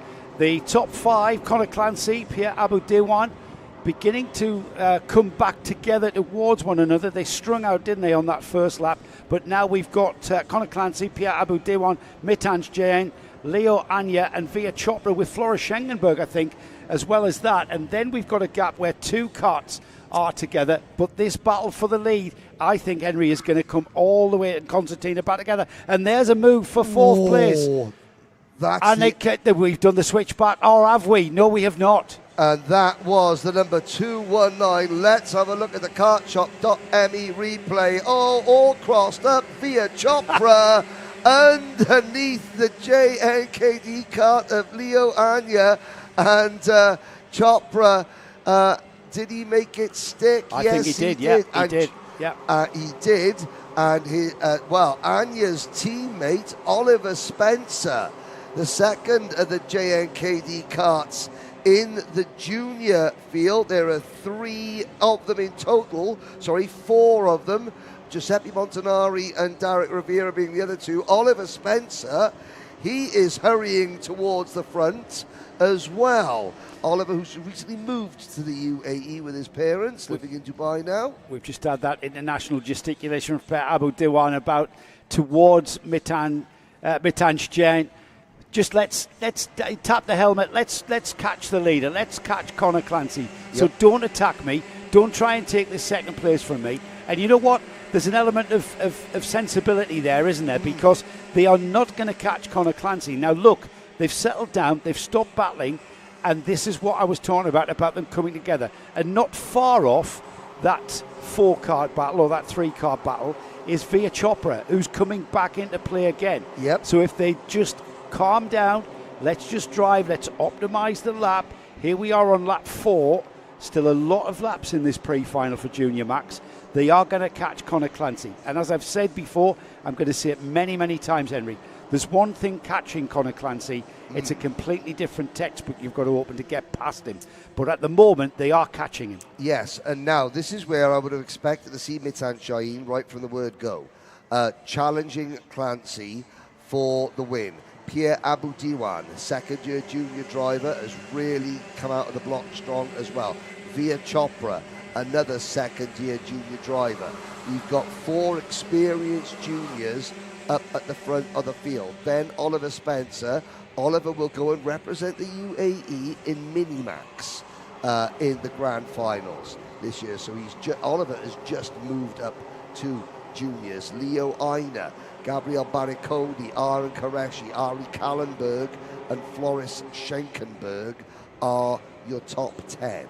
And talking about the grand finals, hello to Jen Wade, your colleague at Hello, the Grand Jen. Field. How Jen's are you? watching. Excellent, good. Looking forward to the coverage from that event from the likes of yourself and Henry. Meanwhile, back to this script, and we've still got gesticulation from Mitash Giant, who says, come on, let's catch him. Well, the thing is, he's not on your tail. Pierre Abu Diwan is not on your tail, and it's now down to you to get past Conor Clancy, because you were right on the bumper there towards turn 1. Can you have a go? No, he's still playing conservative, and I'm not sure whether that was a move by Via Chopra. It was. The kartchop.me replay will show Via Chopra. What's that coming into the braking zone? It's Via Chopra. It's Via Chopra into P3. Now, this is an interesting situation, Joe. We have got 2 Mumbai Falcons, first and second.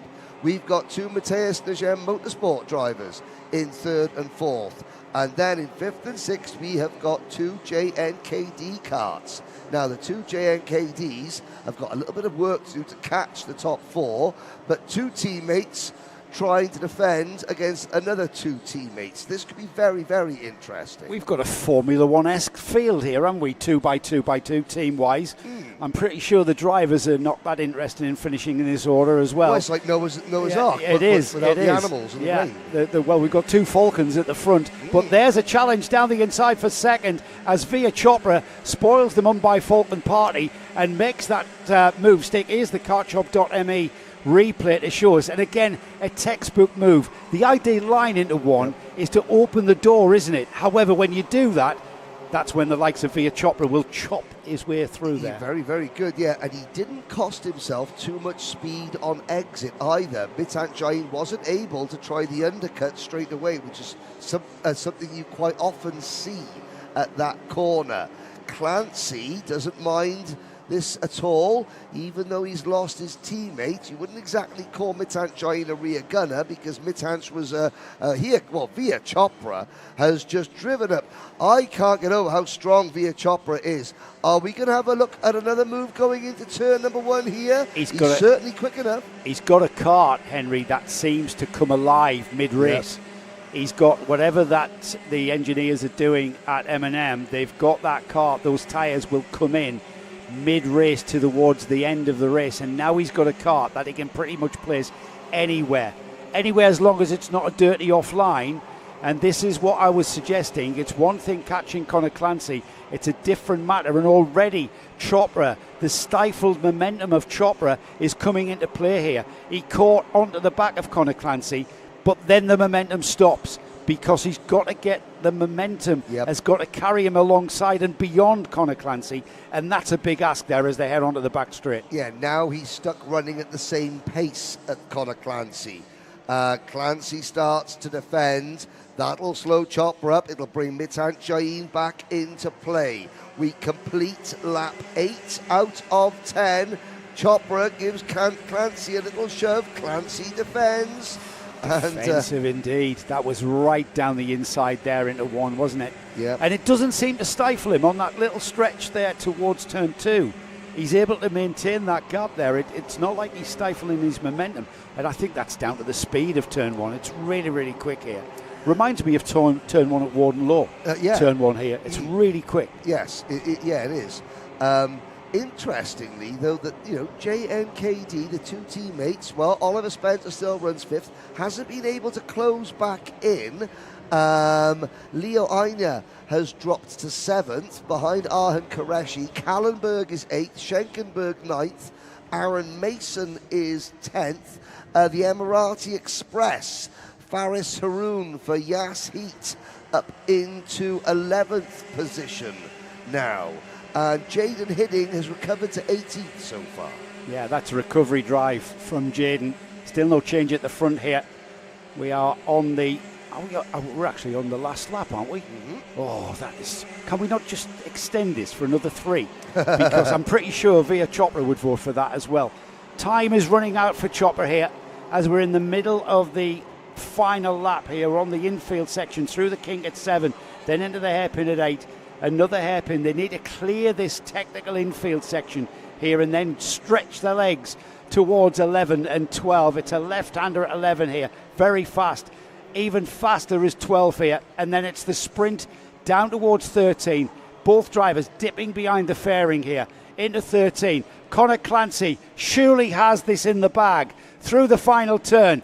Chopra just hasn't got anything in the toolkit to get on terms to the flag, and it will be Conor Clancy that takes the pre-final win from a very, very fast and charging Via Chopra.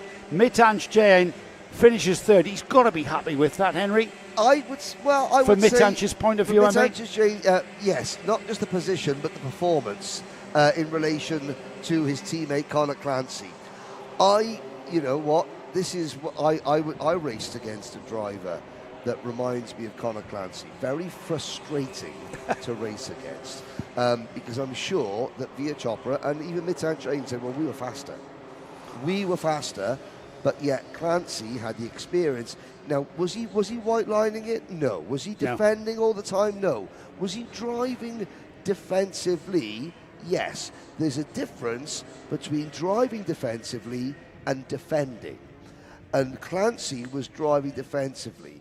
He would make a little jink to the inside going down the straight to make it look as though he was going to defend the inside line, just to put everybody off, to make it really difficult for you to set up a move to the inside. But it's usually, frustrating. But usually when you defend rather than drive defensively, as you said then, I get exactly what you're saying, you compromise your lap time. Yes, and then you end up in even more pressure. Yeah. But by driving defensively, subtly defensively, he wasn't compromising his lap time. He was able to optimize his lap time in the parts of the track where you need to optimize, which is like coming out of 11 and 12, coming out of the final turn. He was able to have enough speed and momentum coming out of 11 and 12 not to be challenged going into 13, which is that long back stretch into that sweeping left-hander, followed immediately by the final turn. And then again into turn 1, that subtle defence is not being fully defending the inside line, just subtly offline towards the inside, wasn't it? Yes, so that you don't cost yourself exit speed coming out of turn number 1, but you're just far enough over to the inside or to the middle of the track at turn number 1 that if anybody wants to try and overtake you, they would have to dive right to the inside.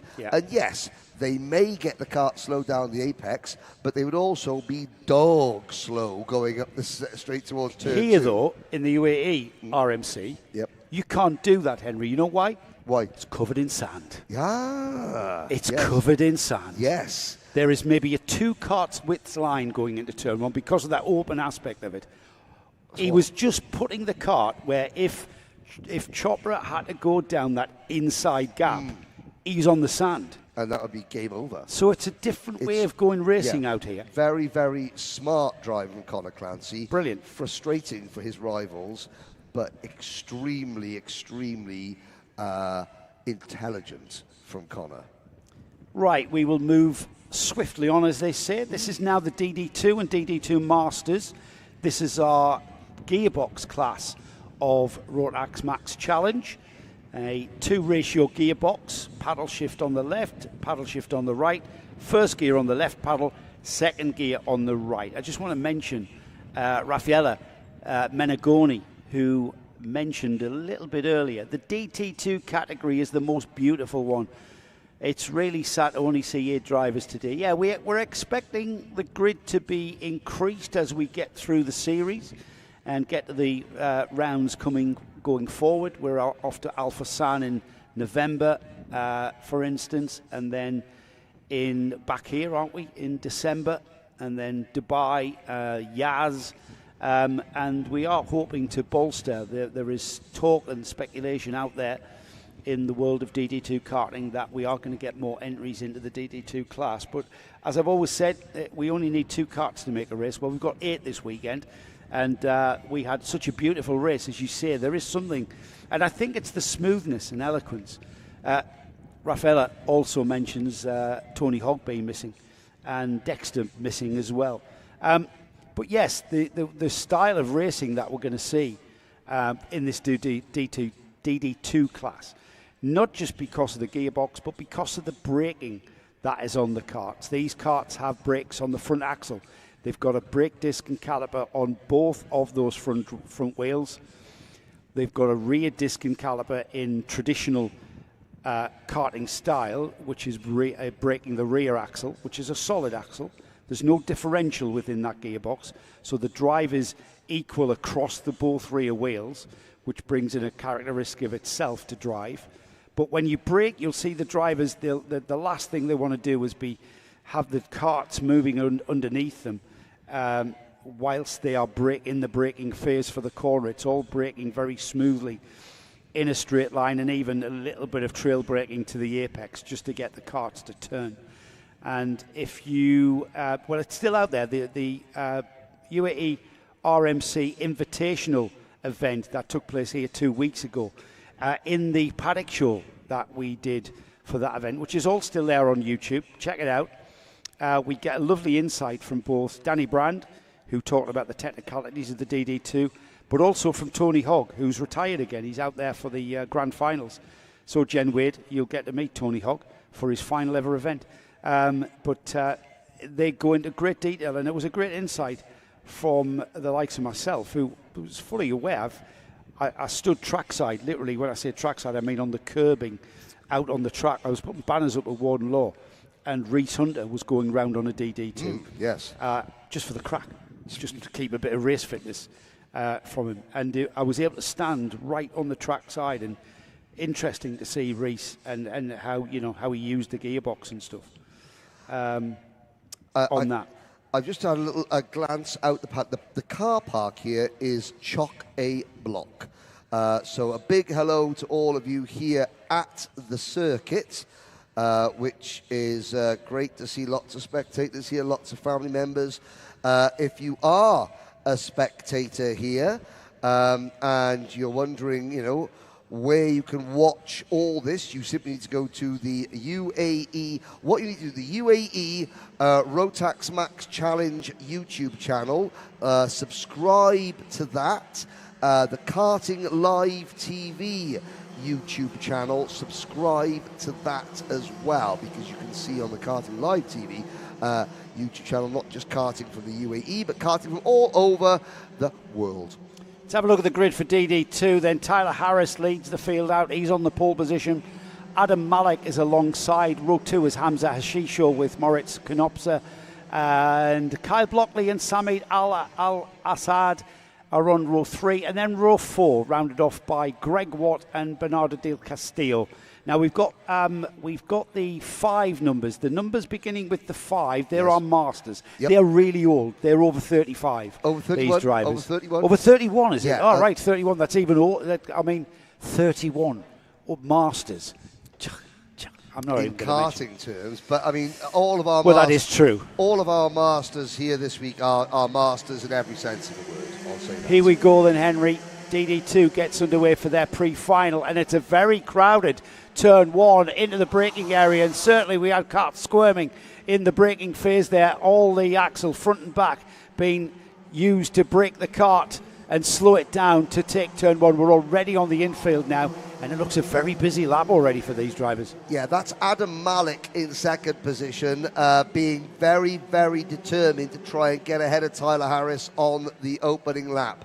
Overtaking in DD2 is much harder generally than the direct drive karts.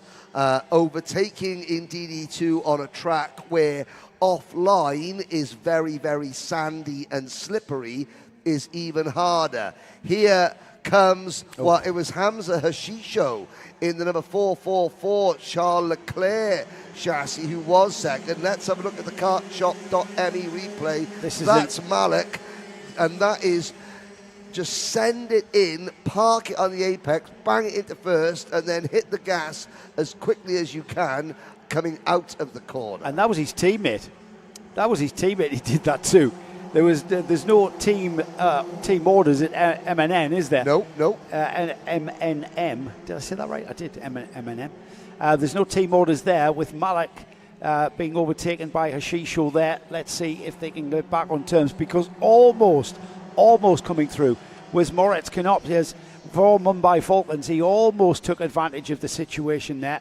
And it's Canopsis who is leading Masters as well, so he almost broke up the party for the DD2 proper. And Canopsis is not leading Masters by very much, because Kyle Blockley is right there in second in class, the number 531 machine. As we look down there, Shekhar Tamaska, yes, good luck to all the Brand Racing alumni.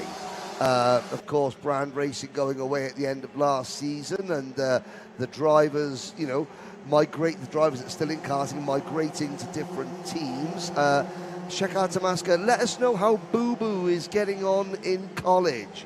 That's Noah Tamaska, who, I asked Noah's mum.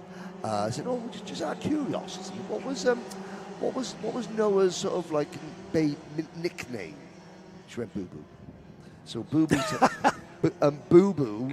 All 6'2" of him, was delighted at that. To be told, yes. for you to be told that. Yes, and for the rest of the world to be told that. Yes. So, Shekhar, let us know how Boo Boo's getting on in college.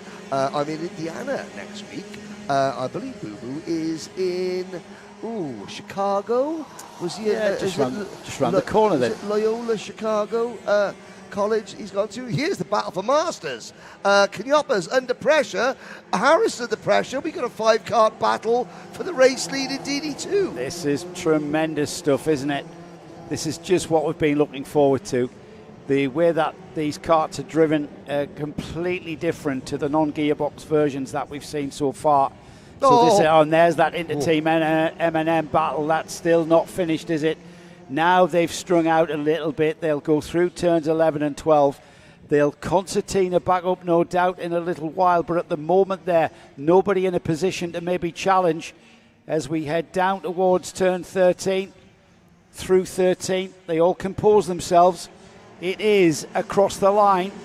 Tyler Harris, Adam Malek. It's Hashisho showing in second. Where has Malik gone? Is he dropped down to third? I thought we had two M&Ms. We have. Yeah, they're in the same team, of course. But of course, Hashisho he's not running the full M&M graphics kit. He's got the that's standard, what confused me. He's got the Charles Leclerc go-kart graphics kit on his machine, not the M&M graphics kit. I'm impressed by the driver, the white crash helmet there. Second car on your screen. That is Kyle Blockley.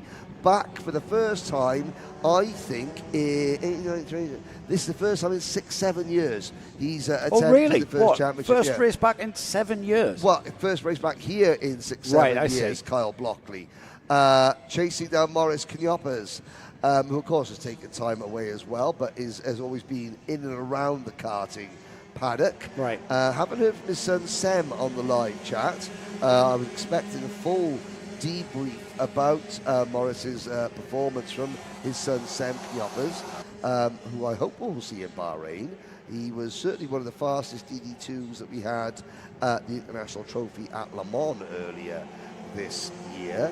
But of course, I could tell that the level of intensity from some of Tyler Harris's rivals. So Tyler Harris, he's still learning DD2, and by learning I mean that he's still maybe not averse to missing a gear here or there, missing a shift, just as he gets himself fully acquainted with the new class of kart he's going in. So of course, Adam Malik and Hamza Hashisho, who have got more experience in this class than Tyler, they'll want to try and capitalise on any mistake. And I was correct, yeah, Loyola Chicago. Apparently, the Sam Knopper's pipes up there. So, hello, Sam, how are you doing? And what was this? So the Knoppers, that is, there's an actual translation from Dutch to English of what Knoppers means. I can't know. Is it something like can opener? Well, no, I'm sure it's not. Mr. Tin Opener. Mr. Tin Opener, I don't know, but we'll find. Sam will tell us right, whilst Sam. he tells us how his dad is getting on. His dad's under pressure. Sam, your dad's under pressure, and he's under pressure from Kyle Blockley there, just in the white helmet there. Maybe we can check this out, Nick, and watch the battle behind these two. This is an inter-team battle for second and third. Tyler Harris is kind of checked out. 1.2 seconds the gap last time by. It will be bigger than that this time by, because these two are beginning to slow each other down. Yes, it's 1.4 seconds. And there's the Adam Malik taking second place. Adam Malik taking second place back. So this M&M battle is not finished, but this is the one we wanted to look at. The orange helmet there of Maurice Knopses, who we believe is got a strange translation. Buttons. Buttons, right. That's right, Morris Buttons. Morris Buttons. Yes. Right. Thank you, Sam Buttons. Thank you, mate. Kyle Blockley is the white helmet, and you mentioned, Henry, that these two guys have been stepped out of the sport, as you do, and then you've come back to it. And DD2 is the home that they've found. They'll complete 8 laps coming up, and I'm pretty sure that, in the Masters category, fitness will come into play, considering they're in their late 30s. Some of them are not. I mean, Greg Watt is, how old's Greg? 40? He's plus tax. Okay. Yeah. We'll leave it there as this battle continues. Then, as Knopp has been absolutely hassled by Kyle Blockley. Now, Kyle showing the British flag here on the entry, but living out in this region, I believe. Has lived out here for some time now. Maurice Knoppers has raced and been. So Maurice is one of the very few drivers, along with Ben Cooper, who has been on the Rotax Grand Final podium representing 2 different nations. Maurice and they're obviously Dutch originally, but Maurice, I think, has lived out here for some time. And Sam, correct me if I'm wrong. I don't get my family history mixed up. But Maurice was a podium finisher in DD2. DD2 Masters quite a few years ago for the UAE, but then came out of retirement or raced for the Netherlands at the E20 Masters class last year and won.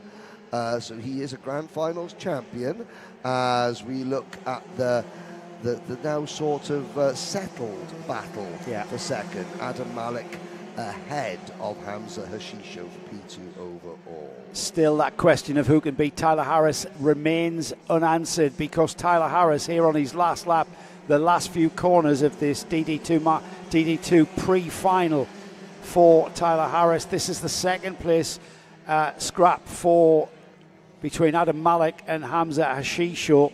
They will head down the back straight to the final 2 corners, and we will catch a glimpse of Tyler Harris, no doubt, just coming out of the final turn and heading down towards the checkered flag. And that is a very, very dominant day so far for Tyler Harris. He took a very commanding lead in the heat. He's taken an equally commanding, if not more commanding, a win in the pre-final. And then Adam Malik, Hamza Hashisho, the inter-team, M&M inter-team battle went the way of Malik at the flag. Hamza Hashisho third. Moritz Knopses hangs on to 4th, under pressure for pretty much the whole of that race from Kyle Blockley. Great drive from both of those 2 drivers. And then in 6th, Sami Al-Assad. Greg Watt for Honolulu Racing finishes in 7th. And then the 8th cart across the line there, just crossing the line now, Bernardo Del Castillo. Couple of interesting things. Loyola Chicago University. So obviously somebody is into college basketball in the United States. Loyola Chicago, their basketball team, they have a mascot. It's not a mascot like any other university because it's a living mascot. Sister Elizabeth is 101 years old, and she attends every Loyola Chicago basketball game. When they made March Madness, which is the sort of the end of season tournament for the best 64 college basketball teams anywhere in the USA, the players they would all kiss her on the hand on their way out, and it helped them get to the Sweet 16. Sam, we've missed our interview with the big boss. That was this morning before you woke up. We will be interviewing the top 3 in each class after the finals, Sam. Not to panic, although you've got to then tell your dad to pull his finger out because Kyle Blockley was right there as we wait for the final bit of on-track activity before we head to a lunch break here at the circuit, and you, the viewers, get to watch our first of 2 paddock shows that were recorded yesterday here in and around the paddock. Gavin Hill saying Greg Walk at 40. Yes, he does look it. But he will like Joe for saying that. 40 in spirit. Physically, 40 plus 20 plus 5.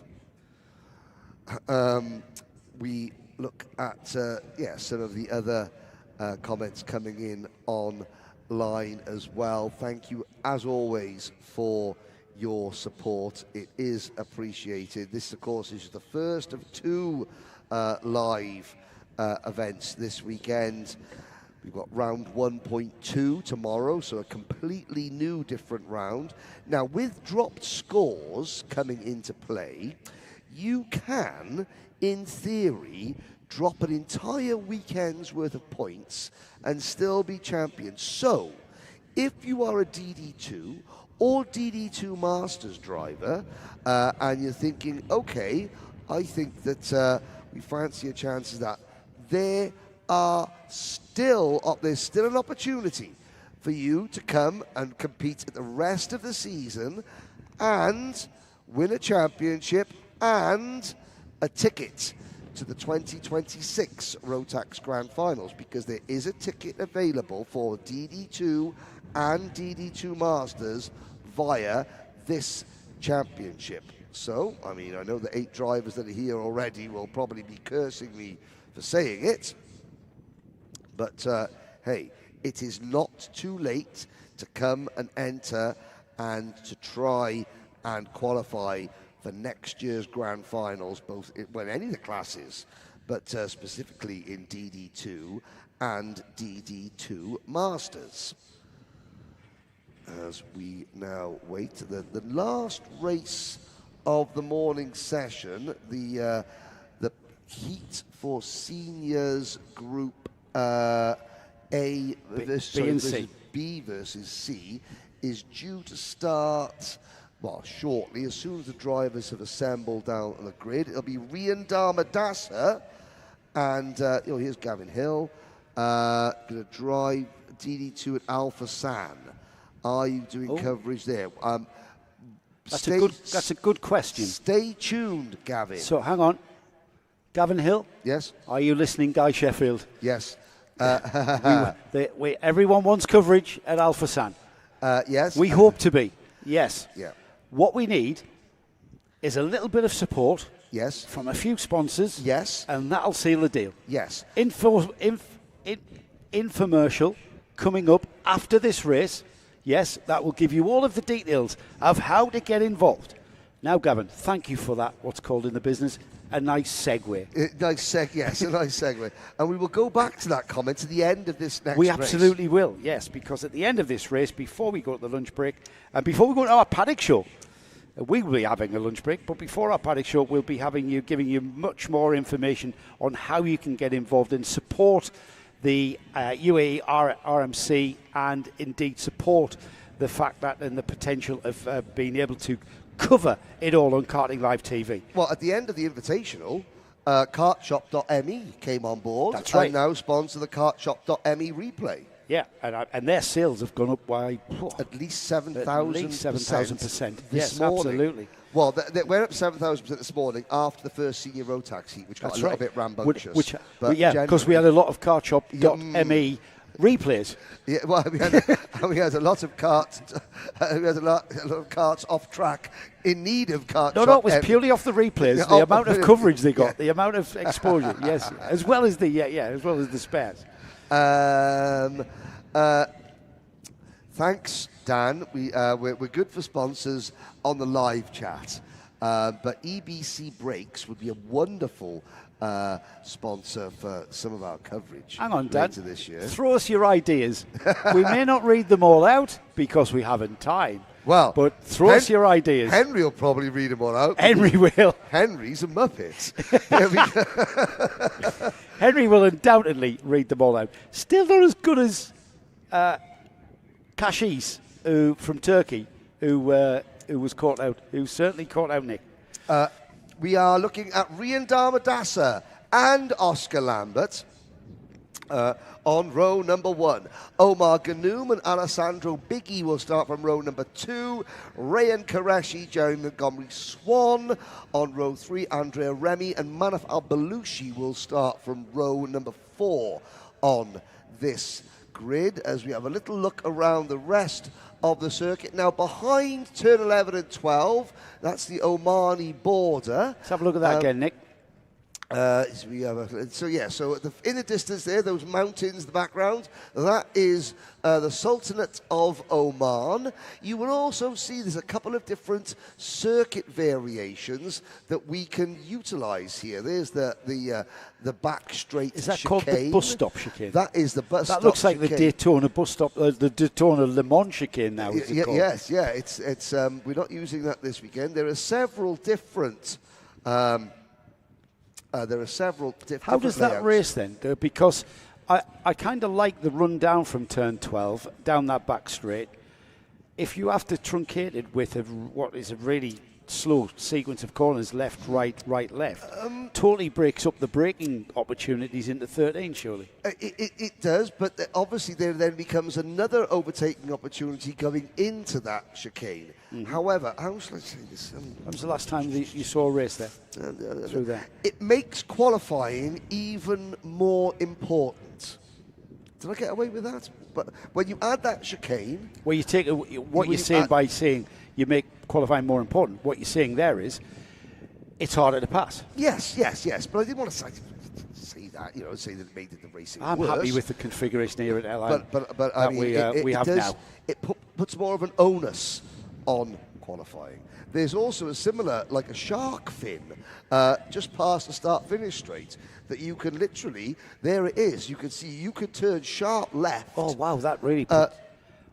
into the infield, then come back out, and turn number 1 into a hairpin becomes a hairpin. So we're at 1381. We're at 1,381 metres. That's 1.381 kilometres. Yeah. Surely that would tip us over the 1,500 kilometre. 1,500 metre. 1,500 kilometre. 1,500 metre length of track into a long circuit. Yes, and I was commentating at the 1,584 metre Campillos circuit of course you were, last weekend, which also hosts many karting events, direct drive. Yes. What 84 metres between friends. Here we go. Let's have a look at the grid then. Nathan Kappen and Rayan Damadasa are our front row. Oscar Lambert, Mohamed Mename are on the second row. Omar Ganoum and Alessandro Bigi. Amani Kanua and Rayan Qureshi are next. Jeremy Montgomery Swan starts 9th alongside Jules Dumont. And then we've got Andrea Remy, Manaf Al-Balushi on 6. Row 7 is Faisal Nashko and Arav Duan. Kian Karanbul and Zain Al-Homasani are next up. On row 9 is Rayan Karuz and Antonio Haddad. Enzo Tesluk. George's Nasser starting down in 20th. What happened to George's, I'm wondering. Arash Mehta and Lewis Hartman. Naam Karuja and Abdul Al-Keita. Leith Moninar and Andrew Obaid. Oscar Backhouse. Linus Volonyavicius, Armand Darwin Alicia Kanaisa, Manaf Ijawi, Shivan Kartik, Alex El Zaya, Zan Ziganegirov, Krishe Guta, Abdul Razak, Al Qureshi, and Jagrat Detroya. That is our 37 kart field. Off towards turn 1, Henry. Here we go into turn number 1. Hold your breath, ladies and gentlemen. All the carts go out of camera shot, and all the carts don't quite all come back in. Dust in the background there. 1 or 2 drivers at the back. I think everyone is still running, but somebody at the back has picked up a lot of desert, and somebody else coming to a grinding halt in the barriers coming out of turn number 6. I think that's Oscar Lambert who's made his way back towards the front of this field.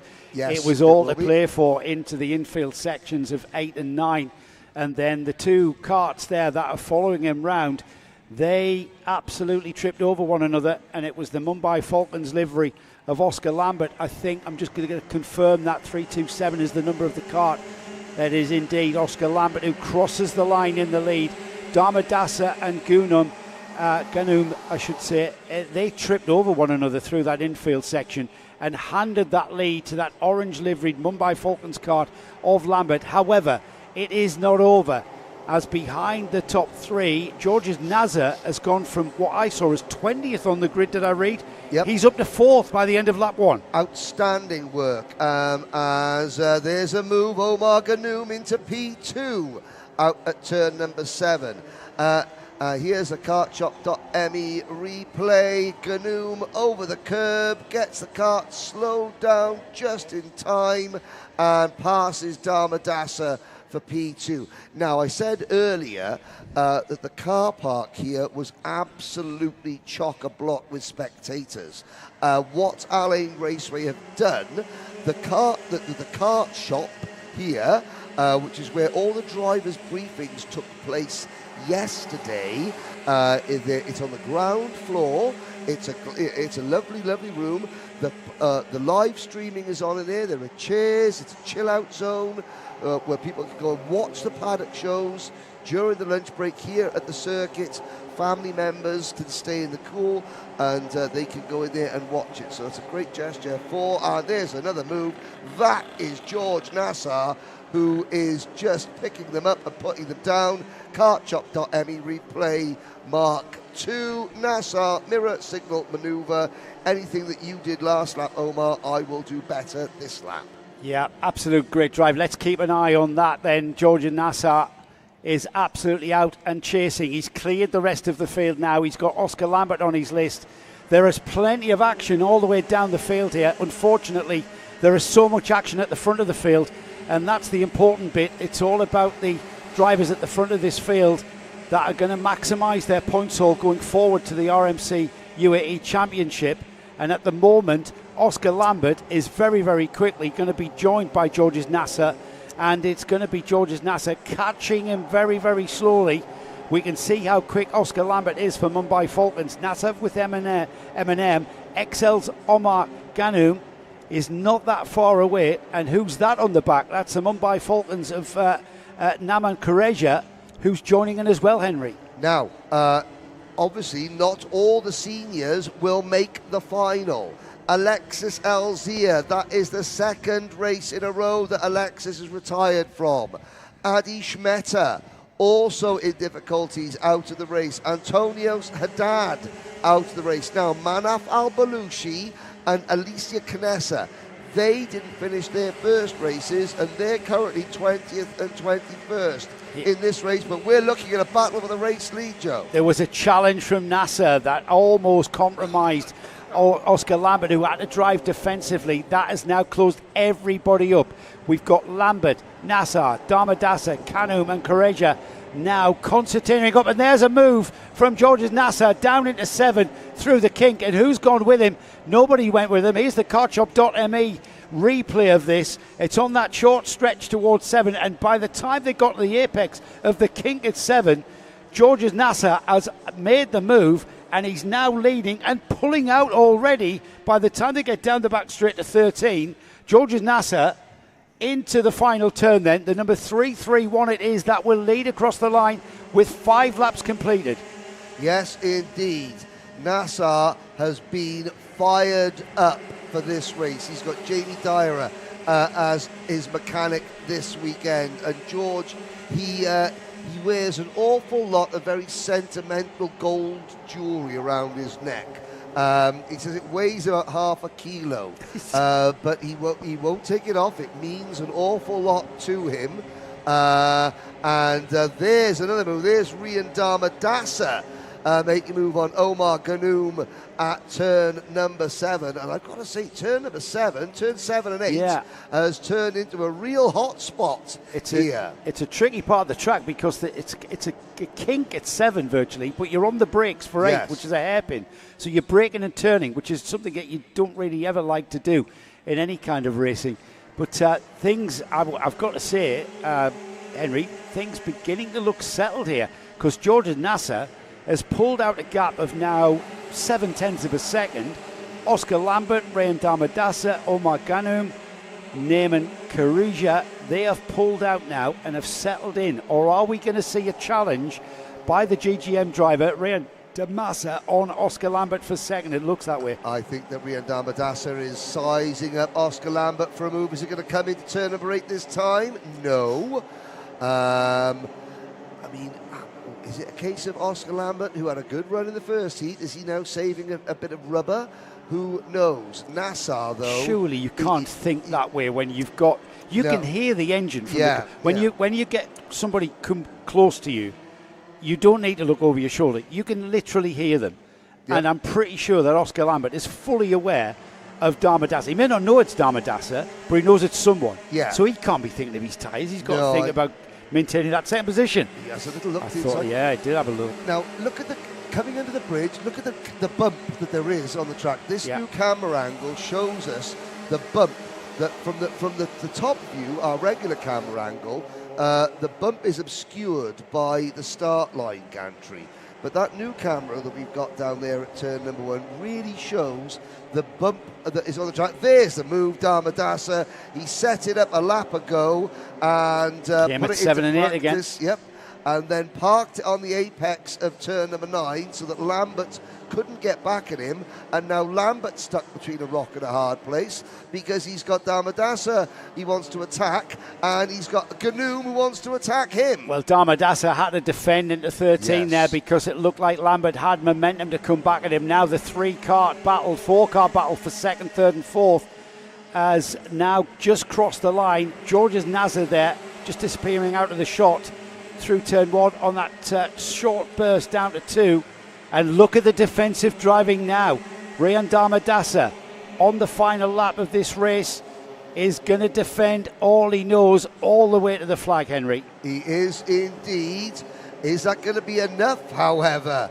Oscar Lambert has a habit of finding a gap where most thought a gap did not exist, but Damadassa keeps him at bay through turns 7, 8, 9 and 10. Two real corners to go there. They come out of 11 and 12. Lambert, at least he's got space behind him to make a lunge if he wants to, but I don't think he's close enough. No, he's not. I think the deal's done. As Georges Nasser, that is the driver. That is going to be very hard to beat going forward in the final. He has come from 20th to take that win. He will start the final very, very high up the order. Remember, we've got to consider Group A is not involved in this one. So Group A is in the mix for the final grid.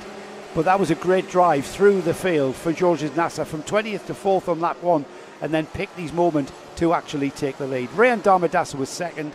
Oscar Lambert finished third. Omar Ganoum was fourth.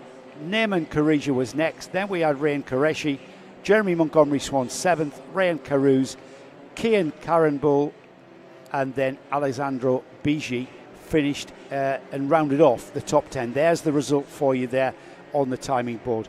We go to our lunch break now, where we've got the Paddock Show coming up. But first, we want to show you just how you can get involved with the series and become a partner. with sponsorship packages that are available. We'll see you after lunch where we go racing with Micromax kicking off the first of the finals. But now we've got this little bit of an infomercial and then the paddock show. With the great news that the UAE Rotax Max Challenge season will be live streamed by Karting Live TV, a great number of fantastic sponsorship opportunities have opened up. With many thousands of karting enthusiasts watching the live stream as it happens, then thousands more watching on the archive, there is no better way to promote your brand and service than to support UAE Rotax Max Challenge live streams. The following video outlines ways you can actually activate that sponsorship. There are many ways to get your brand or service seen on the live stream, the foremost of which is to be the event title sponsor. A prominent, permanent logo, your brand included in the official event title, and you can provide us with pre-made videos which will play out during the stream, all of which guarantee your brand will have a major impact at the UAE Rotax Max Challenge. Other options include becoming a Gold or Gold Plus supporting partner. If you look at the bottom right of this video, you can see we have rotating logos. The numbers are limited, but it also enables you to upgrade to Gold Plus, which means you can provide us with pre-made videos, which again will play out in the stream. Another unique opportunity is to be the timing partner, always up there in the top right of the screen and referred to regularly during the broadcast. Finally, the super high impact replay partner, your name on the logo every time the replay wipe comes in and comes out. We can't guarantee how often it happens, but when it does, you'll certainly be seen everywhere around the world. If you have any more questions, please talk to Guy Sheffield, who will be happy to deal with your inquiry. You can see below the dates for all the rounds of the series, and at the time of recording, every single spot is available, whether just a single round or even the whole championship. So get in contact, boost your brand with Karting Live TV and the UAE Rotax Max Challenge.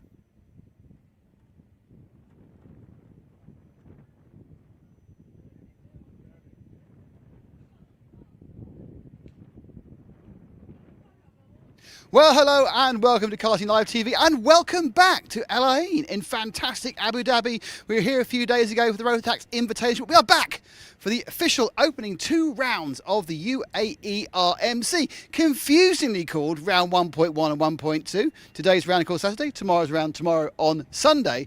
I might be confused by the round numbers. A man who's not confused about anything to do with UAE, RMC and karting in general, it's Henry Burdett. Henry, you are Mr. UAE RMC.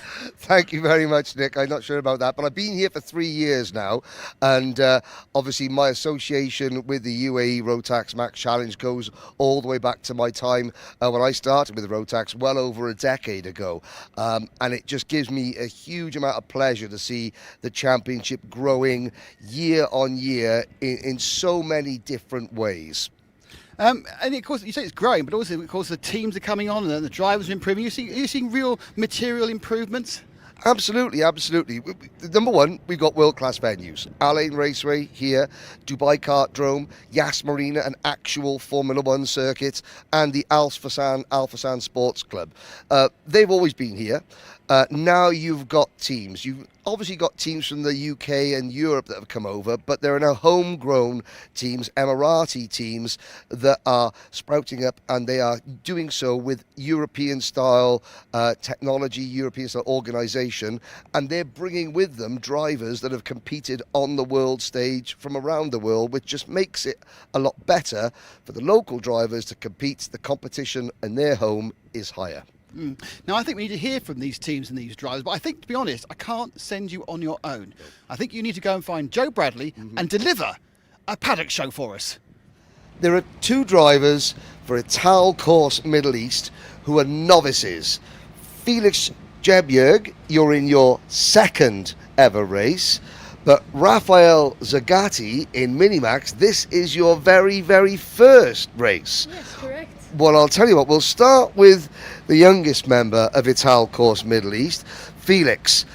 What did the Rotax Invitational teach you 2 weeks ago? Drive smoother, be quicker basically, just improve everything and then try to beat everybody. trying to beat everybody. Now, you've come back and you've had a bit of practice today. What have you learned? Are you quicker already now, today, than you were 2 weeks ago in the racing? Yeah, I think so. Without the yellow flag, we could have been much faster. Maybe like a second, but it's fine. Now, in Micromax, there are over 20 of you racing. Where do you think that you are going to end up come the final on Saturday and Sunday? Well, I believe I'm the best novice, so I think P1 rookies. P1 in the rookie class. Okay, well, we'll hold that thought for a minute. And now we'll move over to our Minimax driver. Okay, so, Raphael, first of all, tell us a little bit about what got you into karting and how this came about. So it once started when one weekend I tell my dad, please, can we go try karting? He said, okay, I'll book you a session. We go to Dubai Autodrome and the indoor session. I start racing with like 8 professionals and I get top 2. I'm like, ooh, this is very fun. So then I keep going there almost every weekend, more and more. And then my dad tells me, oh, there's a karting school. You want to go there?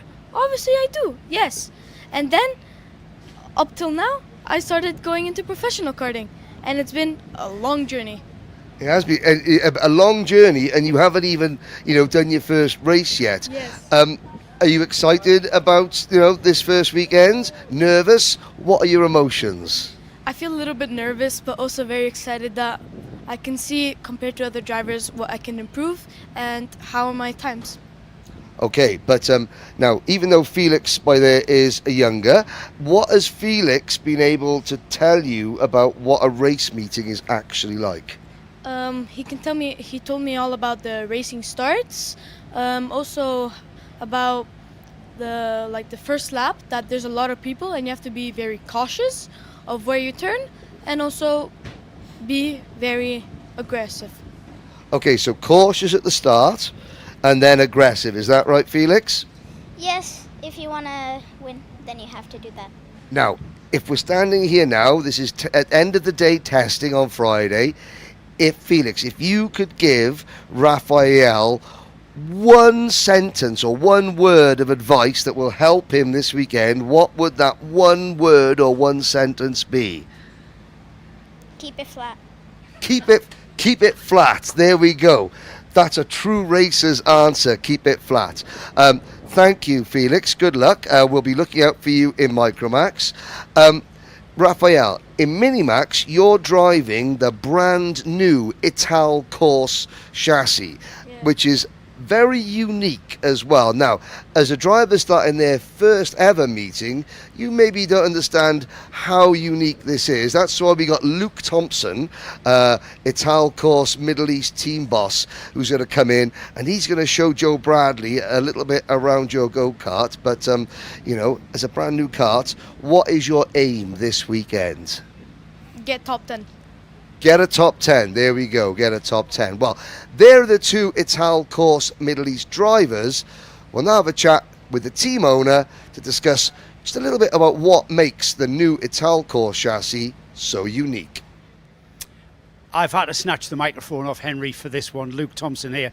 Luke, I'm a bit of a geek because I'm a bit of a race engineer myself, and when I came across the Ital Course chassis, the thing that struck me was first the kind of sloped steering wheel, but more importantly, this geometry change that I can see here with regards to steering angle. I would imagine I'm trying to work it out, and I'm kind of failing. What are these adjustments here? And these we can see here, Nick, the different segments and the different settings. Can you give us a few secrets as to what this Ital Course? What do you call that for a start?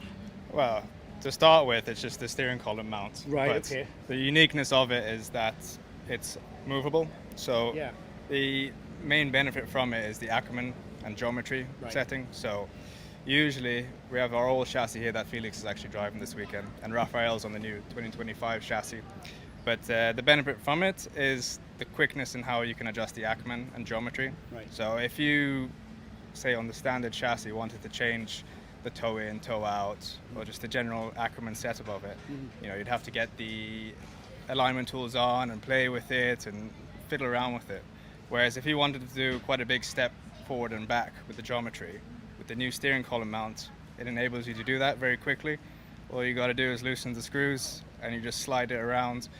I would imagine that's really going to be beneficial everywhere else but in the UAE. when it goes wet to dry, that's a very simple process. But in the dry conditions, the consistently dry conditions we're going to see out here in the UAE, is that something that you play around with regards to getting into the driver's liking? Well, like I said, the benefit of being able to play with a setup like that, we are a new team here, and ETA courses only started in UAE this year in 2025. So, I mean, with tools like this, it makes it easier for us to find a more tuned up setup to each track, And does it give you the opportunity to try things because of the speed of that setup change? You can try things perhaps where you wouldn't be able to with the longer process from the older system.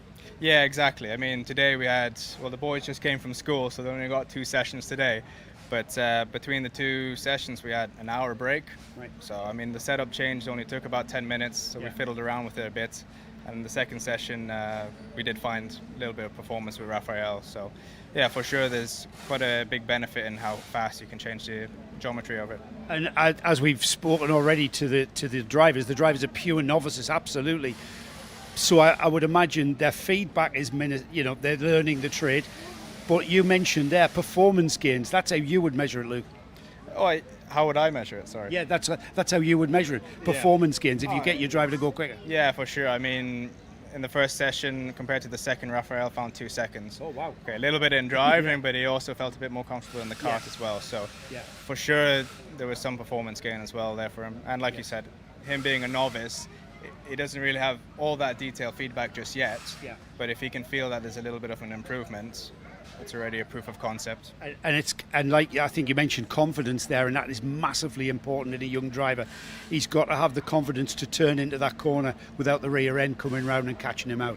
Exactly, yeah. And as Felix said earlier, try to keep it flat. Yeah, keep it flat, absolutely. Well, Ital Corsa is going to try and keep it flat. I wish you all the very best of luck, Luke, and best of luck to your novice drivers as well. Thank you. Very much. Last season's Minimax champion, Ari Kallenberg here, has not able to retain and have a go at retaining his championship because, well, you grew up, didn't you? Yeah. And you became a junior. Yeah. Is that a good thing or a bad thing? It's a good thing. Why? Because it's faster and better. Right, it's faster. I knew he was going to say that. Right. Wider, sticky tyres on a junior Rotax, both front and back, and more importantly, much more power than that Minimax, I would imagine. Yeah. Tell me the major differences. Tell me, first time you ever got on a junior Rotax, what did it feel like? I was just feeling really short in the car. Well, could you not manage to reach the pedals hardly?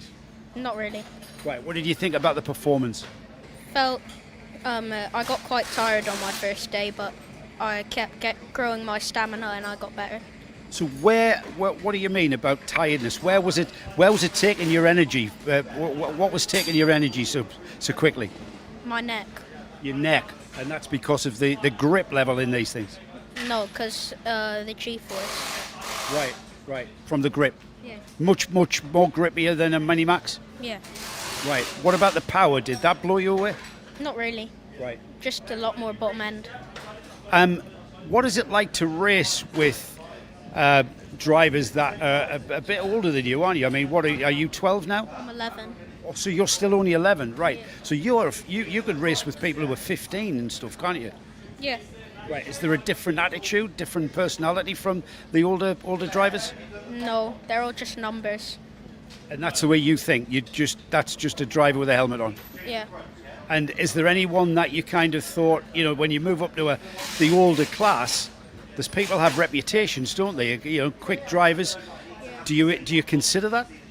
Not really. So what? How do you get your head around that? What's the psychology of that? I just think that everyone's the same. Mm-hmm. Focus on hitting your braking points. Yeah. Yeah. So, have you got a chance of back-to-back titles in different classes? No, because I can't score points. Why is that? I'm too young. Right, that's what caught me out. That's why I thought you were 12. So when are you 12? Next year. Oh, so 2026, you're 12. Right, so can you score points when we go to the 2026 rounds of this championship? Yeah, I can. Right, so you're going to be on the back foot for, well, this one, Alpha San, and then the December round as well. You're going to lose a lot of points, aren't you? Yeah, a lot of points. So tell me, Ari, is this just a building exercise going forward to win a Junior Rotax championship? Yeah, pretty much. I've got 3 junior years. This is like preparing for my next years. Right, and so how's it going so far then? It's going all right, better than I expected. Why is that? What did you expect? I didn't expect to be as fast. I thought I'd be more of a mid-pack runner, but I'm like top 10-ish. You must be pleased with that though. Yeah, Yeah, and it's kind of like you belong. kind of. Only 11 and already at the front of the Junior Rotax pack. That's pretty special. GGM's obviously giving you good kit in this class, yeah? Yeah, they've been really good. When I joined them in December, they've helped me a lot until this point. And does it help when you've got a team like GGM around you that you make that transition to the faster class? Yeah, it was quite good. George helped me learn how to get better and learn how to drive the junior. So it's not like you're just thrown into this kart, get on with it. You actually get coached and also I would imagine the team are helping you with understanding the dynamics of the handling and the setup, etc. Yeah. Yeah. And how much input do you as a driver give to that process? Quite a lot. Yeah. Give me an idea. Think about people out there who don't understand the technicalities like you and I do. So what exactly would you be saying to your engineer after a race about things like setup? Like, I'd tell them how the power felt where I'm losing and where I'm gaining. I'd tell them what I think about the handling of the kart, like if there's too much front end or too little, and then ask them if they could change it a bit. And are you at the stage now where you understand the kart, and are you asking for changes like give me a different tyre pressure, give me a different camber, or do you leave those decisions to your engineers? I leave them to George and Bertie. Right, so you basically feedback as the driver, they do the engineering? Yeah. Right, you much prefer that? Yeah. Just get on and overtake people? Yeah. Right. Ari, it's been a pleasure to talk to you. Well done on last year's championship, and best of luck for the coming season. It's a shame that Ari, because of age, won't be scoring points, but I would imagine we're going to see him at the front of the Junior Rotax field. 2 years ago, the Dojo Moto team morphed into one of the most impressive outfits in the entire UAE paddock, the Mumbai Falcons. They're some of the most recognisable karts on track, and the team have become one of the most successful off track as well. I'm here with team boss Anjum Sheikh. Anjum, thank you for showing us round your awning. First of all, tell us a little bit about how the Mumbai Falcons came to be. Well, we were doing well as Dojo Moto, and I got a call from Mumbai Falcons and said they wanted a karting division, and they made us an offer, and then we said, let's do it, yeah. And then now I still handle the whole team myself. It's just a different brand, and of course it's an arm of a F4 team, so we start from karting and then go into F4 and F3. Now, obviously you're not India's national team, but you represent India in the karting world on a bigger scale than any other. So you're certainly India's most recognisable karting team, and now probably the only pathway for Indian drivers to go from karting into cars? Yes, yeah, I would say so, because eventually we will go into India as well and have the karting team in India, and then from there we go into F4s and everything. But at this moment we are just starting as Mumbai Falcon for the last year and this year, and then graduate the drivers into F4 and then eventually into F3s and that kind of stuff. So let's have a little look around your own, because you cater for all classes of kart. Now you've got Maurice Knyoppers is coming back in DD2 Masters, a famous driver in these circles, a multiple champion before, coming back in after some time away. Currently world champion electric now. Yeah, and the reigning E20 Masters champion in Rotax. Over there, you've got your data thing. Now, Harry the Lion Hannum, a multiple champion, is here doing some driver coaching as well. Talk a little bit about the driver coaching side of it. How important is that been for you guys? Well, it's very important because we have drivers coming from everywhere, and we have our local drivers as well. So it's always better to just have the champion that you've had before coach the drivers, and there's more respect and they know what they're doing. And Harry has driven in every single track in UAE and around the world as well. So it actually makes more sense, and the drivers take him more seriously. And his knowledge is, very important for us. Okay, well let's keep having a little look around. So we've got Arhan Qureshi's kart. We've got Mitant Jain. Now Mitant was last year's runner-up in the junior championship. Nathan Kappen. Nathan was your first champion, wasn't he? He was the junior Rotax champion last year. He's now moved up to seniors. What was it like getting the Mumbai Falcons the name as a champion? Well, I think if I'm not wrong, Harry was the champion first. Harry got the O-Plate championship, and then that, I think a few months later, Nathan got his first. So yeah, it is pretty big for us because as a rebrand, as a complete different team, you need to have some sort of championship as well. And we were hoping for more, but at least we were happy to have two. But of course, Harry's an expat, but Nathan is an Indian driver. You can see the Indian flag next to his name. That must be something that's quite important, obviously, because India is quite an underserved nation in terms of karting. When the nation of India wakes up to the sport of karting, I've got a feeling there's going to be an awful lot of drivers wanting to join and get involved in karting, and this would be obviously their first port of call. Yeah, 100%, because it actually opens the door for them, and then they know it's an Indian team internationally, and then Indian driver winning the championship, and we have about 5 drivers from India just flown in here just to do the race, to the championship actually. So yeah, it's paving the way, and it's actually good for the whole sport in India. Okay, well, we'll keep moving down the order. Now, you had a really good Rotax Invitational, Oscar Lambert winning in seniors for you. We're going to try and find out one of your drivers as well. We'll keep going down through, again, the setup, the awning, very impressive. Did you take a lot of inspiration from European teams to make it look like this? I mean, you always have to look up to people and, do better. We've got in fact, it was supposed to be 4 tenths. We have 4 less drivers. Next race, there'll be 4 more drivers coming in, so we'll have to do another tent as well. And you've got the hospitality unit by there for the mums and dads as well. That's just keeping them out of us. That's just keeping the parents out of the way. That's always a good tactic. Arav Diwan will come in. We've also got a grand final Rotax champion here, Scott Marsh, helping to do driver coaching. In fact, we'll try and peek in and see what Scott is saying there. But what are your hopes this year and beyond for the Mumbai Falcons karting team as we see one of your Micromax karts coming in behind us there as well? So really you're serving drivers from Micromax all the way up to DD2 Masters. Yes, definitely. I mean, the hopes are still win every class, but we all know racing is not that easy. And but we keep trying, and we want to win everything we can, and we'll keep pushing for that. All right, thank you very much, Anjum. Let's have a little look. As you can see, the data coaching, such an important part of modern day karting. You've got 2022 Rotax Grand Final Junior Champion Scott Marsh here. Several of the other drivers. Who have we got? So this is Nathan Kappen. Nathan, last year's Junior Champion, now up into seniors. What's Scott teaching you, and what are you learning from all these data equipments here? I'm learning how to improve as in pace-wise. So hopefully, if we get a good qualifying, we could be at the front. What does it mean as an Indian driver winning an international championship for an Indian team?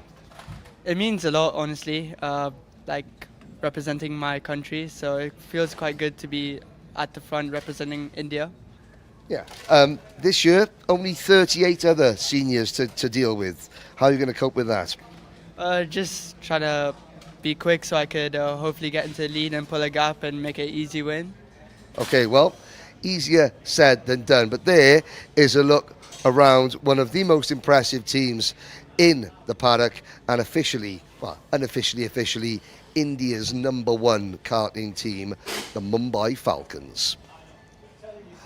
Birrell Art Middle East is now called Motorscape Middle East. The team may be different colours, the drivers are largely the same, including Jack Doe in Junior Rotax. Jack, welcome to the UAE Rotax Challenge. You were at the Invitational, and I think it was fair to say it was a mixed weekend for you? Yeah, correct. How about this weekend? How is it shaping up? Shaping up good. We have some decent pace in practice. We didn't go new tyres this morning and we didn't test yesterday, but at the moment it's looking good. Now, talk a little bit about racing out here in the UAE, especially in Junior Rotax. How difficult is it? How aggressive is it? And how much do you need to learn very, very quickly? It's definitely very aggressive, all the drivers. Most of them have got a lot of experience in Europe as well, which obviously makes it a lot harder to compete with, but overall it's a brilliant championship. Now, last year you were racing for, is it 5 Motorsports as well, which was, I think, your own family-owned team, is that right? Now, is that still going to be waiting for you when you finish karting? That is the plan, I think, but yeah, it's not done, I don't think, yet. It's not done yet. It's not done yet. So tell us a little bit about your kart this weekend, who's running it, and what your plans are, what your hopes are this weekend. Yeah, so it's a Birrell, obviously. I have Mark and Sanad. Sanad's the engine guy and Marky's the chassis guy. I hope a top 5 would be a decent result, I think. Who are your main rivals this weekend? If you had to hand-pick a couple that you're going to have to beat, based on practice times, but also based on last year's championship results? I think the goal is definitely 219 Veer, and Connor Clancy is obviously a good competitor. He's won a lot in Europe and here, so I think there'd be good rivals. Okay, no problems at all. Well, final thoughts. So, what rounds you've got here? You've got Dubai Kartdrome, Alpha San. You've got what are the tracks that you think are going to be? And Yaz, what are the tracks that are going to favour you the most this year? I think Alpha San is going to be the best one for me. It's very physical, and I like the track a lot. And I think I'm adapted and suited as a driver to it very well. And I think that'll be a good one. You say very physical. What do you do in terms of fitness-wise to keep yourself in shape for karting? So Monday, obviously I have school. I don't train that day because I've driven all weekend. And then Tuesday, Wednesday, Thursday in the gym, and then school after, and then sim work a lot. So sim work. So it's a combination of staying in school, obviously, but then going to the gym and being on the sim when you're not actually in the seat.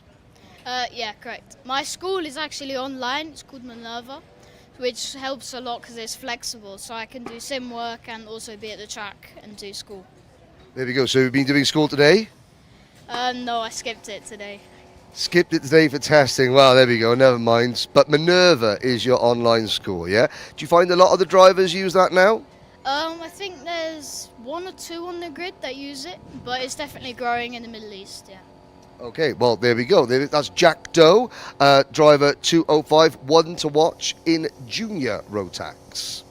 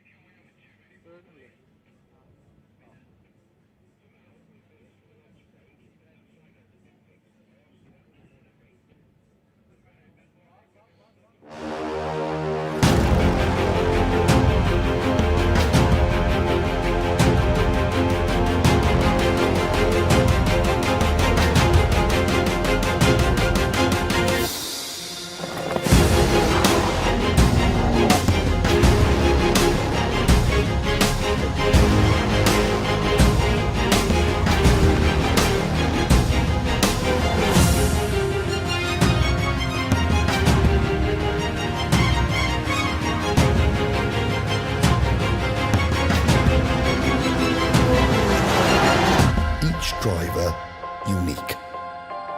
It's an event designed to make you equal, because you are number one.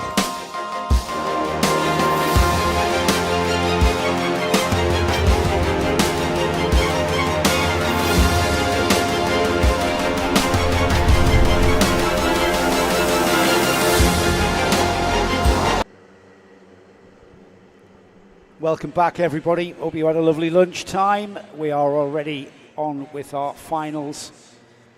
The live stream's just shown what this is all about. It's not just the accolade of winning the UAE RMC. It's a chance to race at the World Grand Finals, the Rotax Grand Finals next year. However, Henry, we've got the Micromax grid already making their way around. Yes, everyone here at the circuit has enjoyed a sumptuous repast for lunch, and now the drivers are going to serve up something equally delectable on track. Micromax, the drivers, 18 of them, led by Liam O'Hanlon and Adam Al-Sheikh on row number one. Samar Chopra, Rudrapatrap Shekhawat, Saifal Khalifa, Ifans Veronins, and the rest follow in the wheel tracks as we head underneath the start line gantry. The lights don't go out, which means that we can talk about the rest of the grid for what will be an 11-lap race. Yeah, 11 laps for this Micromax final. That's, would you believe, 15 kilometres around this track. Yes. 15 kilometres of race for the Micromax youngsters. The red lights haven't gone out, Henry, but we look like we are, or are we not? No, we're not. No, we're not. No, We've we're backed not. off. Yeah, we're backed off. We're still scrubbing the tyres in to get a bit of heat. Well, yeah, because we're lacking that. It's actually, it's do you know actually what? clouded over. There are some clouds in the sky here at Al Ain Raceway. Well, hopefully those clouds don't build because we haven't got any wet tyres here, I believe. No. And well, I mean, if it does rain, it doesn't do things by half over here. So yes, indeed. We'll just stop. We'll It'll be dry in 10 minutes. Yes, exactly. Right, so here we go. We're going to have another go at this. The grid nicely formed. Liam O'Hanlon there on the right-hand side of the screen. The number 22. He's on the pole position as young Liam. And he raced an absolutely fantastic pre-final. Adam Al-Sheikh alongside. They're just coming out of the final turn. Then they will head towards that light board. When the lights go out, we will be racing. They're in the tram lines. We are racing indeed. The lights have gone out and we've gone green. Liam O'Hanlon, line astern into turn one. The field spread out there and look, it looks chaotic, but of course it isn't when you're in amongst that. You just have to concentrate on who's beside you, and it was Liam O'Hanlon who came out of that chaos in the lead. Yes, and O'Hanlon looking for his first series victory here in the full UAE Rotax Max Challenge. Trying to think back whether he claimed, he may have had heat wins last year, but I don't think a final win. But of course, last year, Liam had stepped up halfway through. He stepped up just at the start of the season from Bambino into Micromax. This is his first actual championship tilt, as it were. Heading down the back straight. Second place is between Sama Chopra and the number 55 of Adam Al-Sheikh. So it was Chopra that came through and into second and right on the tail. There's a queue of drivers who wants to stop that happening for Liam O'Hanlon. And O'Hanlon's going to have a lot of pressure now. 10 laps remaining, 10 laps of defensive driving. And look at that, absolutely bonded together, the top three. The rest of the field not that far away. But it's O'Hanlon who, through the infield section, has managed to pull out a little bit of a cushion. It's barely even a cart's quarter in length, that cushion. And these two at the front, O'Hanlon and Chopra. Now Chopra looks down the inside. He had a look on the previous lap, Henry. He's made it happen, and Al-Sheikh has gone with him. Yeah, so I was going to say that O'Hanlon lost out in the Invitational by virtue of not defending on the last lap of the final. Now, of course, this is very early stages here this weekend, and so O'Hanlon, you can't expect him to defend. And here is your kartshot.me replay. Now this is Adam Al-Sheikh going into the lead, and he's taking O'Hanlon with him. O'Hanlon, great bit of opportunist driving. However, how calm was Samar Chopra? He just said, yep, okay, plenty of time to come back. The same way that O'Hanlon was quite calm about being passed for the lead earlier in that lap, because they know this is lap 3 out of 11. And there are still, well, I mean, you're looking down there, Tadeusz Procaccia, Cameron Harvey, Enzo Falzerano, all in the lead group, and he's got a new leader. That's the move, yeah, it's through the kink at 7 there. It's becoming a popular place here. And it's O'Hanlon who gets down the inside into the hairpin at 8. And then by the time they get to 9, he's pretty much in that solid lead. Down the back straight, though. Solid is not a word I would use right now, as coming back at him. And who's that? A little bit of a nudge there. It was Samar Chopra who had to check up there as Al-Sheikh got by. But then he had to steady the cart, and that was when Chopra had that little bit of contact. O'Hanlon has ended up in 4th, Henry. Yeah, because again, I think he saw Chopra arriving at a rate of knots and thought, oh, this could go wrong. I'll just go a little bit wider than I need to, just to potentially avoid any spinning carts that eventually didn't spin. But again, that's quite heads-up driving from Liam O'Hanlon. Again, knows there's a long way to go. Saif Al Khalifa in kart number 2 is up into P5, and also the number 95. Now we saw 2 out of the 3 Ital course drivers during the paddock show. Tadeusz Prochaska was not the third of them. He was not here yesterday. Unfortunately, he was attending a family funeral. But my word, Tadeusz Prochaska is driving well here at the moment. In 6th position, in the number 95 machine. He's just having a little look, and we've got a change for P2. Oh, we've got a change for the lead as the number 29 of Samar Chopra came back towards the leader, Adam Al-Sheikh. Chopra got by Liam O'Hanlon. There's a lot happened on the last stages of that last lap. There's the Kotchup.me replay, just showing us what happened there as the race very much. This is classic Micromax racing here, and with only 5 laps completed when they cross the line next time by, there are still more than half of this race to go. Here they go, tapping of helmets, let's work together. That's the message that's relayed from that. However, at the moment, the lead is probably the biggest we've seen for Samar Chopra for the last, well, since the start of this race. But as ever, Henry, by the time they come out this final turn and get towards turn 1, they'll be back together again. Yeah, Rudrapatrap Sekawat in 4th position in the number 44 Mumbai Falcons kart is having his best performance ever. He's looking to the inside of O'Hanlon for P3.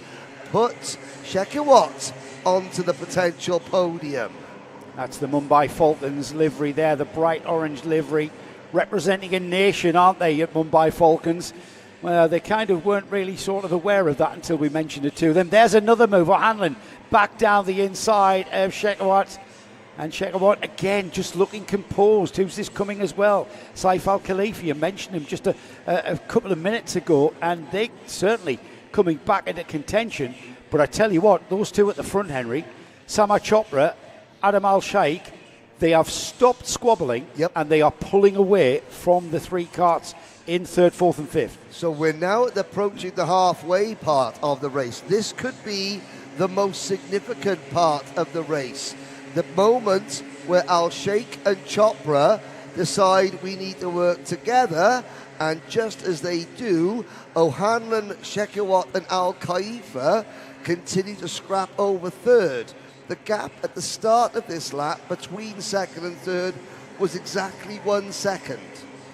This is great racing, and if these two continue to circulate like this together, however, the science allows 3 karts, 4 karts can actually travel quicker than 2 karts, and certainly a pack can travel quicker than a single kart. However, Al-Sheikh and Chopra are trying to work together, aren't they? They're working together. They're not going to squabble about this. However, I reckon that's going to all turn awful by the time we get to the penultimate lap, because then we're going to see decisiveness coming to play. And at the moment, as the number 55 turns right through the final turn and then off to complete 7 laps, the final stages and that all-important later stages of the race are coming to bear, Henry. Yes, and last time around, of the top 3 drivers on circuit, the fastest of them was the driver in 3rd place, number 22, the George Gibbons motorsport kart of Liam O'Hanlon. So even though O'Hanlon, who led this race earlier on, has fallen back, he's clawing his way back into contention without the assistance of these two on your screen battling between themselves. Yeah, that just shows how quick that kart is of Liam O'Hanlon. Really well put together by George Gibbons Motorsport, and he has got time to catch. I know the gap at the line, let's have a look at it. It was about 0.8 of a second. That's a chunk of time in karting. However, he's optimized his lap. These two beginning, are we seeing signs of impatience maybe creeping in from Samar Chopra? And Chopra now just maybe looking at where the weak points, if any, are for Adam Al-Sheikh. Al-Sheikh, though, through turn 1 in fine style. Rest of the field coming through there. And as you can see, battles all the way down this Micromax final. Yeah, every single one of the 18 karts that started this race still running.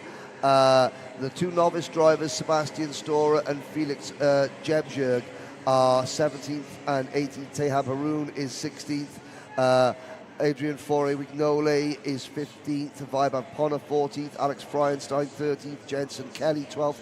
Cameron Harvey 11th. Amar Tabatsa 10th. Abdulaziz Al Saraf is 9th. Ivans Voronins 8th. Enzo Falzerano 7th. Tadeusz Prochaska is 6th. Rudraptrap Shekhawat is down to 5th. Saif Al Khalifa is 4th. Then we have our top 3. Can't quite see all 3 of them. Now you can. Now you can. It's coming. He's coming. Liam O'Hanlon. He put purple sectors in 1 and 2 here. He's going to get... Samar Chopra getting purple in sector 3. So this is a really, really savage battle going on. And we're on the penultimate lap now. It'll be the last lap board next time by. But look at O'Hanlon in 3rd. He's in the tour now, Henry. When we get through the infield section here, the technical infield section of the Al Ain track, and get out on the fast stretch that ends the lap.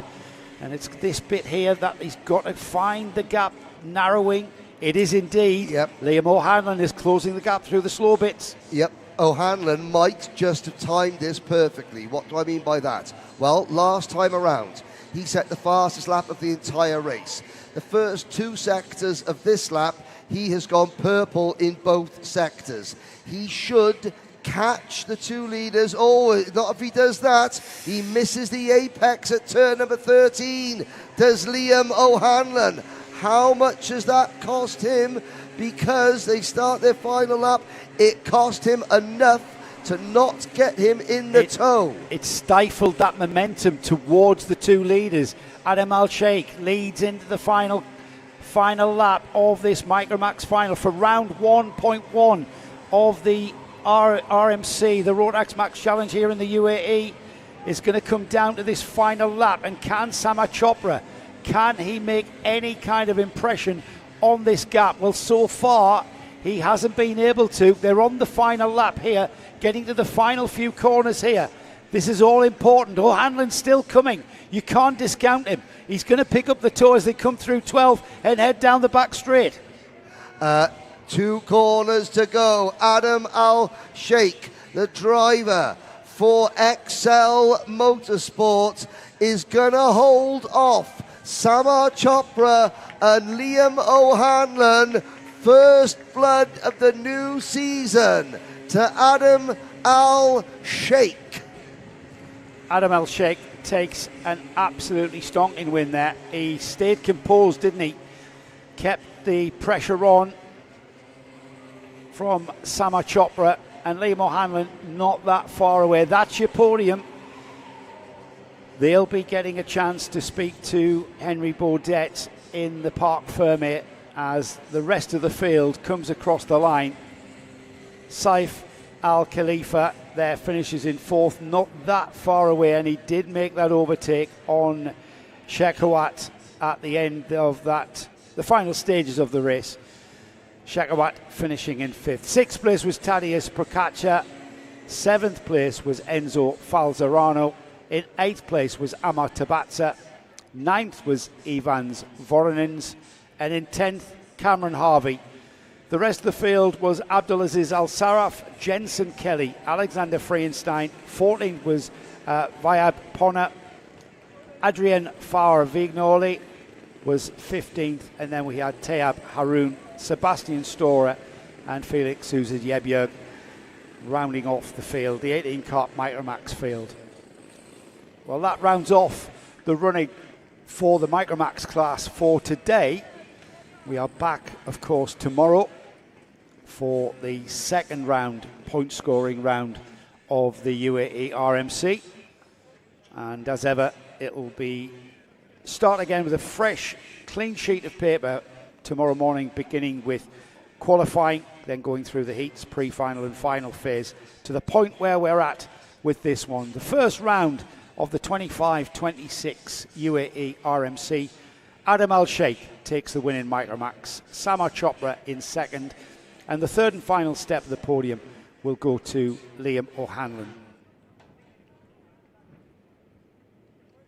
It will be the Minimax class coming next. We've just seen the 8 to 11 year olds in the Micromax class. It's the 10 to 13 year olds that are coming up next with Minimax. Exactly the same karts, same size chassis, same size tyres, and indeed same size engines.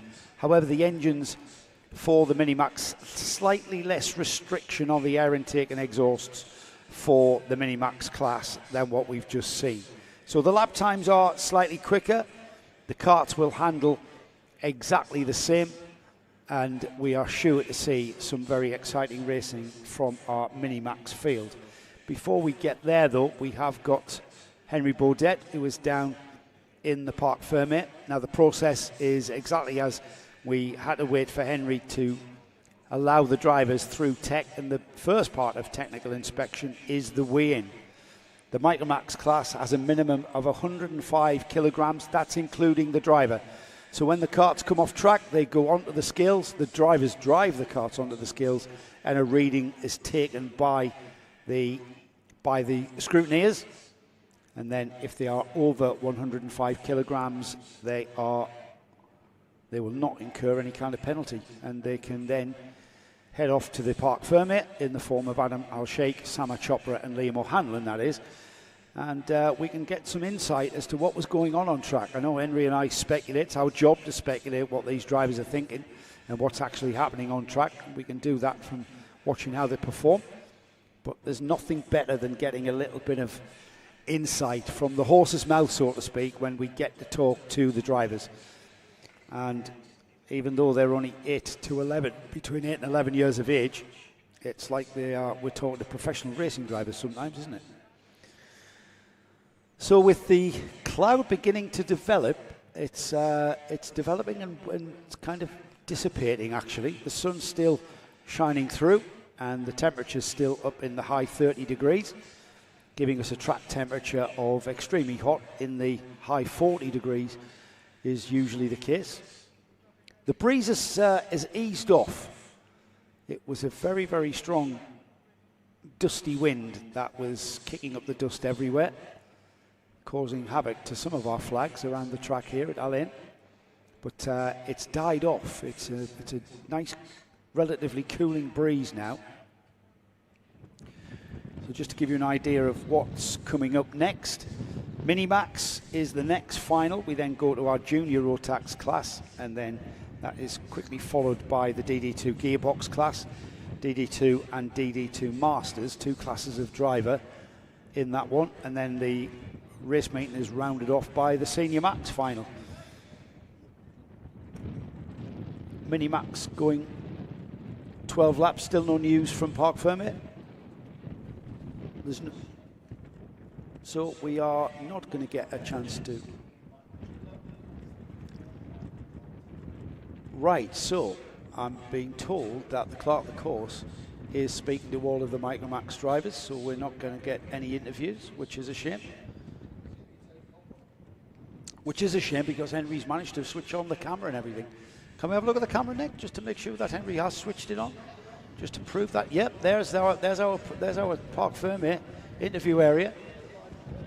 Yeah, that's a so you can't hear that. There's some of our partners on the backboard. Say again. Well, are you going to do what I'm thinking you're going to do? Let's have a look. Let's have a look and see if anyone would like to be a partner of the UAE RMC. There are lots of opportunities for sponsorship and marketing exposure. Here's a bit more information. With the great news that the UAE Rotax Max Challenge season will be live streamed by Karting Live TV, a great number of fantastic sponsorship opportunities have opened up.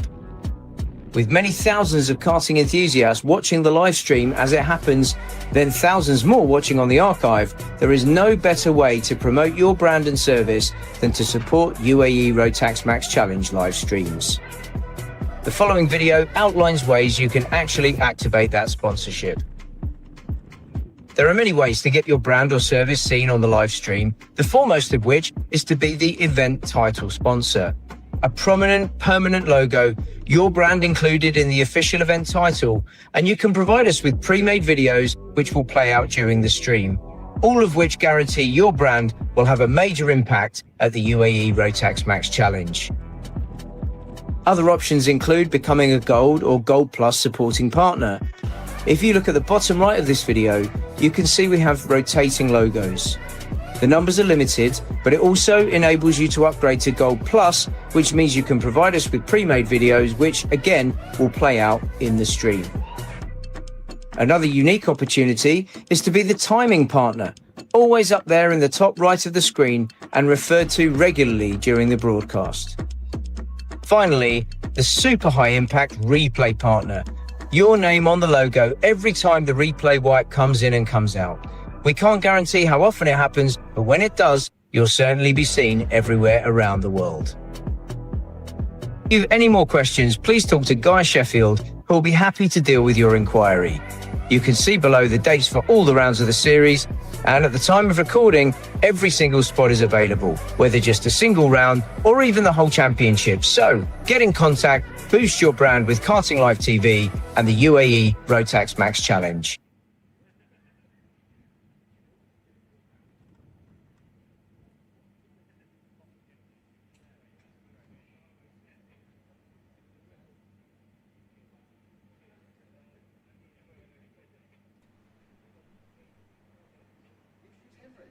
Let's head down to Henry Baudet then, after that little bit of information. Henry.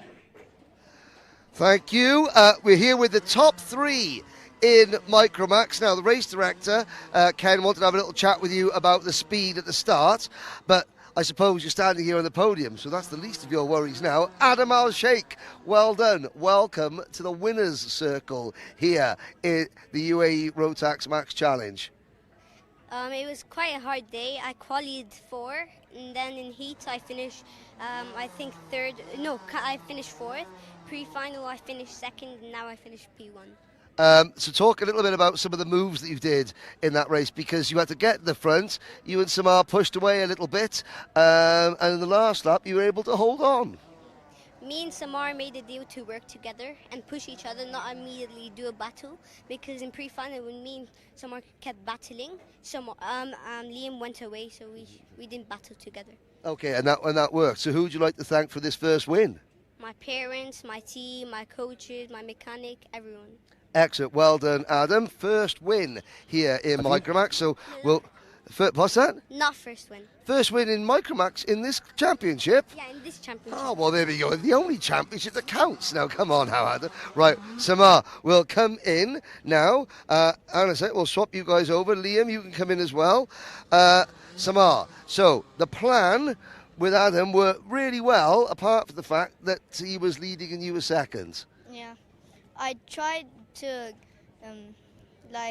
have the toe on the last lap, but it didn't really work out because he was too far ahead. He was too far ahead, but when you consider that you started the day on pole position and you were able to do, what was the symbol that you give to the rest of the drivers?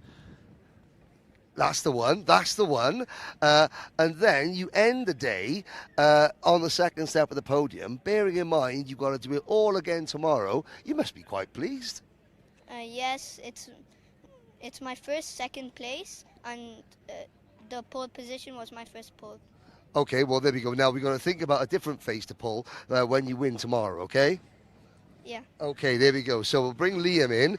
Liam, now, because you were so good in the heat and the pre-final, these two had to make a plan to get you, and it worked. But I suppose that's a nice thing. It's a nice thing to think of in a way, that they know that you are the strongest competition. Yeah. I mean, today qualified P5, then in the heat went P1, then pre-final finished P1, and then in the final they just obviously worked together and then drove away a bit, got a big gap. But at least you know now, you know their plans for tomorrow, so you... the good thing is you're all smiling. It's the start of a very long season. Who would you like to thank? My dad, George. I'd like to thank Connor Clancy, my mum, my sisters, and Zabir, my mechanic. There we go. So there's your top 3 in my... Oh, and Liam's not finished yet. And I want to shout out to my Uncle Craig and Uncle Dowd, happy birthday. Well, happy birthday to you too. There we go. Thank you, Henry. Always tremendous to listen to those young drivers and get their insight and just feel and find out what was going on in that race. Some great interviews there, as ever, with our master interviewer, Henry Baudet.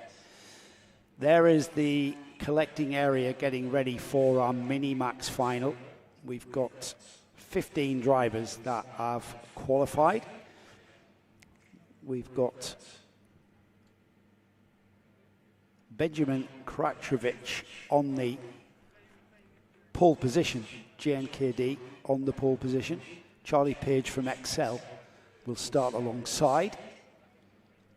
And I'm pretty sure we are not that far away from a green flag, actually, to release our Mini-Max finalists out onto the track. It's going to be 12 laps, so one more lap extra than the Micromax field.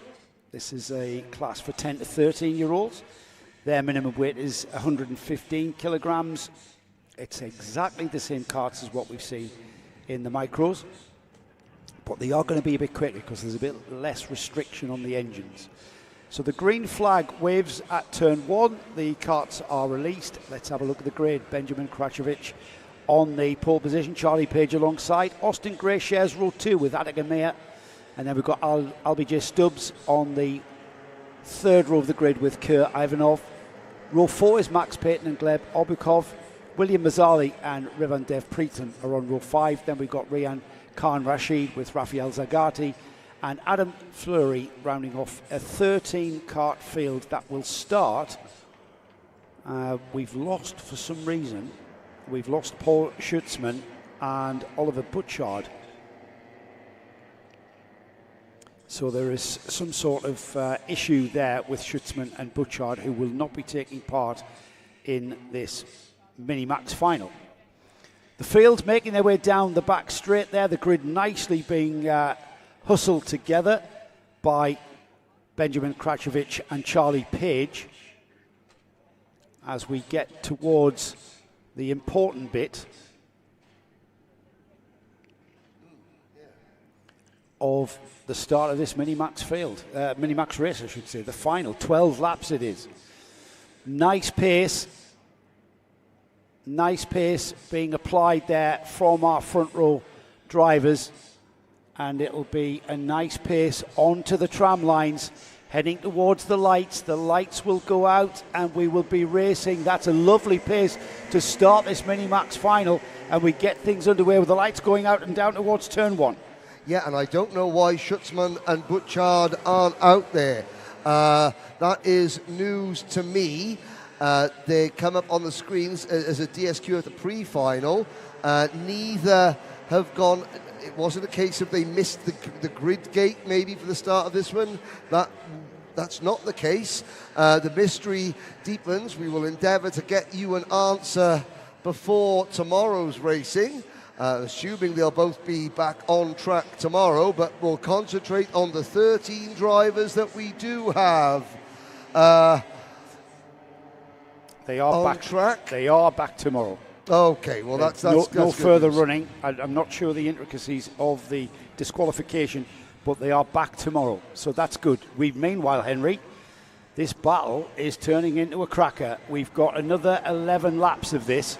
And we've got 5 carts forming a bit of a train at the front of the field. It's Krajovic, Austin Gray, Albie J. Stubbs, Max Payton and Rian Khan Rashid forming that 5-cart train. But behind them, Charlie Page, who's dropped down a little bit from the front of the grid. William Mazzali, Attica Meyer, who went with him backwards, that is. So keep an eye on Charlie Page in 6th. And Attica Meyer in 8th, because we'll be seeing them shortly, I would think. And I'll also keep an eye the driver in 3rd place at the moment. Now 4th. Rian Khan Rashid, now 4th, but that's the Axel GP team. First time we've seen them. Now, of course, Attica Meyer, the de facto team leader, but she is very experienced nationally and internationally. You'd expect her to be up near the sharp end, but the likes of Rihan Khan Rashid, not so you'd expect. However, the number 109 of Rihan Khan is there, P4, right with the lead group, and also Max Payton having a very good run as well in the remaining Synergy kart. Obviously, with Oliver Butchard not out there. Change of lead across the line then. We had Austin Gray showing in the lead for LBJ Stubbs, slotting in behind. Karacevic was showing third. However, I'm not quite sure if that's changed back. You'll be able to get a proper view of it as the 177 is back indeed in the lead. So across the line, he was in third, and young Benjamin, absolutely. Who's the 177 showing? Austin Gray, sorry, yes.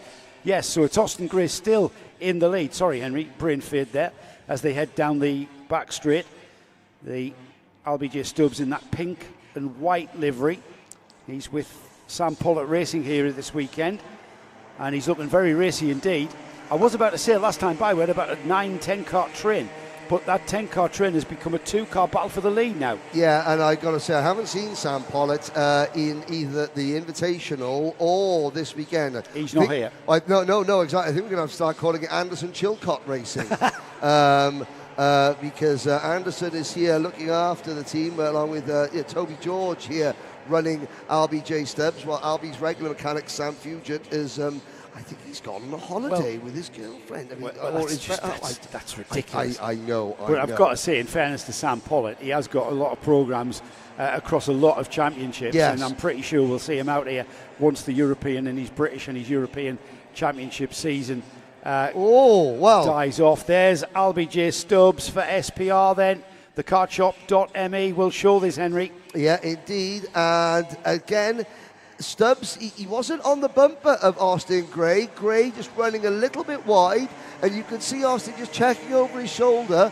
That was just, slightly missing an apex. You could see the karts lump over that bump going into turn number 1. So the LBJ Stubbs in the number 196 Anderson Chilcott Racing. I'm sorry, Sam Pollitt Racing. I'm just going to keep saying Anderson Chilcott Racing until Sam tell him to shut up.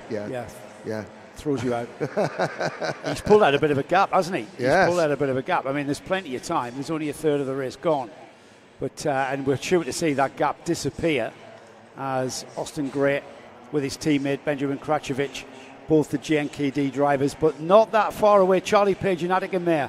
Yep. They dropped down the order after the melee that was to the first lap. However, they've gathered themselves together, they've composed themselves, and now they're not that far away. Oof. And as Karacevic slides really wide, I'm not sure what happened there, but Karacevic came into the picture absolutely sideways. Well, no, I think it was Charlie Page trying to pass Karacevic coming into the picture sideways and then running wide, and that has slowed Page and Attica Mayer up again. So just as Page and Mayer caught the lead 3 to become a lead quintet, Page I got a little bit excited, went for a move, and they now find themselves with a lot of hard work to do again to catch back up to the lead trio.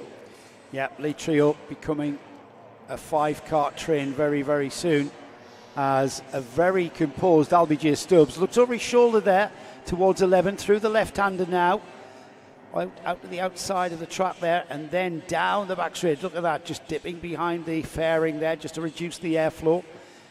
He looks comfortable, doesn't he? I mean, we're going to complete half distance here, but he looks relatively comfortable in that position at the front of this field. There he goes across the line. That's one thing about LBJ Stubbs. He just doesn't seem to care about pressure on his shoulders. He smiles out. He's all smiles generally in the paddock, and you get the feeling that the character you see bouncing around the paddock, being a cheeky little chappy, is the same character you get in that kart. He's had some pretty high-level driver coaches in his day, though, hasn't he? He has. There's a change for second. Karacevic passing Gray. Here's the kartshop.me replay into turn number 7. Yep, that's the favourite one. And I got to say, that's Austin Gray. I'm not sure Austin Gray's kart is handling just how he likes it, because that was, again, him just missing the turn-in point, or the kart. And you could see again there, he wasn't too clean through turn number 13 was Austin Gray. We take it for granted that the drivers will hit their apexes in exactly the same fashion lap after lap. But what exacerbates a situation where you just get your braking a little bit late, you slide wide half a cart's width, but you're on the sand. Yep. And it exacerbates that situation for you, and you slide wider than you perhaps would like to. And that's what we're seeing. While these are squabbling like that we've just seen, this has allowed LBJ Stubbs a bit more of a cushion, in fact. And LBJ Stubbs has pulled out a little bit more of a gap. It was almost 3/10. However, the driver behind him is not one to take lightly. Benjamin Kračević doesn't really hang about, does he, when he makes the move? He catches you and he passes you. That's pretty much the pattern of behaviour that we've seen. Yep, and you saw Page briefly look for a move on Gray going into turn number 11. Gray defended. Atacamia then got on the anchors because she didn't want to run into the back of Page. And those three have fallen away a little bit more. This is now lap 9 out of 12. Yeah, we're getting towards the important part that if anybody's going to challenge, and it looks like Kračević is getting onto the rear bumper of LBJ Stubbs. The waiting game is over. These drivers are absolutely flat out. Forget about tyre management anymore. These tyres can go in the bin tonight. We're going to be on a fresh set of mojos in the morning. So these are getting towards the end of their life, and if you've saved anything in your tyre, it's now that you're going to need it. And LBJ Stubbs, I think, is perhaps in that category of driver that has saved his tyres for this moment now, because, as we thought, Kračević is catching him, but then LBJ's just responded, and he's pulled out the gap again. This is going to help, though. And, yeah, Austin Gray now... Looks like Austin's kart, maybe the setup has come back in, because he is pushing his teammate Kračević suddenly. Page and Mia aren't out of it yet, but they're not close enough to really do anything about the drivers in front, unless these three on your screen now start tripping over one another. Yeah, it's hard to see where there are any kind of cracks in the armour of LBJ Stubbs. He's absolutely flat out everywhere. He's optimizing his lap time every part of this track. He's quick on the fast bits and he's quick in the slow bits. This section here through the infield section, just look at the gap he's been able to pull. This is where Kračević needs to really be smooth. Get your turning point, get on the throttle nice and early and carry that. Try and pick up the toe from the leader and you'll get pulled along. But the engine on LBJ Stubbs' kart at the moment, he's got all the waft he needs to keep them at bay. Yes, indeed. And of course, I was joking, obviously poking gentle fun at Sam Pollitt Racing. Sam Pollitt, not Sam Pollitt Racing. And of course, Sam Pollitt Racing making the decision to branch out into the UAE this winter. I spoke to Sam and he said, look, he's looking for 3 or 4 drivers. That's it. Start small, make it manageable, because, yeah, you're getting used to a whole new environment. The karts, they'll still use the same Kart Republic chassis they do in the UK. But, of course, different tracks, different paddocks, different air temperature, different types of tarmac, lots of different variables to get your head round. So even a team with the experience of the Sam Pollitt Racing saying, no, we want to take it slow and, build from the ground up. Well, a way to build with a race victory. This is a great advert for him, isn't it? It is, indeed. I'll be all right. He's got one more lap to complete. Let's not take anything for granted here. LBJ Stubbs has got to deliver here on the last lap. He's got to deliver like he's delivered on the last 11 laps here. But there's 3 drivers piling up behind him, queuing up behind him. They want to spoil the Sam Pollitt party tonight. Benjamin Kračević and Austin Gray from JNKD and XL's Charlie Page. Atacamia is not that far away from this as well. And there's the first challenge. That's a card that has been shown from the pocket of Benjamin Kračević. He looks over his shoulder as he was worried he may have stifled his momentum and be challenged by Austin Gray, but that hasn't come off. And now then, towards the 11 and 12 turns, the 3 in 3rd, 4th and 5th, they're squabbling themselves. They've left the lead battle to these two here. And Page and Mia get past Austin Gray. This is the battle of the 3rd coming into turn 14. Oh, Page overshoots it. Atacamia is going to come out in P3. But in P1, welcome LBJ Stubbs. You've won, and you've won the first race for Sam Pollitt Racing since their expansion into the UAE. Stubbs is your winner. And Stubbs it will be on the top step of the podium this afternoon when we have our trophy presentation. He will be joined on that Minimax podium by Benjamin Karacevic and Attica Meir. Would you believe it? Attica Meir there making that move on turn 13 at the very last opportunity that she perhaps had, and it will be that young lady who will be chatting to tomorrow in the Paddock Show. You'll see a great interview with Attica, and she's delighted to be representing women in motorsport. Austin Gray was 4th, Charlie Page 5th, Riven Dev Pretum was 6th, 7th was Rayan Khan Rashid, Max Payton was 8th, 9th is William Mazzali, then we have Gleb Obakov in 10th, Kurt Ivanov in 11th, Adam Fleury was 12th, and Rafael Zagati was 13th. So LBJ Stubbs leads this field in, and it was a commanding race from the Sam Pollitt Racing driver, no doubt about it. He came under some immense pressure from Benjamin Karacevic, and also Austin Gray and Charlie Page were also not that far away. But it was Attica Meir who spoilt the JNKD podium party as she split the JNKD drivers, Karacevic and Austin Gray. And it was Attica who will take the third and final step of the Minimax podium.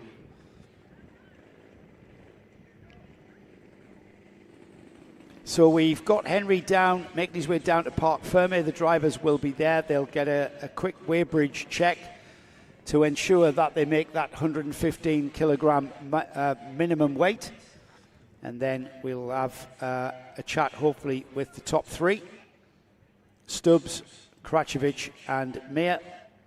Coming next, we've got our Junior Max final. If you think the youngsters in Micromax and Minimax were entertaining, well, stay on board, because the Junior Max field will be, as ever, if they do what they usually do, this will be an absolute cracker. It's what we're finding out, isn't it? The UAE RMC, the UAE Rotax Max Challenge, is certainly becoming one of the major international race series, the international karting series that you want to be part of.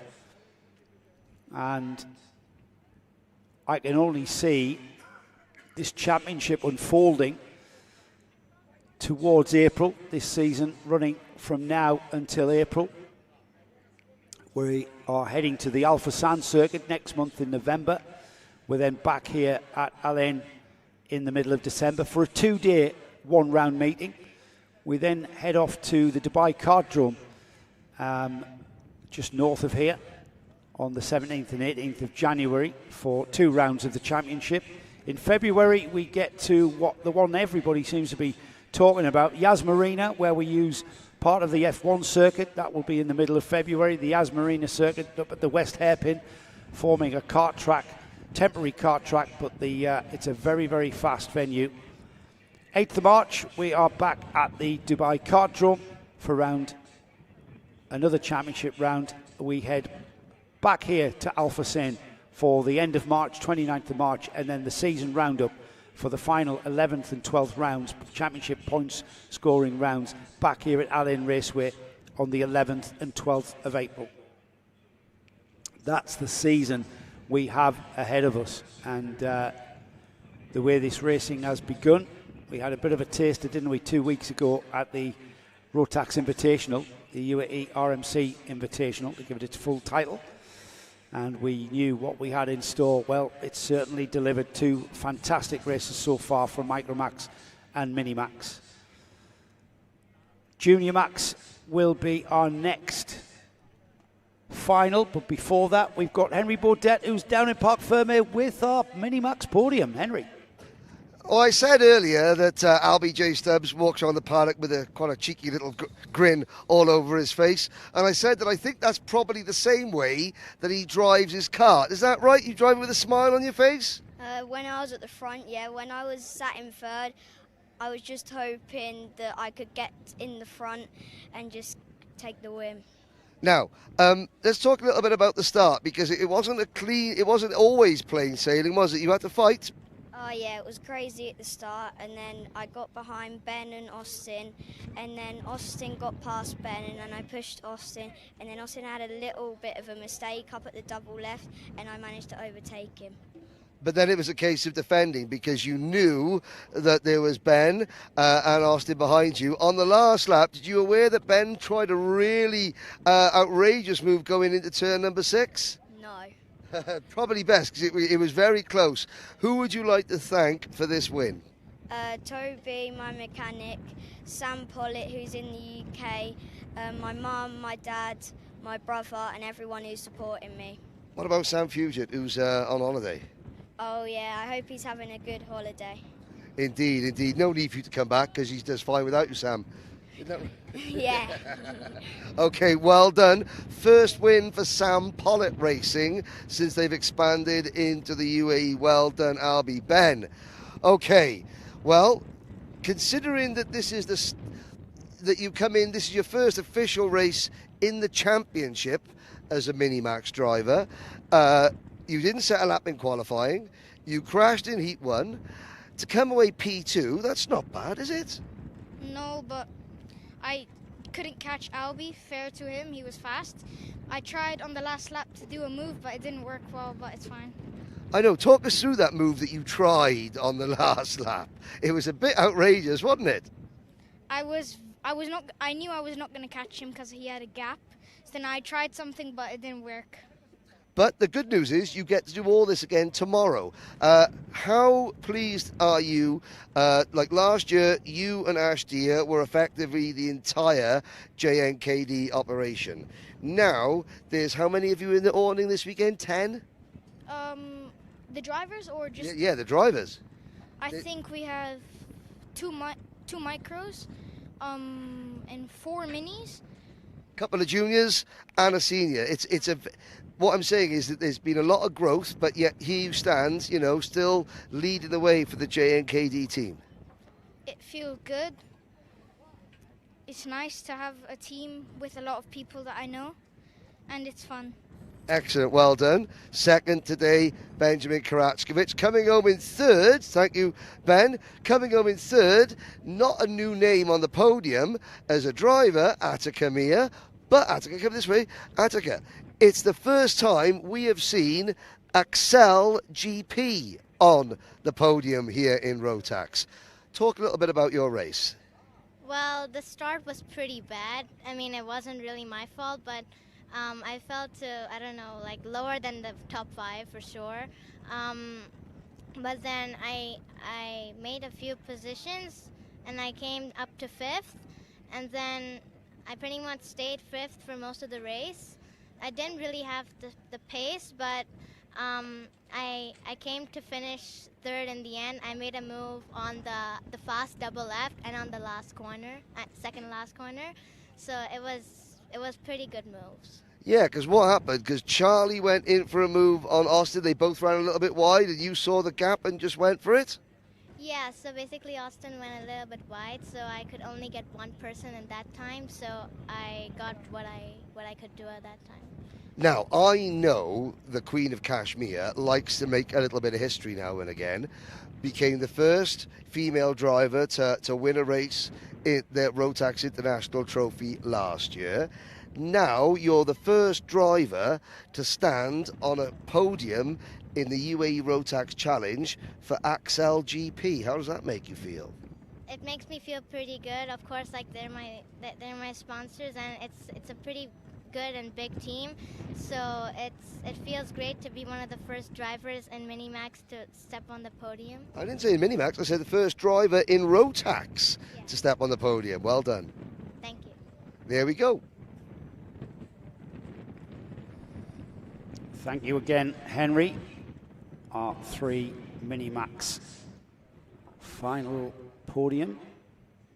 We are next out with Junior Max, and the big question is who can beat Mumbai Falcons' Connor Clancy, who has looked very, very much on his game. The first driver that's on that list of whether or not he can achieve that is Via Chopra, of course. The M&M driver is going to be right on his tail. Mitansh Jain from Mumbai Falcons. Well, he starts on the second row right behind his teammate Connor Clancy. So I'm not going to be surprised if we see a Mumbai Falcons 1-2 out of turn 1. The teammate of Via Chopra in the form of Pierre Abu Diwan from M&N. Well, he starts behind Chopra on that right-hand side as well. Oliver Spencer from JNKD, he starts 5th with Mumbai Falcons Aran Qureshi starting on the 3rd row of the grid. So Mumbai Falcons very well represented in this top 10, as is JNKD, with Leo Anya and Ari Kallenberg from George Gibbons Motorsport. He will start 8th. 5th row of the grid is Ray Haber and Giuseppe Montanari. We've got Aaron Mason and Floris Schenkenberg starting on the 6th row. 7th row is Gabriel Baracordi with Faris Hurun. And then on row 7, Savelli Kojai and Brando Londono. 9th row of the grid is Jaden Hidding and Harrison Stevens. Julia Engelhard and Jack Doe start on row 10. Row 11 is Jan Miklasova and Erin Otak. We've got a message for Erin as well. Come on, Erin. That's from Fatima Ramiz. Good luck to Erin. Erin starting on 22nd place. So behind that, in fact, there's been some changes, would you believe? Hang on. 22nd, we've mentioned, Erin Otak. Samuel Turner starts on 23rd. Derek Rivera starts 24th. Burad Baramova starts on 25th place. And then rounding off a 26 kart field, Johansa Senanayakai will start at the back of this Junior Max grid. Henry has managed to make his way back. Yes. Great interviews once again. A lovely bit of insight that you're capturing after these races, Henry. It's worth the sweat, mate. Oh, well, I mean, yeah, no. To run back. It is. And my waistline also thinks it's and you worth need the the sweat. steps. You need the steps. I do need the steps. If we could just move the podium to the Dubai Kartdrome, because then that amount of steps would actually really help my waistline. I've got to say. Do you know something? The first 2 finals of the year, all 6 drivers have been happy. And that sounds really strange, but not every podium finisher is always a happy podium finisher. I absolutely agree with that. Sometimes when you do a podium interview, it's like you're asking the driver for a kidney. It's like, hang on, you're on the podium. Yeah, but that's how intensely competitive some of these drivers are. Yeah, that's racing drivers. Yeah, that's the kind of what we instill in. And after all, these are only children who are racing. Yeah. But it is, and you know what? The objective of the exercise at the end of the day, for all of these kids who are racing, is for the kids to smile. And there we've got our the usual XL Motorsport perch. That's the XL Motorsport balcony, You've got Lockie Robinson and Rob Gunnari there. There's a GGM interloper, and you've got Mr. Montanari to the left there. They've been joined by a bearded Paul Hardy, who is drinking Heineken? No, it's Perrier. It's Perrier water, it's isn't Perrier it? Water. No, of course it's Perrier. As a proper northeaster, it's a long time since he had a northeast accent. I tell you what, yeah, but long time. No self-respecting northeast would be seen dead on camera drinking Perrier fizzy water. I'm going to clip what this. What have you become, Paul Hardy? What have you become? He's been here too long, hasn't he? You've given him some sort of culture. There's your grid, which we've already had a run down, so I'll leave our viewers to peruse that. Connor Clancy, I was mentioning, Henry, Connor Clancy's going to be hard to beat from what we've seen so far. However, I'm sure Via Chopra, Mitansh Jain and Pierre Abu Diwan, just to mention the drivers that are directly behind him, they're going to want to make me eat my words, aren't they? They're going to want to get about Conor Clancy early. They're going to want to drag him into scrap. Because like we talked about in the pre-final, Conor is a very, very good defensive driver. Not necessarily defending all the way. It's what we saw in the pre-final, isn't it? Of just being subtly defensive, being defensive, frustrating. Yeah. You know, really, annoying the drivers behind. Not because he's a lot slower than them, just because, hey, they may be as quick, if not a fraction quicker than him. However, his knowledge and his ability to put his kart in exactly the right place at the right time every lap means he's a very, very difficult person to pass. We're in the Al Ain desert here. We're in the Emirate of Abu Dhabi. We're in the desert. It's very windy. There is a narrow line here in the UAE, I've noticed on these tracks. Yes. And then the track is delineated by the white lines either side. However, the track is a lot narrower because of that dusty offline. Exactly. And if you try to defend by going way offline and getting onto that sand, you can see, look at the rubber that's being put down there by 2 days of running so far. 2 weeks ago we ran, and this track gets used every day, doesn't it? Yeah, it does, yes. So look, you can see the line, but have a look at the colour of the tarmac offline. And that's how dusty it is. And that's when you defend your line, you can't defend too aggressively because that's going to absolutely ruin everything for you. And everybody knows that, of course. Exactly. So you've got about a cart's width to make a move. And Conor Clancy knows that if he puts a quarter of his cart in that cart width, it's virtually impossible to get through. So that's why I think they're going to want to set about him and set about him early. Have a look for the orange livery for the Mumbai Falcons leading into turn 1 as we get things underway with Conor Clancy. Is that going to be given the go-ahead? Yes, we've given the thumbs up and the green flag. The lights have gone out. And it's Mumbai Falcons. I called it 1-2 for Mumbai Falcons with Conor Clancy and Minash Jain off towards the back bumper of our pole sitter, Conor Clancy. And if he can do a team job with 14 laps remaining, it's going to be a big ask for anybody to stay where they are right now. Up in the third position has come Oliver Spencer. Now, what has happened to Pierre Aboudiwan and also to Harrison Stevens? I thought they have just clocked up. Pierre Aboudiwan has lost an awful lot of time. So the person now to watch for me, third place driver, Oliver Spencer, because you can talk all you want, and then Oliver Spencer will do stuff like that. He'll send it inside. Here's the kartshop.me replay. Perfect illustration. I'm going to go right to the inside. There's no grip. Crosses it up under braking, and will drop back. However, did well to keep it on the track, Henry. He was way offline, carrying a lot of speed on a very dusty offline line through that corner. That just didn't work. Nice try. So, but this is Oliver's family have only just moved to the UAE from the UK. He's only just moved up from mini to junior. So he's not only getting used to the new type of asphalt, the new type of racing, and the full-size go-kart. In his Minimax car in the UK, that would have been a move that he would have made all day, and it would have worked. Yeah, not over here. He wouldn't have any dusty sand on the inside line as well. That's what he's learning all the time.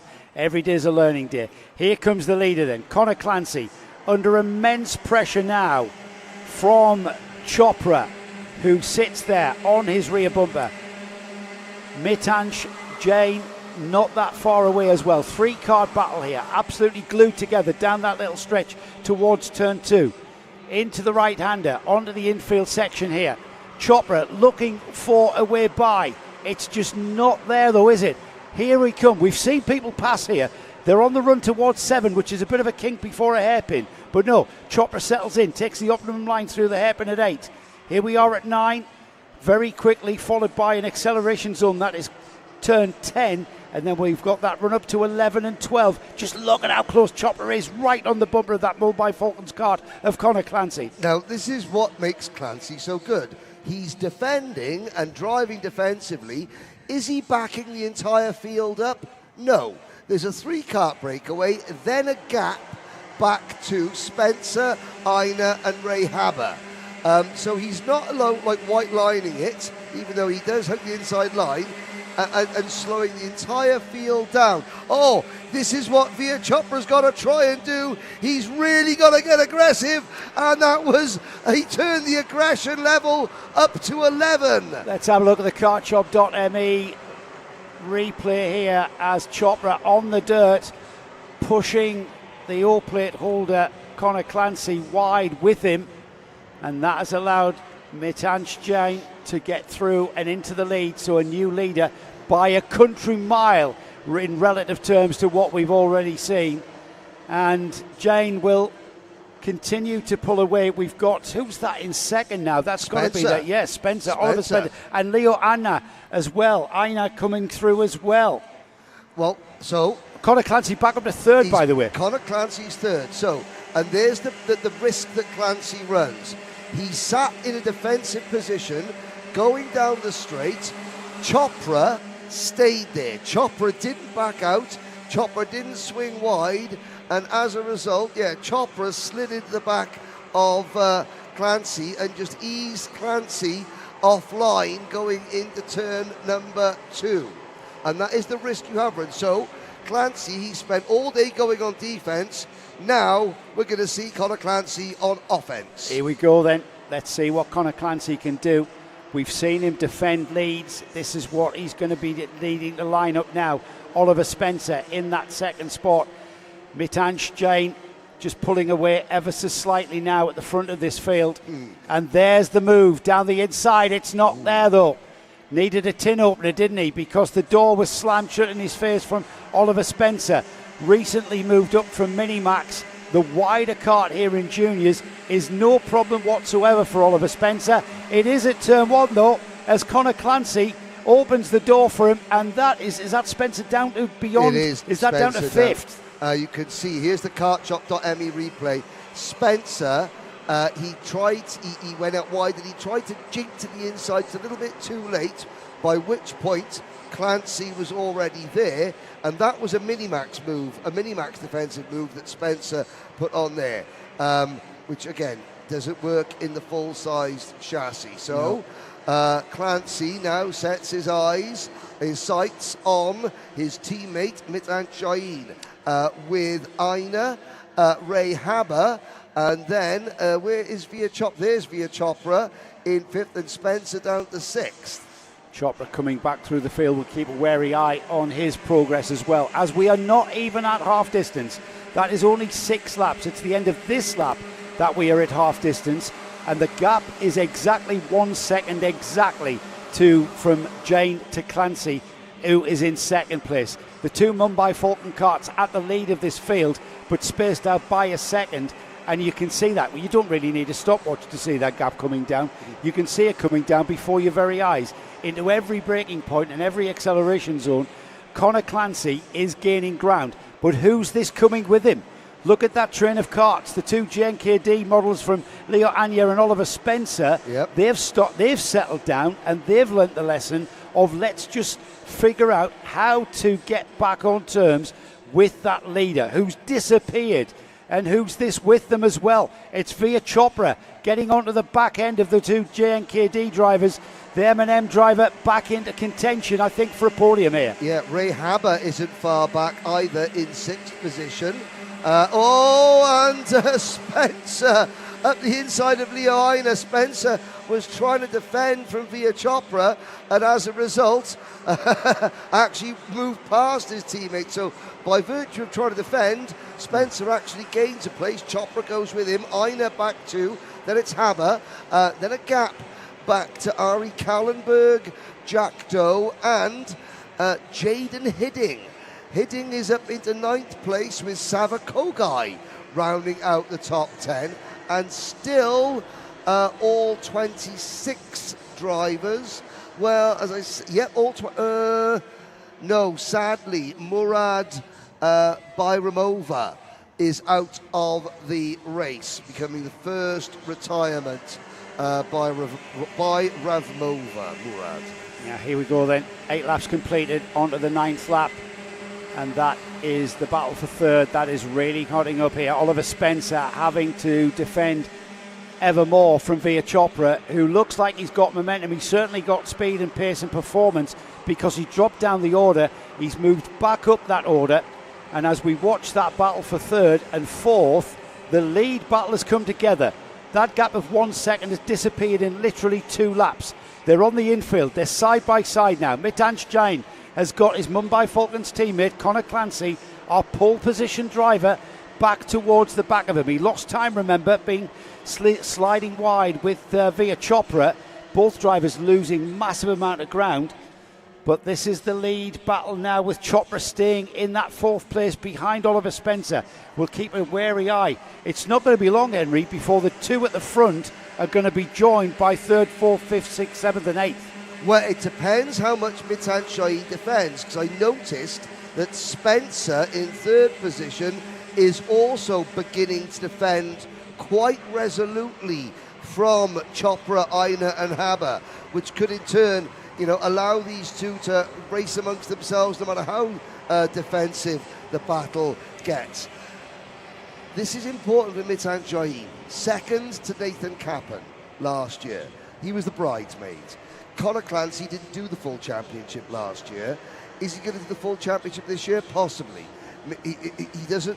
Mitansh Jain doesn't want to be the bridesmaid to another Mumbai Falcons teammate. So at some point, Mitansh has got us. He's got to stretch his, get his shoulders out and say, okay, Well, I'm sorry to put a dampener on that one, Henry. It's clear to see that Connor Clancy has got massive pace here. He started on the pole, he dropped way back. Now I think he's playing a waiting game. There's still 4 laps left.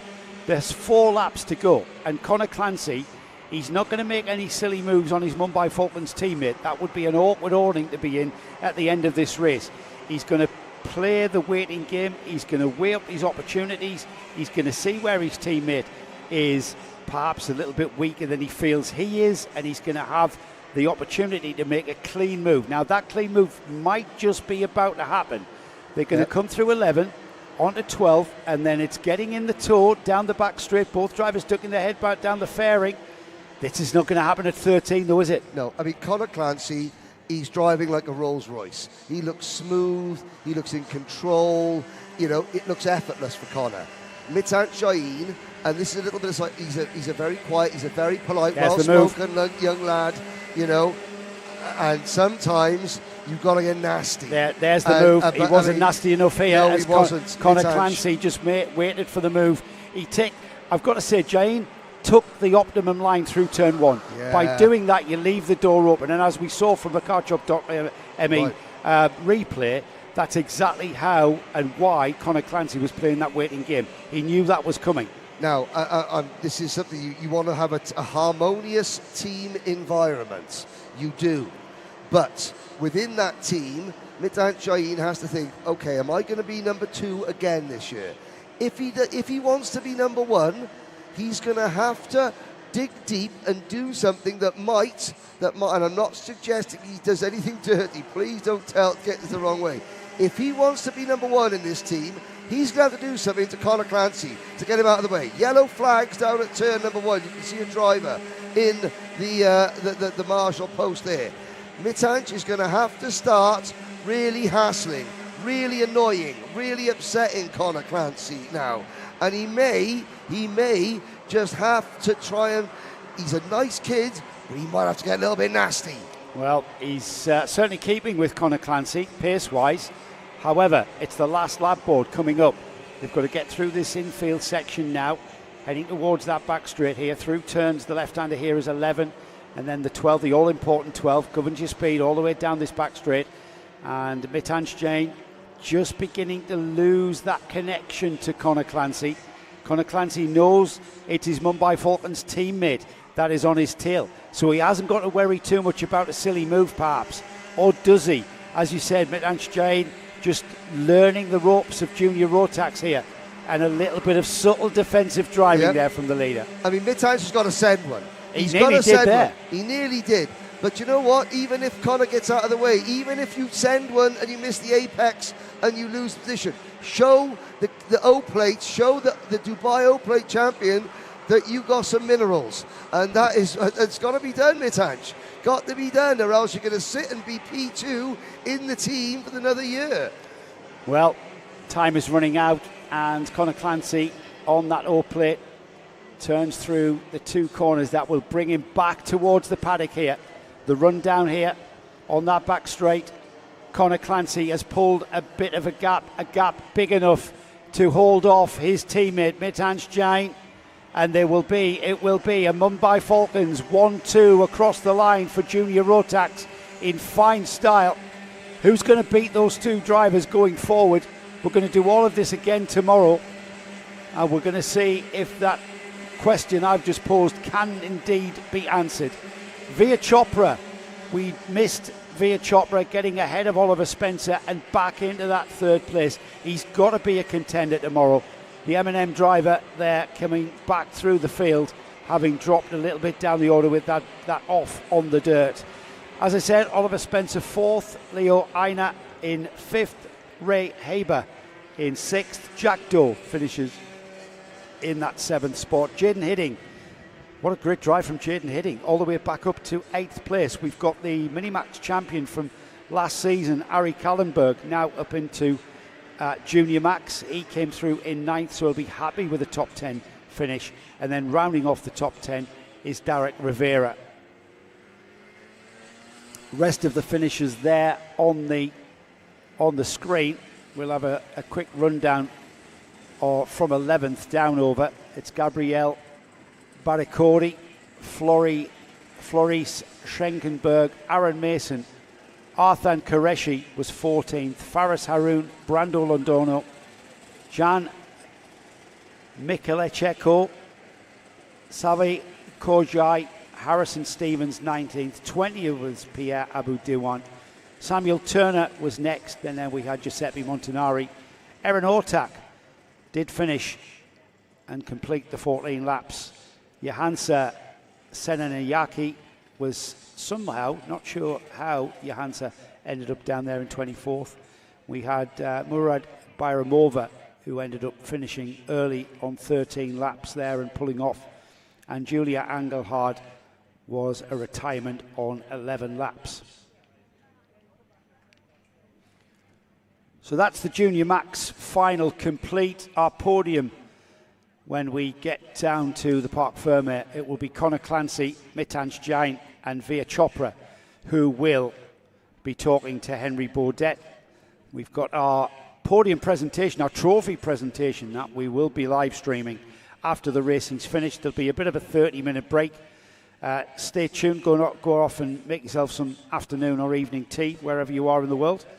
And come back to us and watch our very delighted drivers take their trophies for the first round of the UAE RMC. Very hard fought it's been. Didn't go, looking at the results, you would see Conor Clancy starting from the pole position for Junior Max, and you would see that he took the win. However, it wasn't quite as simple as what it seems on paper. With a hard fight there, an incident with his with Veer Chopra culminating with both of the carts almost going off. Chopra did indeed go off. Both of the drivers down the order. Conor Clancy coming back through, fighting with his Mumbai Falcons teammate Mitanj Jain, eventually getting by him to take the win. Of course, we'll be racing here again tomorrow for round 2 of the UAE RMC. It's a full day's racing again, starting with qualifying in the morning, and then again exactly the same race program as we've had today, with heats, pre-finals and finals. But right now, Junior Max down there in the Parc Fermé. Not quite ready yet down in Parc Fermé. We'll see if we can. We know we will bring you our 3 podium drivers. However, they've got to get through tech inspection before we do that. DD2 Masters will be next. Sorry, not DD2 Masters. DD2 and DD2 Masters will be up next. This is our gearbox class of Rotax Max Challenge Racing. And it will be a 14-lap final for DD2. The big question going forward into this one is Tyler Harris. Tyler Harris has been absolutely formidable in the heats and pre-final. It's whether or not anyone can find the pace to get on terms. He will start on the pole position with Adam Malek alongside. Hamza Ashisho will start on row 2 with Moritz Konopjes on row 2 alongside. Kyle Blockley will start on row 3 with Sami Al-Assad. Greg Watt and Bernardo Del Castillo share row 4 to round off an 8-car field. Leading DD2 Masters, starting 4th overall, is Moritz Konopjes. Kyle Brockley second in the Masters. Greg Watt starting in 7th. Kyle Brockley starting 5th overall, I should say. 7th overall and 3rd in DD2 Masters will be Greg Watt. And it will be Bernardo Del Castillo who will start 4th in class and 8th overall. Team-wise, Mobile Falcons, fresh from their 1-2 in Junior Rotax, will start on the pole position with Tyler Harris representing them. And then we've got the two M&M drivers in 2nd and 3rd. That's Adam Malek and Hamza Ashisho. Mobile Falcons with Moritz Konopjes will start on row 2 as well. So it's Mobile Falcons and M&M really consolidating the front 2 rows. We've got the KAA team in the form of Kyle Blockley, and then M&M with Sami Al-Hassad. Greg Watt is in his Honolulu Racing livery, but he's running as an independent, not with any team, running himself. And then the Telios team with Bernardo Del Castillo, their driver, representing them, starting at the back.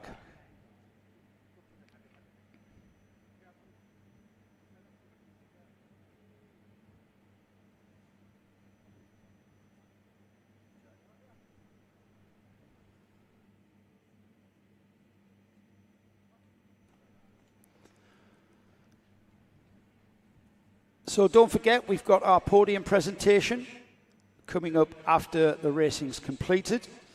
We've got our official photographer for the series, Altug Madek, who's our photographer here this weekend. His photographs, which are a pretty high standard, considering it's not Altug's primary job. He is an airline pilot.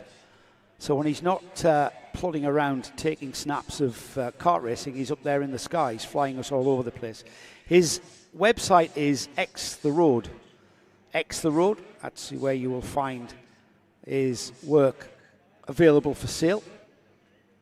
And of course the series being well represented with Altug's work on all of the social media channels that we see. Altug Madek we'll see down in the podium presentation, I would say. He'll be taking and snapping away the podium and the trophy presentations, where we have a lot of happy, smiling people. Please do join us, even if you haven't, I know it's a hard one, no consolation. If you haven't won a trophy, there's always tomorrow, but do try and join us, make it a bit of a great atmosphere. I know you will. It's a very pleasant paddock here in the UAE RMC. I've got to say it. A lot of smiley faces, loving their racing. We're all kindred spirits. We all have this common interest, which is called motor racing. And indeed, in this case, karting, which I've been around for far too many decades, I wish to mention. So we are just waiting for our DD2s to be released. Then you'll see our grid graphic. We've mentioned Tyler Harris. And whether or not anyone out there anyone in this DD2 field can beat Tyler Harris today is going to be a big ask. He's been absolutely dominant with this one.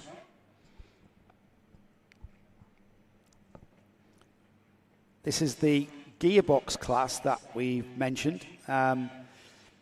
Just as if it isn't hard enough to drive a Rotax Max kart around any kart track wherever you are, let's just add in the complexity of putting a 2-ratio gearbox on underneath the motor to drive the rear axle. You've got first and second gears. You've got a paddle shift on the steering column. The left-hand paddle is for first gear. It engages first gear. The right-hand paddle swaps out first gear for second gear. And likewise, if you're running in second gear, you pull the left-hand paddle, it'll swap out second gear and engage first gear. This assists the drivers in, certainly down the box, in braking efficiency as well, using the gearbox as well as the brakes to slow the karts down, so you get some really, really narrow braking distances towards the corners. And you'll notice also that the karts brake very stably with brakes on the front axle as well as the rear axle. It gives the kart true gearbox kart style of braking in a very controlled manner. So with DD2's about to come out, we wait for the green flag.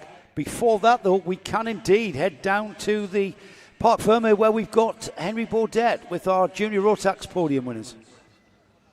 Well, thank you. Again, Ken Park, the race director, wanting to speak to all the drivers after the final. Conor Clancy, well, started from pole, then went backwards, then had to fight your way back through. First of all, defending earlier from Via, what was going through your mind when you lost the lead? Yeah, so obviously started pole, got a good start, but Via was rapid, honestly, so caught up to me. I was like, okay, I need to get on the white lines here, so I did that.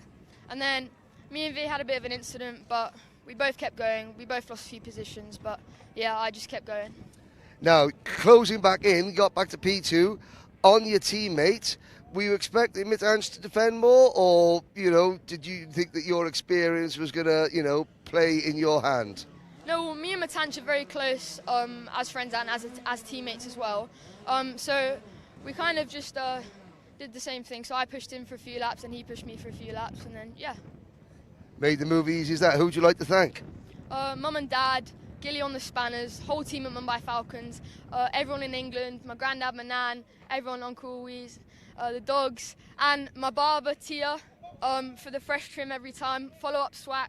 Yeah. Do I get a fresh trim as well? Yeah, I'm sure Tia will fix you up with a good trim. Excellent, thanks Tia. I'm looking forward to seeing you. Well done, Conor Clancy. Mittange Shaheen, second place now. Okay, you were second to one of your Mumbai Falcons teammates in junior last year. You're not going to be second to another one of your teammates this year, are you? No, I'm going to go for the win this time. Going to go for the win this time, okay. When you were leading, did you think about starting to defend a bit early, or did Conor sort of catch you a little bit by surprise? No, I knew Conor was catching up and I knew he would catch up. So I saw him pushing me for a few laps and okay, we're going to play a team game now. We're going to create a gap. He went past. Okay, fair enough. I'm just going to push him. Last lap we race. And he just came out on top last lap. But at one point, I was saying, you know, Mittange, you're one of the most polite, nice drivers in the paddock. When are you going to get mean and nasty when it comes to fighting? Because he's smiling over there. But hey, he'll tell you, you know, hey, you could be the best of friends off track, but there's no friends on it, is there? No, there's not. When are we going to see mean Mittange? Tomorrow? Probably. Probably. There we go. Thank you very much. Well done. Okay, Via. I mean, when you came in, you know, there's a what? Oh, there we go. Come stand out the way of that wassop. Right. You tried. You went in for a move. You both ran a bit wide, and then, you know, the fight back got you as far as third. I could tell you were a bit disappointed, but, you know, for the second time in succession now after the Invitational, you've run Conor so close. Yeah, I think it's a pretty good effort from me, and I tried to keep up, and then after that incident, I just tried to not lose my focus and then just get back. Let's flip back to this time last year. You would have been over the moon speaking to me on the podium at the end of a junior final. What's changed? I think I've just gotten more mature and I've improved my driving a lot. So now the expectation is to achieve more? Yeah. You've certainly got the speed. Now you've got to try and think your way past Conor Clancy, because he's frustrating, isn't he? Yeah, definitely. He knows how to drive defensively and put his car in the right places. That means you're going to have to pull something out of the bag pretty spectacularly, aren't you? Yeah, definitely. Okay, well, you can think about it all night. You can put it into practice tomorrow. Well done. Thank you. Thank you, Henry. Great work there with our Junior Rotax podium sitters. And we'll see them at our trophy presentation coming up after the next two races. We've got DD2, the DD2 and DD2 Masters final coming up next, and that will be followed by our Senior Max final. So expect fireworks. We're going to see a different kind of racing here, the gearbox class, the 2-ratioed gearbox on the DD2 card. It's the same engine, the 125cc Rotax engine, but it sits atop a 2-ratio gearbox driving the rear axle. Brakes on the front of these carts as well as the rear axle as well, with a completely different style of driving that we're going to see. Tyler Harris on the pole position, as you can see. Adam Malek alongside. Hamza Shisho and Moritz Knopschers on row 2. Kyle Blockley, Sami Al-Hassad with Greg Watt and Bernardo Del Castillo is your 8-car field. We are told that we have more DD2s coming out for the remaining rounds of the UAE RMC. This season we'll see at least another 4 or 5 that we're being told about. So that would be good. 8-cart field, or you need 2 carts to make a race. Well, we've got 8 here, so we saw some very interesting racing here. The way that these drivers have to race these carts and race and overtake is a completely different art form than what we've seen in our other classes, and certainly what we're going to see in the senior Rotax class. We get a much more, what looks like a more agile kart. It's not necessarily more agile, it's because the rear brakes, acting on the rear brakes in the senior Rotax class, is the brakes only act on the rear axle. So the carts are sliding around. You get the cart to rotate a bit more. Not so much in the DD2. Yes, you've got to get the rear rotating, coming around, point you in the right direction out the corner, but it's a less aggressive style that we're about to see.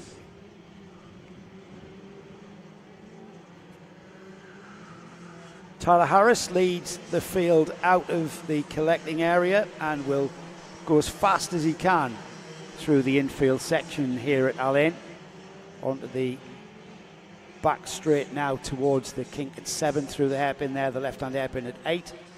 This right-hand hairpin at turn 9, then the right-hander at 10. Takes them on a short blast down to turns 11 and 12. And then this is where he will form up the grid. 2 by 2 then, Tyler Harris, Adam Malek, Hamza Shisho and Moritz Knopschers. Then we've got Kyle Blockley, Sami Al-Assad, and it's Greg Watt and Bernardo Del Castillo who round off this 8-cart field. Line astern at the moment, they'll start forming up in 2 by 2 and head down towards the rolling start. Nice pace from Tyler Harris, slowing them up nicely, and now with the lights go out and we are racing. Tyler Harris on the left-hand side on the inside line going into turn 1, and he has to defend, Henry. That was a really aggressive defend into turn 1. Yeah, and the same situation that you had with Conor Clancy in juniors. The rest of the DD2 field will want to get at Tyler Harris early because of how difficult it is to overtake in DD2. Also, you know, they haven't seen Tyler under pressure in a final. Will he make, you know, 1 or 2 slight mistakes? Will the fact that he's driven direct drive karts here for the last 3 or 4 seasons, will he suddenly have a brain fade and switch back and forget to flick up a gear or forget to flick down a gear? You just never know. Well, I did mention, while you were waiting up at Parc Fermé, I mentioned, let's just add and it's already a pretty tricky thing to do, is drive a Rotax Max kart. Let's just add in the complexity of 2 ratios, final drive as well. And then, that really does that really does give you a lot more to think about, as well as the way that we're seeing here, driving nose to tail. Well, Alan Malik and Hamza Hashisho, I think Malik is looking a little bit frustrated behind his teammates. He's sort of certainly shoving him down the straights and giving him a bit of a bump draft almost, if you were. Possibly, out of frustration more than, okay, let's work together. Can the Mumbai Falcons become the first double race winners here this season? We've had XL Motorsport win in Micromax. In Minimax, we had Sam Pollitt Racing. Junior Max with the Mumbai Falcons. Matthias Nagem Motorsports, M&M running second and third here.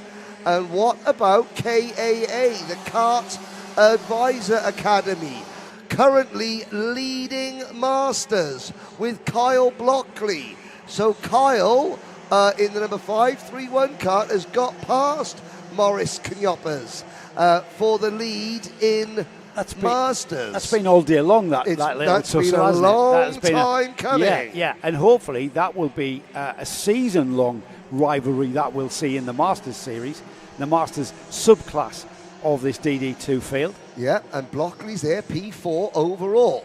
Not quite on the outright DD2 podium, but only one place off it. Harris now looks like he's into his rhythm. Hashisho, again, who is quick, but this is only his second full season of bar. Actually, he's now been karting for about 12 months as Hamza Hashisho. The Invitational was his first win of any kind. So he's done no karting prior to that? None. Canadian mum, Qatari dad, and his dad is here as always supporting him. But yeah, Hamza, I think I commentated on his second ever kart race, which was at the Muscat Speedway in December last year. Well, he certainly picked this up quite quickly, hasn't he? Because to keep pace with the likes of Tyler Harris and Adam Malik, you need to have some ability about you, don't you? There they are, dipping their heads behind the fairing. The two M&M drivers trying to work together to at least keep Tyler Harris in sight. However, Harris is just keep putting in those purple sector times there. Mind you, Hashisho not that far behind. Green, purple. Fastest lap of the race, 56.169 for Hamza Hashisho. That's the kart in second place there, just at the front of those two. Yeah, do you know something though? We talk about how Tyler Harris has got to forget all about the direct drive intricacies for this two-speed kart. Hamza Hashisho has never driven a direct drive race kart. So he only knows how to drive one of these DD2. So he's not got any old habits that he needs to sort of erase from his memory banks, because he doesn't have any memory banks of direct drive karts to erase. All he knows is the two-speed DD2 kart, which is why he is up to speed with the likes of Adam Malik, with the likes of Tyler Harris, after just 12 months in a seat. There are some drivers that have the brain capacity to be able to take in the busyness of driving around a racetrack, and certainly it's a lot busier a lap when you have to consider the two ratios and how to get the best out of the kart. These karts rev to what? 14,000? Many thousands. Yeah, 14,000, 14,500. Lots of thousands. They're buzzing up, and if you forget to go to second gear, or even in second gear forget to go to first and have it drop off the power band, there's a lot to think about. Yep.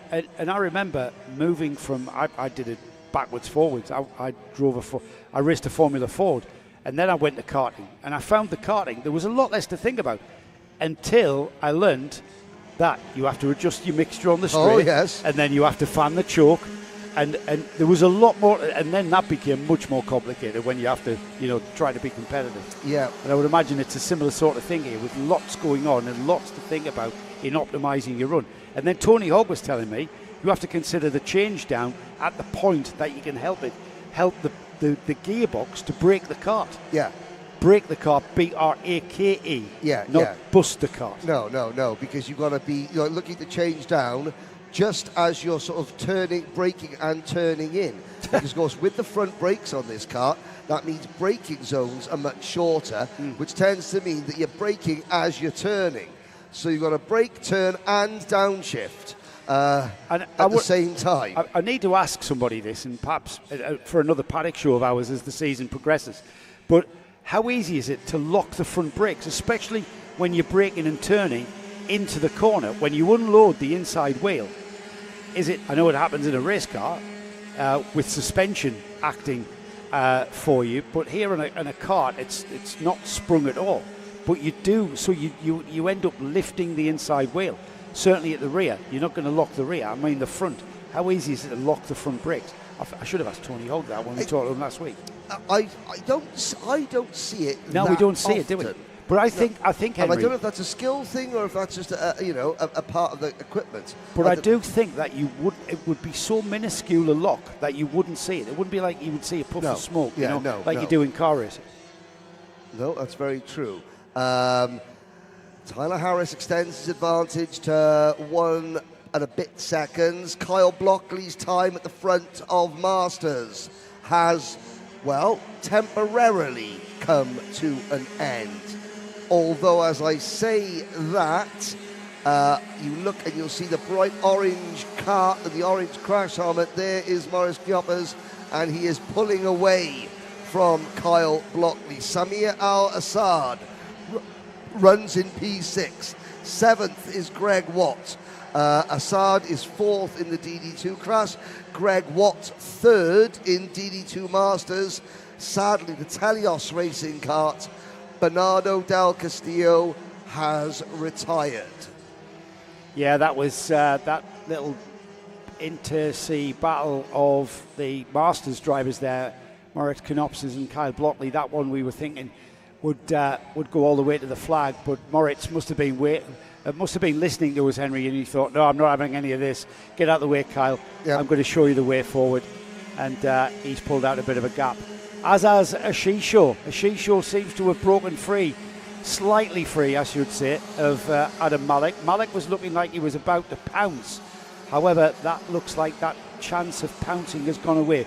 Not unless, of course, he can start bridging the gap. And as I look across to the infield, he has indeed bridged that gap, and he's challenging again. Malik looking the most aggressive he has looked since about lap 2 or 3 of this race. We're on lap 10 out of 14.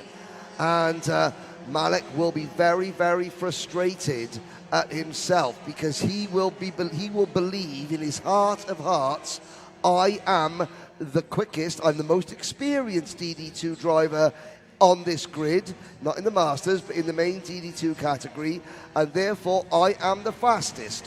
Why am I therefore only 3rd?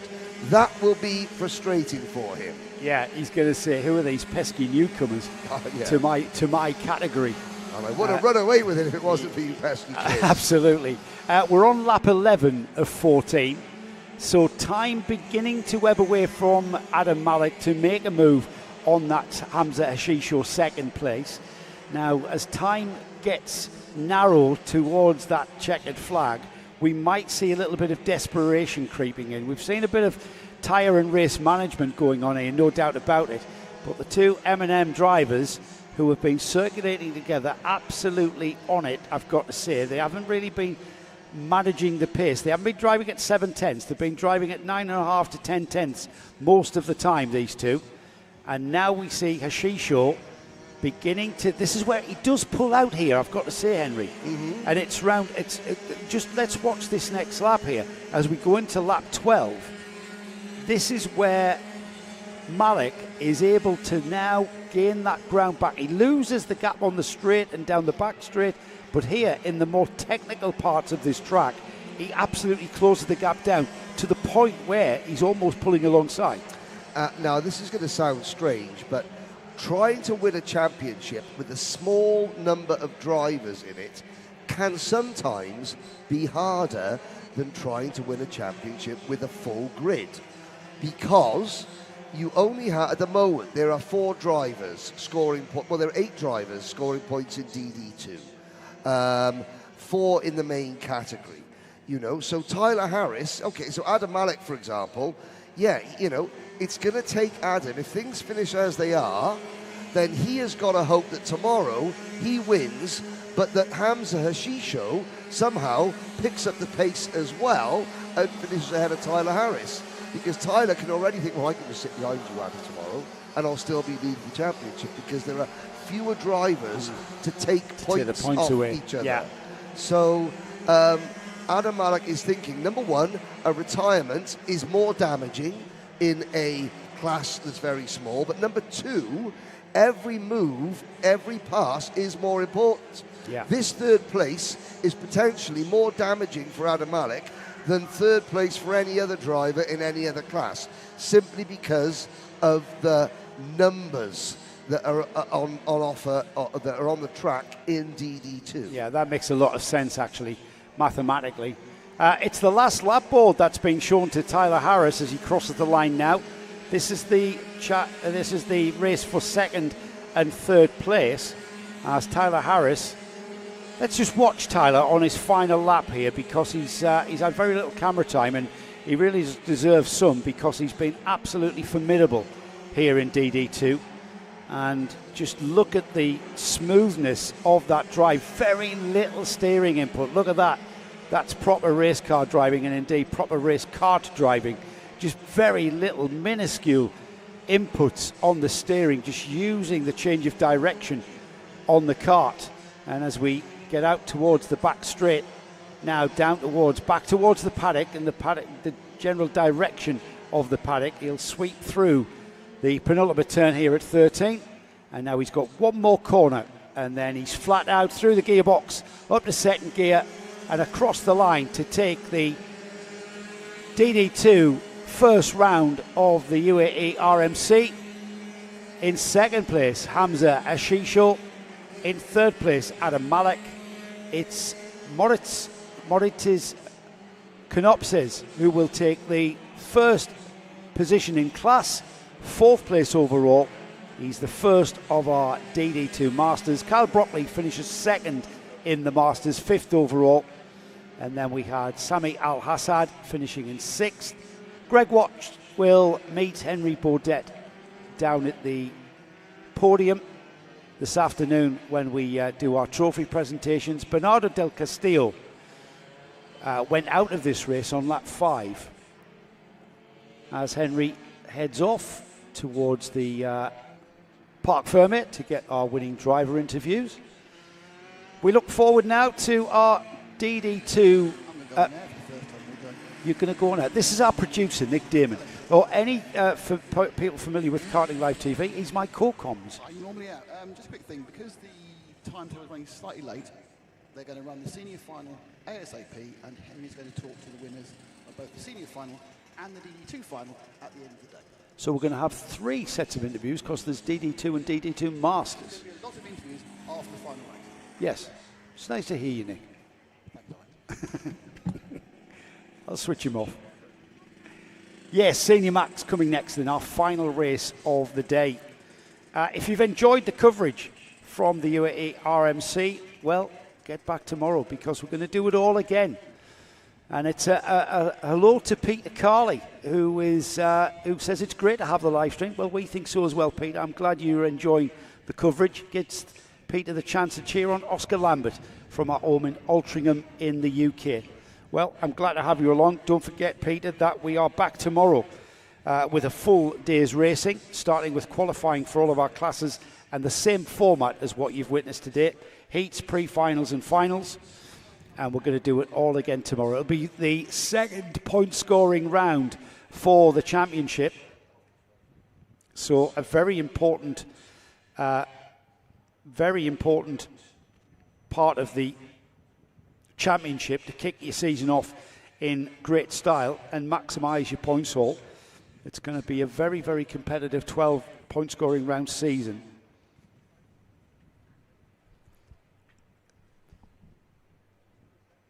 Yeah, just have. You weren't listening, were you? So we had a very well subscribed Senior Max field. We've got 37 karts that have qualified for the all important final, and we split them into 3 groups, A, B, and C, and then they went off and formed the grid from each driver getting 2 heats. George Nasser will start from the pole position after some fabulous driving all day long from George's. Mohammed Menemai will start alongside Nathan Kappen and Oscar Lambert. Hello to Peter Carley again. Oscar Lambert starting on the second row for the Mumbai Falcons, and he's certainly in contention. Zain El Hamasani will start alongside Jeremy Montgomery Swan, who you can never discount. You can't discount GNKD's Jeremy Montgomery Swan. He's starting 6th. 4th row of the grid is Alessandro Bigi with Ryan Damadasa. We've then got Ryan Caruso, Ryan Qureshi. Aaron Dewan and Jules Dormont start on 6. Row 7 is Kian Kreinbull and Naaman Karija. Leith Nomina and Louis Hartman will start next. I'll try and get through these before we have the grid forming up underneath me and heading towards the start lights. Row 10 is Oscar Backhouse and Shivan Kartek. We did have the grid order on the screen. I hope you caught the driver that you are supporting as we have this full field of Senior Max heading down towards the start. The lights have gone out and we are racing. Georges Nazar on the inside. He's got the ID line. Got karts off to drivers left there. We've got a kart pointing in the wrong direction. A couple of karts spinning off as well. But Georges Nasser off and into the lead.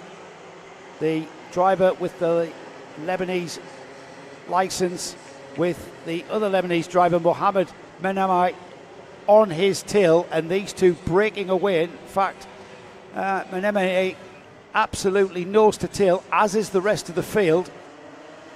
Just looking up, sorry, Joe.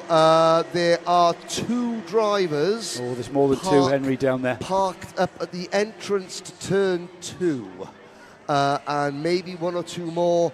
Rayan Kairus, Kia Kremble, Naman Krasia, Manaf Hijawi, and Krishai Gute. I think they're amongst those that have had issues on the first lap. Alexis Alzia just scraped in, so did Alicia Canessa. There's Canessa and Abdullah Al-Qaita. Enzo Tesluk, another driver. There was an incident at turn 1, Henry, just as you were getting back up here as we went to the start. Meanwhile, at the front, got a train of 6 karts now breaking away. It's Nazar, Menemai, Kappen, El Hamasani, Damadasa. Oscar Lambert has dropped from 4th to 6th. Qureshi 7th, just off the back of this train of 6 there. So Oscar Lambert, he's the 6th driver there, but behind them, well, it's pretty much the whole field in line astern formation in a train. We've got a battle for 4th place there with 3 karts trying the same to be all part of the same piece of real estate there as the first 3 break free.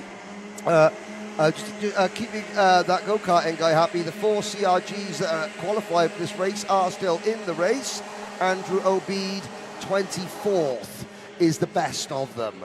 We'll concentrate on the leaders. Here they come through turn number 3. Nassar, Menene, and Nathan Kappen. El Hamasani, Damadasa, Lambert, Dewan, Montgomery Swan, Qureshi, and Leith Mumina. Great start for the Saudi driver, Leith Mumina. Both Saudi drivers from Skyline Racing did make it into the main event. Abdul Razak Al-Quraishi, 25th, having survived the opening lap skirmishes. The train of karts behind these 3 are pretty much the whole field. Yes, there's a few stragglers at the back that were caught up in incidents at the start of this race, but there's a massive train of karts from 3rd place down as Oscar Lambert, he's got to the head of that train of karts. He's got ahead of Rian Damadasa. Zain El Hamasani has dropped to 6th now. Jeremy Montgomery Swan, he's right there as well, and they will be wanting to perhaps work in conjunction with one another and close that gap. If they close that gap to these 3 here, the top 3, it's going to be a huge train. And there you can see. Oh, yes. Look at that train of karts. That they are coming. They are coming now. And if these three start squabbling for first, second and third, that could be anybody's race, Henry. Well, yeah, because you've got Omar Ganoum in 14th position, and they're squabbling for second place. Manane defending P2 from Nathan Kappen. But then you've got, Lambert, Damadasa, El Homasani, Montgomery Swan, Qureshi, Dewan, Dumont, Biji, Luminar, Haddad, and Ganoum. That's down to 14th place. And then Amani Kinua is all on his own, but he's travelling like a freight train and is trying to close in as well. George Nassar, he'll be getting signals from his mechanic, Jamie Zaira, from the side, and I think Jamie will be saying... Jamie Zaira is George Nassar driver coach? Yeah, he's mechanic this weekend. Yes, is he really? And I think Jamie signals being head down, go, don't even think about looking behind you, because if you do, you might soil yourself, son. Yeah, absolutely, and it is a very composed looking leader, but they're on the dirt, down the inside. Can he stop the cart? No, he cannot. And Lambert just made a move. Made a great move there, but the Cartshop.me, the 351, heads down the inside. Nathan Kappen it was. He just couldn't get the cart stopped because he was barely touching tarmac. He was on the very dusty, sandy inside. Yeah, and that opened the door for Oscar Lambert, but it has given George Nassar breathing space, more breathing space than he has ever had before at this stage of a final. It does mean that from Manane there in kart 372 running in second place, he's 1.8 seconds behind the race leader. Kinua in 15th place, who's just set the fastest lap of the entire race, is 4.6, so 2.8 seconds separating second to 15th. This is going to go all the way to the flag. This is playing very nicely into the hands of our leader, Georges Nasser, who's now pulled a gap of 2.8 seconds. And that's because Mohamed Maneme has gotten by Oscar Lambert again. Nathan Kappen there drops to fourth. These are just swapping, willy-nilly swapping places. And because they are racing like this, the rest of that field that Henry ran through a moment ago, all of those 14 carts, they are not that far away and can capitalise on any kind of incident if this lot here trip over one another. And you know what, Henry? Anything can happen. This is racing, isn't it? It is indeed. Jeremy Montgomery Swan has had an issue in the number 334 JNKD kart. A slow last lap. It looks like it was an off-track excursion. He now runs 30th and last. Believe it or not, we lost the 4 carts on the opening lap. K-Roos, Crayenbull, Kukrasia and Hijawi, and Backhouse and Gutte also, so 36 carts started, but 6 carts went out on the opening lap. Everyone else still running. Half distance then. 7 laps completed, 7 laps to go. Georges Nasser extends the lead to 3.6 seconds to Mohamed Manene, but the Mumbai Falcons kart of Oscar Lambert and Nathan Kappen, both from Mumbai Falcons, they are right there with him, queuing up as Manene breaks away. And then we've got Oscar Lambert, who is the cork in the bottle, isn't he? The number 321 of Damadasa has got ahead of Kappen, has he? Yes. He's got ahead of Kappen, and he's the one that wants to queue up behind Oscar Lambert. The bright orange livery of Mumbai Falcons is clear to see there, and behind them, swapping of positions. This is why this pack is dropping off the 2 leaders. And look at the Telios kart, the black and white with bits of gold on it of Jules Dumont. Jules Dumont in kart number 337, the Spanish driver. He is also now featuring. He's just behind Kappen, so there's 3rd, 4th, 5th, 6th there. You've got Dumont 7th, Qureshi, Dewan, 2 more of the Mumbai Falcons karts, and then another of the XL karts. Laith Muminar, the Skyline Racing. There's Dumont getting it all crossed up under braking. Let's have a look at the Cartshop.me replay. You'll see Dumont in the black and white car, and suddenly his arms start moving like, oh yeah, we missed our braking point. And luckily there was a front bumper of another car to help us. Well, that might be a bumper penalty coming. It may if he did make contact hard enough, as we get towards we're not even near the final stages. This still is the mid-race stages of this race with 9 laps completed, 5 laps to go then. Georges Nasser, 4.3 seconds is the gap for that young man, the M&M driver, absolutely showing everybody a clean pair of heels. Mohamed Menemene has not closed that gap, Henry. I thought he might, but there's the best lap, fastest lap of the race, has gone to the leader, Georges Nasser, who was absolutely outstanding. And I've got to say, unbeatable here this afternoon.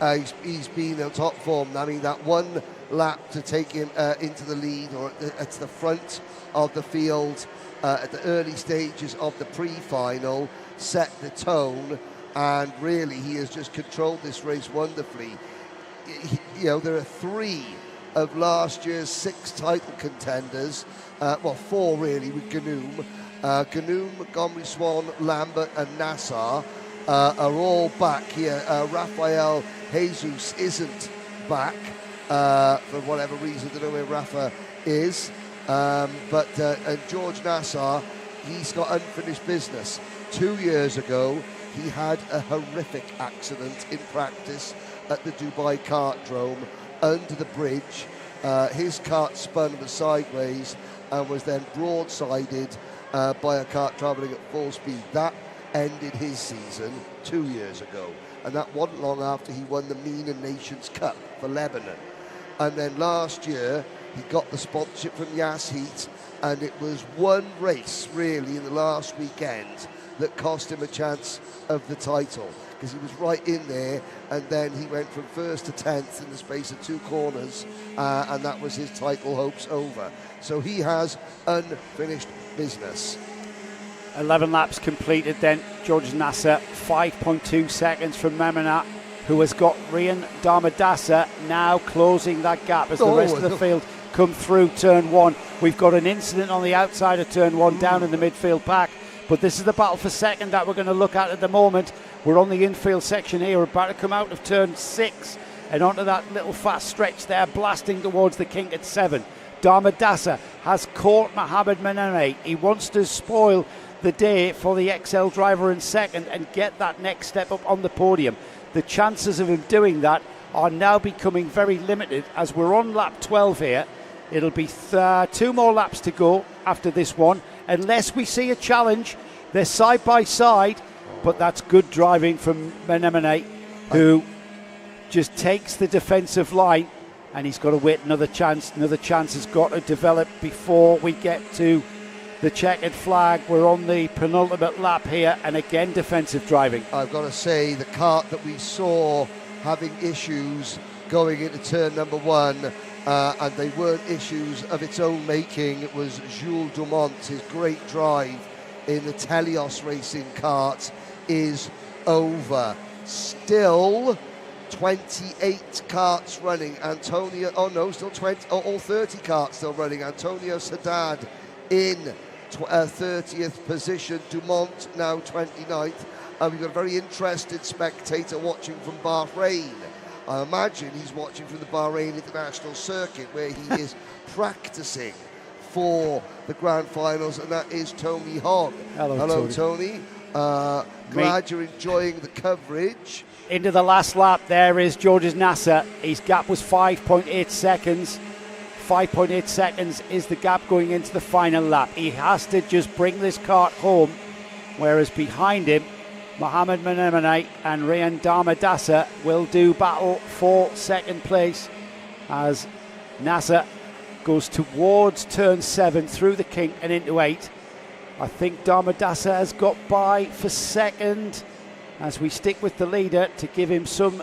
Nope, not quite. Yeah, there he is, back into focus there as he comes through and onto the back straight here. The question is going forward, Henry, is who can beat this young man? He's got a Lebanese flag flying above his helmet, and he will be 87 kilos of gold hanging around his neck. 87 kilos of gold hanging around his neck, and he can bring that home and take a very, very decisive victory here. And there is the battle for second. It's still Mohamed Menemene who will hang on to that second place from Rian Darmadasa. It was Nathan Kaplan who finished 4th, Zain El Hamasani, Ryan Qureshi, Omar Gunan, Oscar Lambert. What happened to Oscar? He's just dropped down to 8th place. Alexander Beachy is 9th, and rounding off the top 10 is Arav Doohan. So as Henry scoots off to get down to Parc Fermé, remember we've got some interviews to get through. We've got the Senior Max podium winners of Georges Nasser, Mohamed Menemene and Rian Damadassa, and we've also got our DT2 drivers who finished the race prior to this one. So we'll get through that. Let's have a look further down the order then. In 11th, Amani Kinyua. 12th place was Yagrat de Troya. And then we had Manaf Al-Balushi, Lith, Mominar in 14th, Adash Mehta in 15th, Andrea Remy, Faisal Nashko, Andrew Obaid, Lewis Hartman in 19th, and then Linas Volangavicius in 20th. Jamie Montgomery Swan ended up at the back of the field and then recovered to 22nd. Not quite sure what happened to Jeremy. He must have had some sort of off. The GNKD driver having to play a bit of a recovery drive there. Abdullah Al-Keita, Alicia Kinesia, Alexis Elzer, Enzo Tesluk, 26th, with Jan Zigangriov, Jules Dormont, Abdulaziz Akrashi, Antonius Haddad, 30th and the final finisher. And then we had several retirements: Rain Carouse, Kian Cranbull, Naman Kukreya, Manaf Jawi, Oscar Backhouse and Krishya Gupta. So that concludes the racing for this, the first day of the UAE RMC. It's certainly nowhere near the end of our coverage. We're about to go down to Parc Fermé, where Henry will get our driver interviews. We will get the inside story from our winners, certainly in the Senior Max category, with Georges Nasser, Mohamed Menemene and Rayan Damadassa. They will be down there in Parc Fermé to talk to Henry. It was M&M who took the win. XL was second. GGM, George Gibbons Motorsport, in third place. Just off the podium was Nathan Kaplan for Mumbai Falcons. Same again tomorrow. I can tell you we're going to begin our coverage at 9 a.m. with qualifying for our classes, Micromax, Minimax, etc., etc. And we will be running to the same format as we've ran today, with qualifying followed by heats and finals. Are we ready to go down to Parc Fermé? We are indeed. Let's head down to Henry, who's got our Senior Max drivers. Well, I've got our DD2 winner to start with, Tyler Harris. Tyler, it's okay. You know, Joe, it's all right. Tyler's now having flashbacks because he never quite was a Senior Max winner, were you, Tyler? Not in the final, no. No, but you are a winner now in DD2. Well done. That obviously wasn't as easy as you made it look. I thought it was quite a relaxing drive. I mean, considering, though, that you've got a lot to take into consideration now, driving a DD2, were you aware that, you know, behind you, Hamza and Adam were pushing really hard? Yeah, but I was kind of like just thinking about what I'm going to do later, like what food I'm going to eat. Really? Yeah. What are you going to eat later? That's what I haven't figured out yet. Oh, really? No, so I'm still thinking about it. You're still thinking about it? Okay. Well, a first win in DD2. Obviously, it's a long season to go. There will be more drivers coming in. But you have a chance to win a ticket to go and race in Rotax's Ultimate class. Yeah, the Grand Finals would be amazing to do if I manage to get time to do it next year. Because, of course, you're juggling A-levels in the UK with this over here. I noticed a couple of your ex-senior rivals have just appeared on the thing, and it's fine. It's absolutely fine. It's absolutely fine. Well, yeah. What else have you got planned this year? Getting into Oxford. That's my plan. Get into Oxford. There we go. Win a ticket to the Grand Finals, represent the UAE, and go to Oxford to study Economics. And then he can buy a kart team and pay his dad back for all the money that he spent on your racing, correct? Yeah, that's the plan. That's the plan. Well done, Tyler Harris. Thank you very much. Morris, well, at one point, Kyle Blockley, hang on a sec, sir. There we go. Almost made it 2 out of 2. Kyle Blockley made a great start. You had to really work on that, didn't you? Yeah, I did. The good news is that Kyle is going to make a good season. We're going to have a great season together, so it's going to be fun. Yeah. Yeah. Talk about the move that you had to put on to get to the race lead. Just I launched it from far, and he let me live, and I let him live. So we're racing respectfully, and we're just here to have fun. Yeah. It was a pity that the other number 2 and 3 there was a big gap, and it would have been nicer, but you never know. Tomorrow is the next race, so. Now, we were talking earlier, it goes, would you have been happy with just winning this? I said no, because there are karts in front of you. There are karts in front of you, and that will make you upset, as any racing driver would. Yeah, no, I would. For Mumbai Falcons, it would have been great if it would have been a 1-2. But obviously, I need to be a little bit quicker. We'll see tomorrow. Tomorrow's race number 2. Tomorrow is another day. Okay, thank you very much, Morris Coppers. Do you think your son will be happy with that one? Nope. No, of course not. Okay, well, we'll see about. Sam was on the live chat, so we'll get Sam's opinion on the old man's racing. No problem at all. Thank you very much. See you tomorrow. We're going to wait for a moment. We're going to wait for a moment just because, once again, the race director wants to speak to all the senior drivers. So we'll come back to me very shortly when I will have found our senior Rotax top 3. Thank you, Henry. He's off to herd the senior Rotax Max cats, isn't he? Which is exactly what it's like down there, herding cats. So Henry's now on the search for Georges Nasser, Mohammed Manamai and Rayan Damadasa. That was great chatting to our DD2 podium from earlier.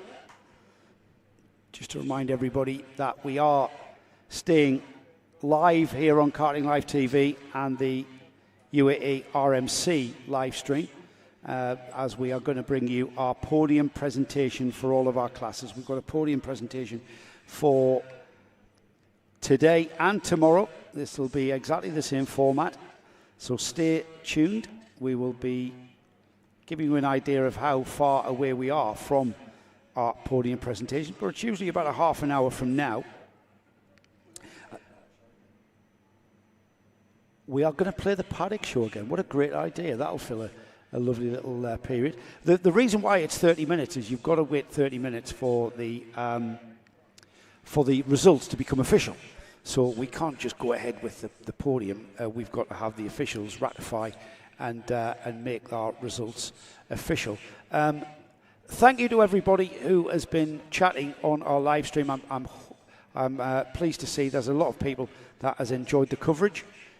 Same time tomorrow. If you're going to hang around, go and put the kettle on, cut yourself a slice of cake or whatever it is you fancy, and we'll wait a few minutes, I think, Nick, because Henry is still down there herding cats.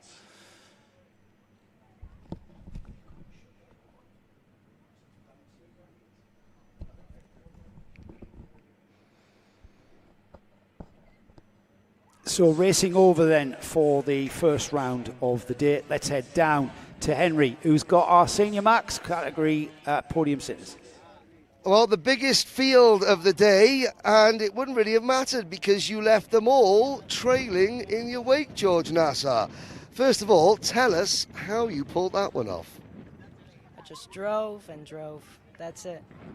I mean, you had a good start, but then, obviously there was a big queue behind you. You got the gap, I think, when, Mohammed started battling with a few other people. What was the gap? Because one of the races you started, I think, was it on the 10th row for the pre-final? You were able to make a good start. Was that the key to your win, the first lap or two of the pre-final? Yeah, in the heats when I was far behind, just the good start helped me to get the momentum, you know, the momentum to just charge and overtake each guy one by one. Exactly. Now that you've won, this is a business that you still haven't got hung over from last year. Unfinished business, this class, yes? Yes, exactly. Was felt a little bit stolen last year due to an accident, but that's okay. Coming back strong this year. Who would you like to thank? My team, M&M. Fantastic job with the kart, honestly.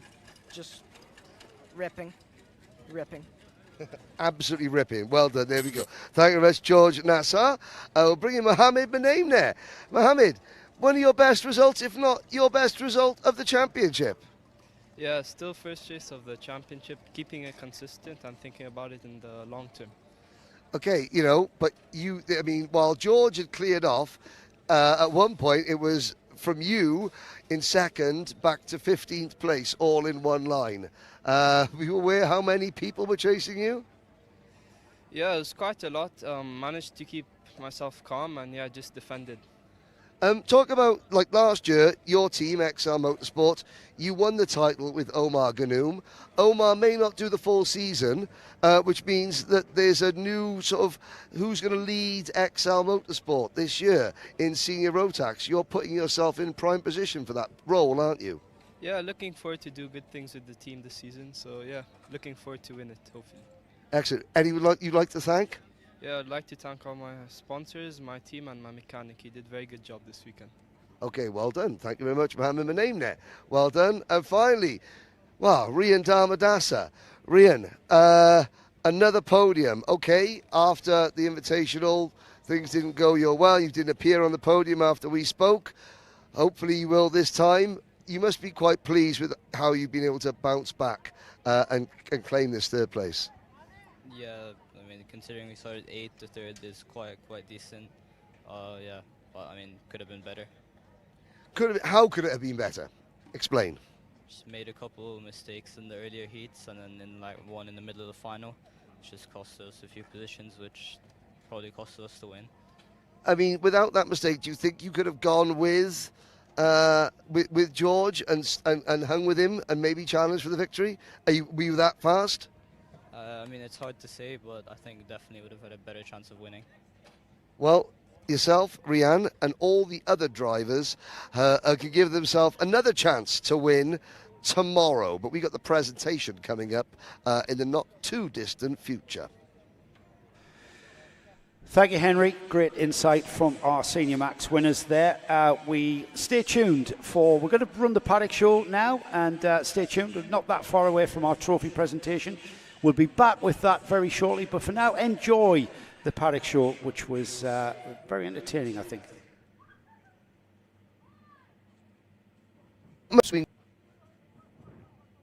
Well, hello and welcome to Karting Live TV, and welcome back to Al Ain in fantastic Abu Dhabi. We were here a few days ago for the Rotax Invitational. We are back for the official opening 2 rounds of the UAE RMC, confusingly called round 1.1 and 1.2. Today's round called Saturday, tomorrow's round tomorrow on Sunday. I might be confused by the round numbers. A man who's not confused about anything to do with UAE RMC and karting in general, it's Henry Burdett. Henry, you are Mr. UAE RMC. Thank you very much, Nick. I'm not sure about that, but I've been here for 3 years now, and obviously my association with the UAE Rotax Max Challenge goes all the way back to my time when I started with the Rotax well over a decade ago, and it just gives me a huge amount of pleasure to see the championship growing year on year in so many different ways. And of course, you say it's growing, but also, of course, the teams are coming on and the drivers are improving. Are you seeing real material improvements? Absolutely. Number one, we've got world-class venues. Al Ain Raceway here, Dubai Kartdrome, Yas Marina, an actual Formula One circuit, and the Al Fassan Sports Club. They've always been here. Now you've got teams. You've obviously got teams from the UK and Europe that have come over, but there are now homegrown teams, Emirati teams, that are sprouting up, and they are doing so with European-style technology, European-style organisation, and they're bringing with them drivers that have competed on the world stage from around the world, which just makes it a lot better for the local drivers to compete. The competition in their home is higher. Now, I think we need to hear from these teams and these drivers, but I think, to be honest, I can't send you on your own. I think you need to go and find Joe Bradley and deliver a paddock show for us. There are two drivers for Ital Course Middle East who are novices. Felix Jebjerg, you're in your second ever race, but Rafael Zagati in Minimax, this is your very, very first race. Yes, correct. Well, I'll tell you what, we'll start with the youngest member of Ital Course Middle East, Felix. What did the Rotax Invitational teach you 2 weeks ago? Drive smoother, be quicker basically, just improve everything and then try to beat everybody. Trying to beat everybody. Now, you've come back and you've had a bit of practice today.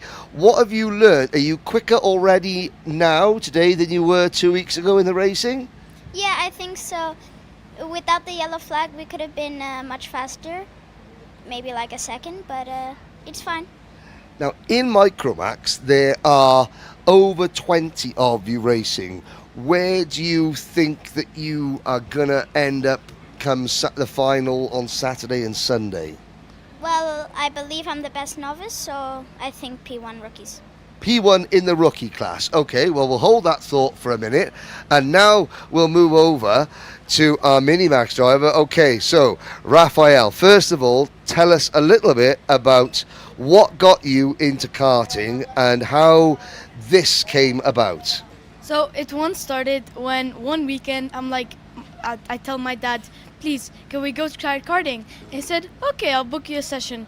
We go to Dubai Autodrome and the indoor session. I start racing with like 8 professionals and I get top 2. I'm like, ooh, this is very fun.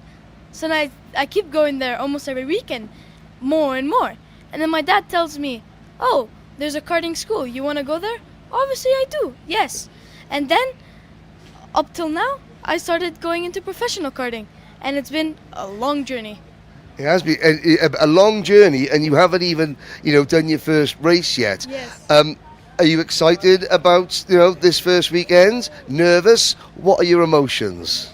I feel a little bit nervous, but also very excited that I can see, compared to other drivers, what I can improve and how are my times. Okay, but now, even though Felix by there is a younger, what has Felix been able to tell you about what a race meeting is actually like? He told me all about the racing starts, also about the first lap, that there's a lot of people and you have to be very cautious of where you turn and also be very aggressive. Okay, so cautious at the start and then aggressive, is that right, Felix? Yes, if you want to win, then you have to do that. Now, if we're standing here now, this is at the end of the day testing on Friday. Felix, if you could give Raphael one sentence or one word of advice that will help him this weekend, what would that one word or one sentence be? Keep it flat. Keep it flat. There we go. That's a true racer's answer. Keep it flat. Thank you, Felix. Good luck. We'll be looking out for you in Micromax. Raphael, in Minimax, you're driving the brand new Ital Course chassis, which is very unique as well. Now, as a driver starting their first ever meeting, you maybe don't understand how unique this is. That's why we got Luke Thompson, Ital Course Middle East team boss, who's going to come in and he's going to show Joe Bradley a little bit around your go-kart. But, as a brand new kart, what is your aim this weekend? Get top 10. Get a top 10. There we go. Get a top 10. Well, there are the two Ital Course Middle East drivers. We'll now have a chat with the team owner to discuss just a little bit about what makes the new Ital Course chassis so unique. I've had to snatch the microphone off Henry for this one. Luke Thompson here. Luke, I'm a bit of a geek because I'm a bit of a race engineer myself, and when I came across the Italcourse chassis, the thing that struck me was first the kind of sloped steering wheel, but more importantly, this geometry change that I can see here with regards to steering angle. I would imagine I'm trying to work it out, and I'm kind of failing. What are these adjustments here? And these we can see here, Nick, the different segments and the different settings. Can you give us a few secrets as to what this Italcourse? What do you call that for a start? Well, to start with, it's just the steering column mount. Right. But okay. the uniqueness of it is that it's movable. So Yeah.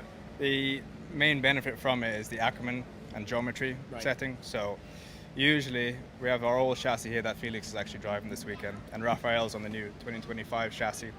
But the benefit from it is the quickness in how you can adjust the Ackerman and geometry. Right. So if you, say on the standard chassis, wanted to change the toe in, toe out, or just the general Ackerman setup of it, you know, you'd have to get the alignment tools on and play with it and fiddle around with it. Whereas if you wanted to do quite a big step forward and back with the geometry, with the new steering column mount, it enables you to do that very quickly. All you got to do is loosen the screws and you just slide it around. I would imagine that's really going to be beneficial everywhere else but in the UAE. when it goes wet to dry, that's a very simple process. But in the dry conditions, the consistently dry conditions we're going to see out here in the UAE, is that something that you play around with regards to, you know, getting into the driver's liking? Well, like I said, the benefit of being able to play with a setup like that, we are a new team here, and Italcourse has only started in UAE this year in 2025.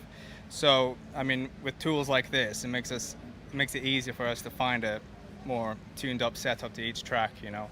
And does it give you the opportunity to try things because of the speed of that setup change? You can try things perhaps where you wouldn't be able to with the longer process from the older system.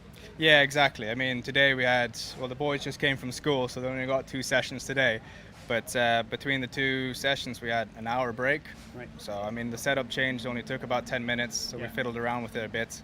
And the second session, we did find a little bit of performance with Raphael. So, yeah, for sure, there's quite a big benefit in how fast you can change the geometry of it. And as we've spoken already to the drivers are pure novices, absolutely.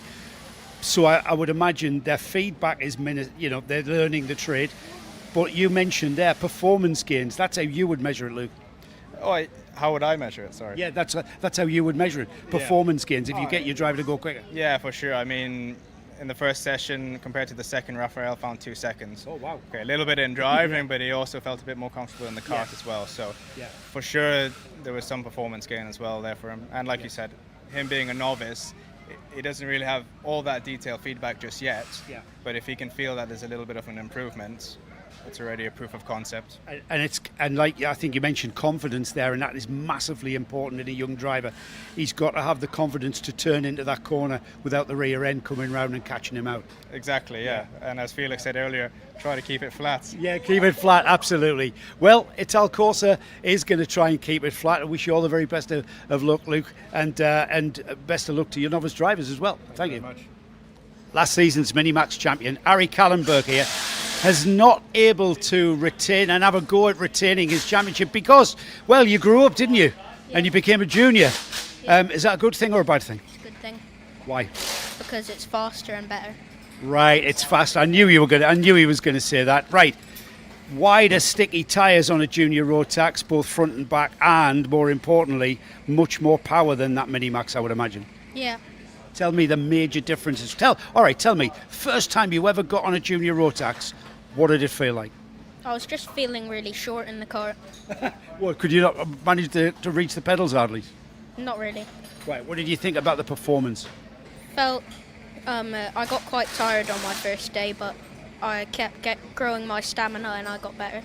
So what do you mean about tiredness? Where was it taking your energy? What was taking your energy so quickly? My neck. Your neck, and that's because of the grip level in these things? No, because the G-force. Right. From the grip. Yeah. Much more grippier than a Mini-Max? Yeah. Right. What about the power? Did that blow you away? Not really. Right. Just a lot more bottom end. What is it like to race with drivers that are a bit older than you, aren't you? I mean, what are you 12 now? I'm 11. Oh, so you're still only 11, right? Yeah. So you could race with people who are 15 and stuff, can't you? Yeah. Right. Is there a different attitude, different personality from the older drivers? No, they're all just numbers. And that's the way you think. That's just a driver with a helmet on. Yeah. And is there anyone that you kind of thought, you know, when you move up to the older class, there's people have reputations, don't they? You know, quick drivers. Do you consider that? Not really. So what? How do you get your head around that? What's the psychology of that? I just think that everyone's the same. Focus on hitting your braking points. Yeah. Yeah. So, have you got a chance of back-to-back titles in different classes? No, because I can't score points. Why is that? I'm too young. Right, that's what caught me out. That's why I thought you were 12. So when are you 12? Next year. Oh, so 2026, you're 12. Right, so can you score points when we go to the 2026 rounds of this championship? Yeah, I can. Right, so you're going to be on the back foot for, well, this one, Alpha San, and then the December round as well. You're going to lose a lot of points, aren't you? Yeah, a lot of points. So tell me, Ari, is this just a building exercise going forward to win a Junior Rotax championship? Yeah, pretty much. I've got 3 junior years. This is like preparing for my next years. Right, and so how's it going so far then? It's going all right, better than I expected. Why is that? What did you expect? I didn't expect to be as fast. I thought I'd be more of a mid-pack runner, but I'm like top 10-ish. You must be pleased with that though. Yeah, Yeah, and it's kind of like you belong. kind of. Only 11 and already at the front of the Junior Rotax pack. That's pretty special. GGM's obviously giving you good kit in this class, yeah? Yeah, they've been really good. When I joined them in December, they've helped me a lot until this point.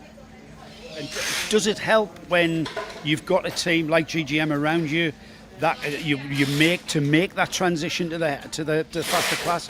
Yeah, it was quite good. George helped me learn how to get better and learn how to drive the junior.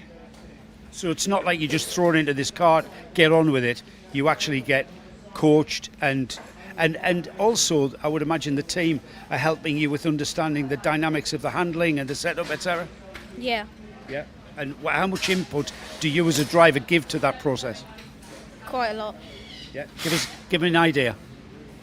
Think about people out there who don't understand the technicalities like you and I do. So what exactly would you be saying to your engineer after a race about things like setup? Like, I'd tell them how the power felt, where I'm losing and where I'm gaining. I'd tell them what I think about the handling of the car, like if there's too much front end or too little, and then ask them if they could change it a bit. And are you at the stage now where you understand the kart, and are you asking for changes like give me a different tyre pressure, give me a different camber, or do you leave those decisions to your engineers? I leave them to George and Bertie. Right, so you basically feedback as the driver, they do the engineering? Yeah. Right, you much prefer that? Yeah. Just get on and overtake people? Yeah. Right. Ari, it's been a pleasure to talk to you. Well done on last year's championship and best of luck for the coming season. It's a shame that Ari, because of age, won't be scoring points, but I would imagine we're going to see him at the front of the Junior Rotax field. 2 years ago, the Dojo Moto team morphed into one of the most impressive outfits in the entire UAE paddock, the Mumbai Falcons. They're some of the most recognisable karts on track, and the team have become one of the most successful off track as well. I'm here with team boss Anjum Sheikh. Anjum, thank you for showing us round your awning. First of all, tell us a little bit about how the Mumbai Falcons came to be. Well, we were doing well as Dojo Moto, and I got a call from Mumbai Falcons and said they wanted a karting division, and they made us an offer, and then we said, let's do it, yeah. And then now I still handle the whole team myself. It's just a different brand, and of course it's an arm of F4 team, so we start from karting and then go into F4 and F3. Now, I mean, obviously, you're not India's national team, but you represent India in the karting world on a bigger scale than any other. So you're certainly India's most recognisable karting team, and now probably the only pathway for Indian drivers to go from karting into cars? Yes, yeah, I would say so, because eventually we will go into India as well and have the karting team in India, and then from there we go into F4s and everything. But at this moment we are just starting as Mumbai Falcon for the last year and this year, and then graduate the drivers into F4 and then eventually into F3s and that kind of stuff. So let's have a little look around your own, because you cater for all classes of kart. Now you've got Maurice Canyopas is coming back in DD2 Masters, a famous driver in these circles, a multiple champion before, coming back in after some time away. Currently world champion electric now. Yeah, and the reigning E20 Masters champion in Rotax. Over there, you've got your data thing. Now, Harry the Lion Hannum, a multiple champion, is here doing some driver coaching as well. Talk a little bit about the driver coaching side of it. How important is that been for you guys? Well, it's very important because we have drivers coming from everywhere, and we have our local drivers as well. So it's always better to just have the champion that you've had before coach the drivers, and there's more respect and they know what they're doing. And Harry has driven in every single track in UAE and around the world as well. So it actually makes more sense, and the drivers take him more seriously. And his knowledge is, very important for us. Okay, well let's keep having a little look around. So we've got Arhan Qureshi. Arhan Qureshi's kart. We've got Mitant Jain. Now Mitant was last year's runner-up in the junior championship. Nathan Kappen. Nathan was your first champion, wasn't he? He was the junior Rotax champion last year. He's now moved up to seniors. What was it like getting the Mumbai Falcons the name as a champion? Well, I think if I'm not wrong, Harry was the champion first. Harry got the O-Plate championship, and then that, I think a few months later, Nathan got his first. So yeah, it is pretty big for us, because as a rebrand, as a complete different team, you need to have some sort of championship as well. And we were hoping for more, but at least we are happy to have two. And of course, Harry's an expat, but Nathan is an Indian driver. You can see the Indian flag next to his name. Yes. That must be something that's quite important, obviously, because India is quite an underserved nation in terms of karting. When the nation of India wakes up to the sport of karting, I've got a feeling there's going to be an awful lot of drivers wanting to join and get involved in karting, and this would be obviously their first port of call. Yeah, 100%, because it actually opens the door for them, and then they know it's an Indian team internationally, and then Indian driver winning the championship, and we have about 5 drivers from India just flown in here just to do the race, to the championship actually. So yeah, it's paving the way, and it's actually good for the whole sport in India. Okay, well, we'll keep moving down the order. Now, you had a really good Rotax Invitational, Oscar Lambert winning in seniors for you. We're going to try and find out one of your drivers as well. We'll keep going down through, again, the setup, the awning, very impressive. Did you take a lot of inspiration from European teams to make it look like this? I mean, you always have to look up to people and, do better. We've got in fact, it was supposed to be 4 tenths. We have 4 less drivers.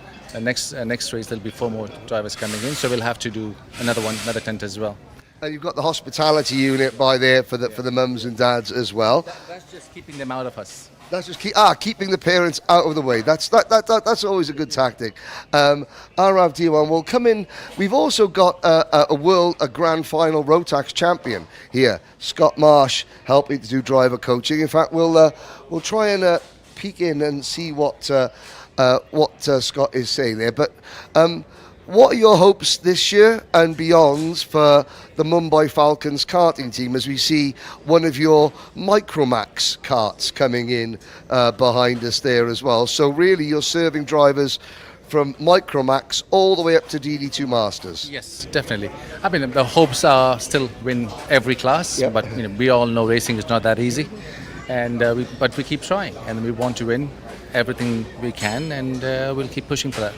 All right, thank you very much, Andrew. Let's have a little look. As you can see, the data coaching, such an important part of modern day karting. You've got 2022 Rotax Grand Final Junior Champion Scott Marsh here. Several of the other drivers. Who have we got? So this is Nathan Capper. Nathan, last year's Junior Champion, now up into Seniors.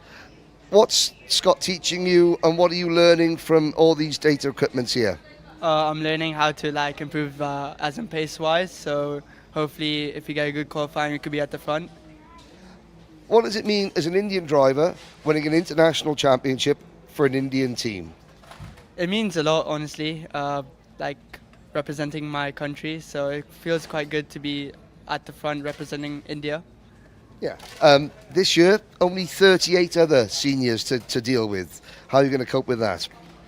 Just try to be quick so I could hopefully get into the lead and pull a gap and make an easy win.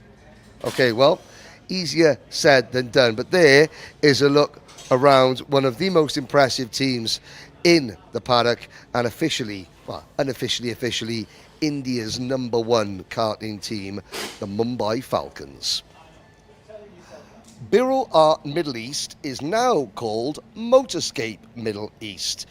The team may be different colours, the drivers are largely the same, including Jack Doe in Junior Rotax. Jack, welcome to the UAE Rotax Challenge. You were at the Invitational, and I think it was fair to say it was a mixed weekend for you? Yeah, correct. How about this weekend? How is it shaping up? Shaping up good. We have some decent pace in practice. We didn't go new tyres this morning and we didn't test yesterday, but at the moment it's looking good.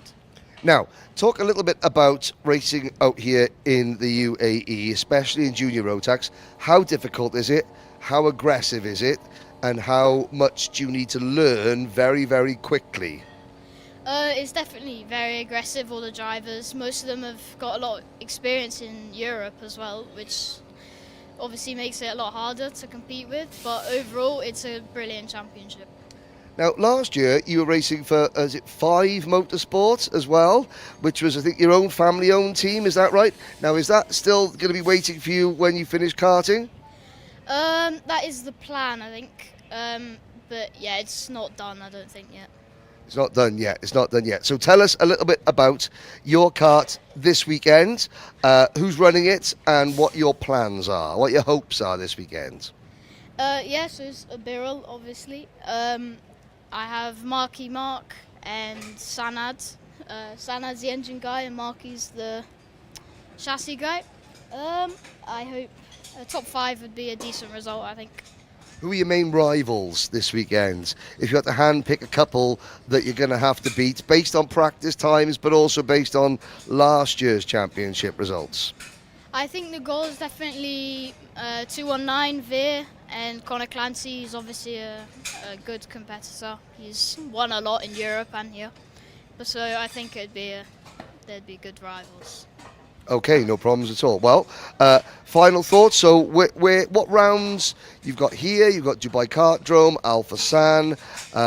You've got what are the tracks that you think are going to be? And Yaz, what are the tracks that are going to favour you the most this year?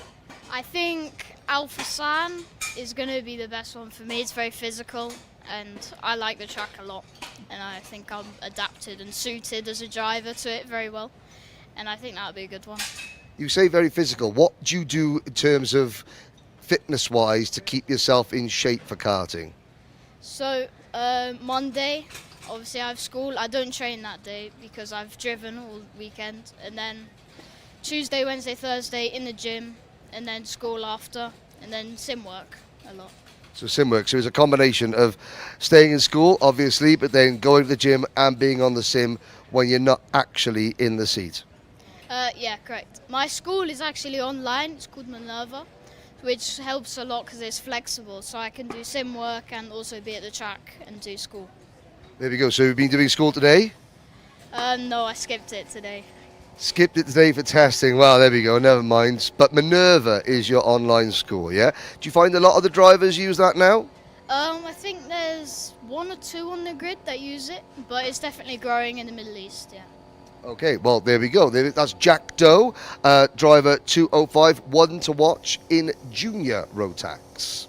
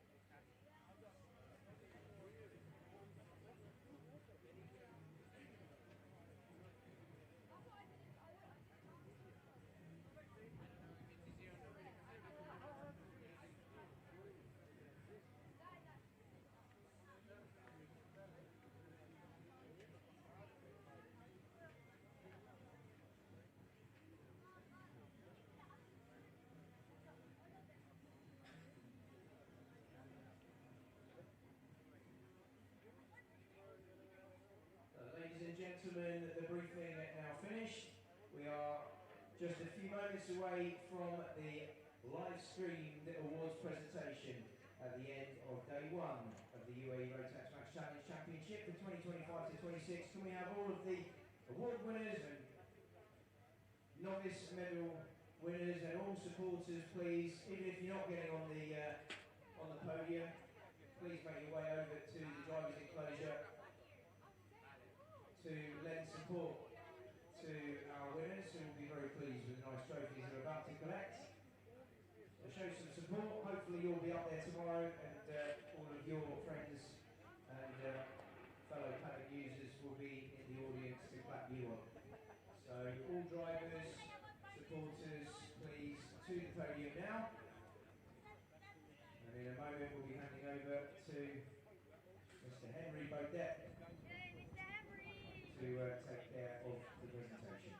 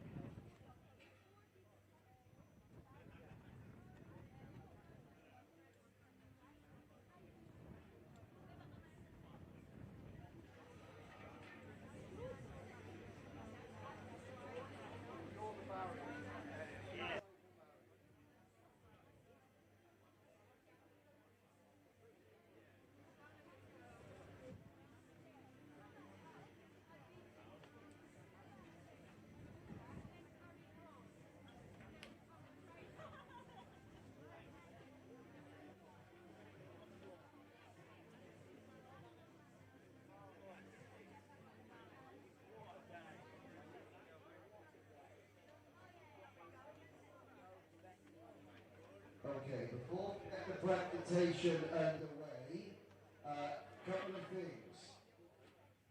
Specifically, the cameras and for the live streaming. If you are on this side behind the barrier, now you stay on this side until we're finished.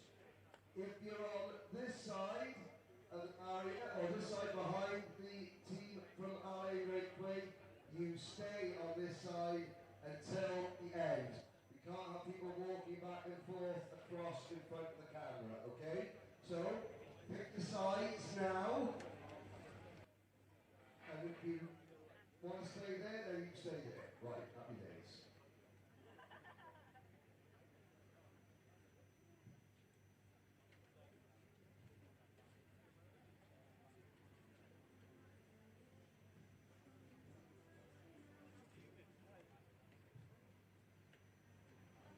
Okay, ladies and gentlemen, welcome to the podium presentation here for round 1.1 of the 2025-2026 UAE Rotax Max Challenge here at Al Ain Raceway. We have podiums for all classes and the all-important team award dished out. Drivers for every driver scores points for their team in every single race. We will begin with Micromax. Drivers, we'll need you all up to the podium in your race suits and crash helmets, and then when we have our top three all on the top step of the podium, the press corps can come in to the front and have your photos. So, without further ado, let's get underway with Micromax. First of all, our best novice in Micromax, finishing 17th overall, Sebastian Storer.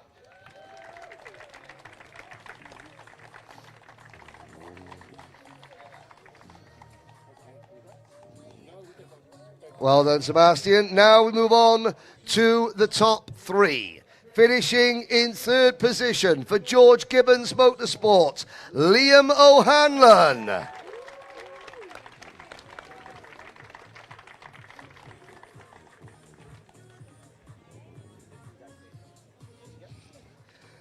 Finishing in second position, driving for Matthias Nagem Motorsport, Samar Chopra.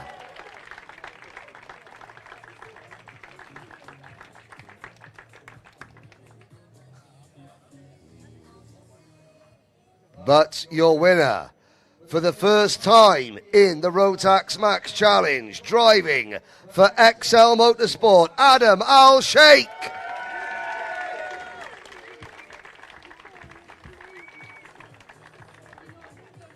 Great sportsmanship there, great sportsmanship.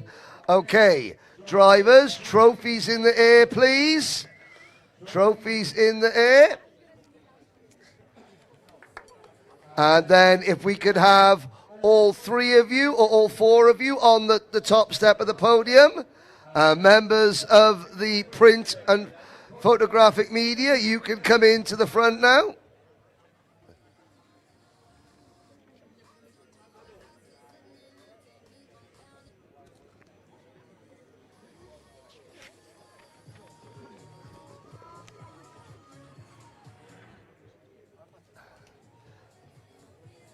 Okay, media, are you happy? You can come into the front.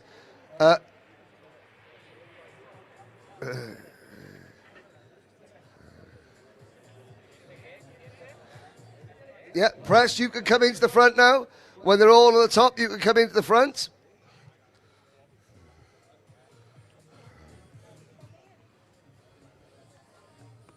Well done, ladies and gentlemen.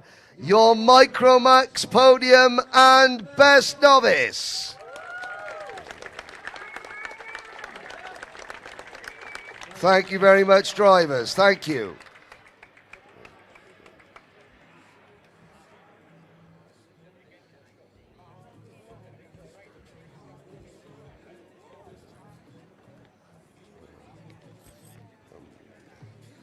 Okay, Now we move on to Minimax, and taking home the award for Best Novice, finishing a very impressive 8th overall, Gleb Abukov.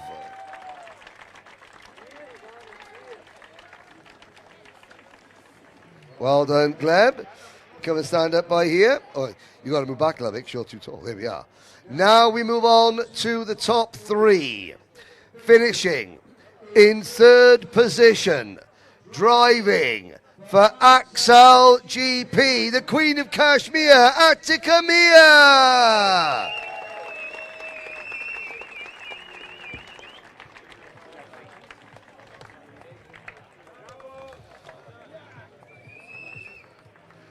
Finishing in 2nd position, driving for JNKD, Benjamin Karachkovic.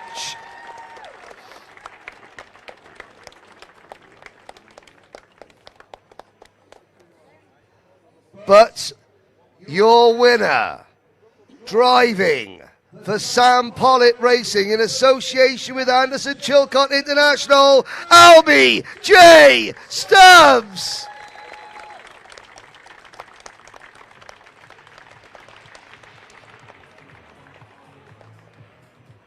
Okay, you're going to move forward a little bit, and we'll have all the trophies in the air. All the trophies in the air, please. And now, if we can have all 4 of you onto the top step, and members of the press, if you want to now come into the centre, members of the press in the orange, you want to come into the middle now with all the 3 of them. Don't worry about the cameras now, you're okay. We're very pleased to have such a large amount of media colleagues here for various websites, magazines, and obviously drivers' social media channels. Thank you very much. We'll just wait.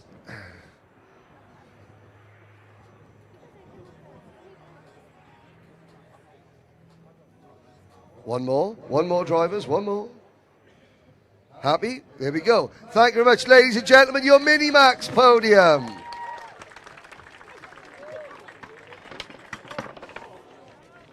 Well saved, Elaine. Well saved. Promise it wasn't me. Okay. Junior Rotax. No novices in this class. Although 1 or 2 members said that most of the field drove like novices in the final, but we'll brush over that. It's not a major issue. No novices, so we'll just do the top 3. Finishing in 3rd position for Mateus Najem Motorsport. It's what's that coming over the hill? It's Via Chopra.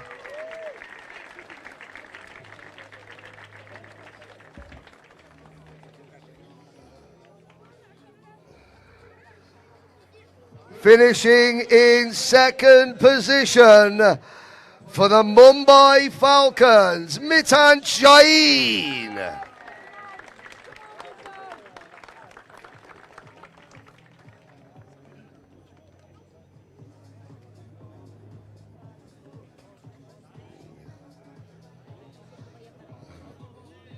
But your winner, completing a 1-2 finish for the Mumbai Falcons, one of his last junior races, it's Connor Clancy.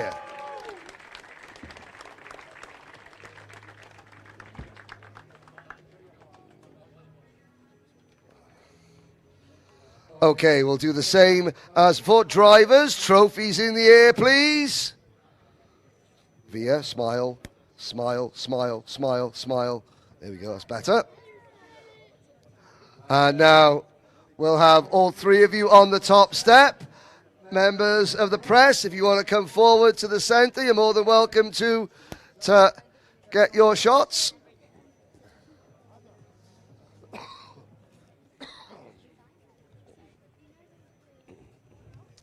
There we go, ladies and gentlemen.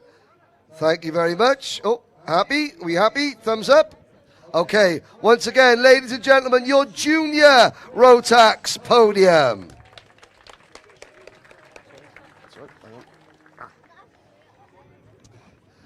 Now we move on to seniors, our biggest grid nearly 40 drivers. Once again, no novices to present awards to. We have our top 3 finishing in 3rd position. For George Gibbons Motorsport, it's Rian Damadasa.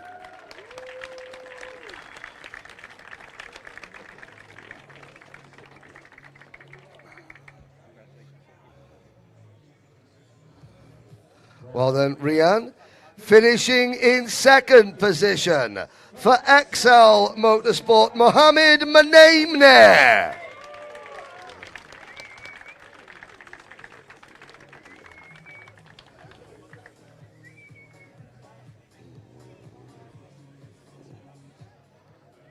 But your winner, winning by the biggest margin out of anybody here today, driving for Matthias Najem Motorsport, it's George Nassar.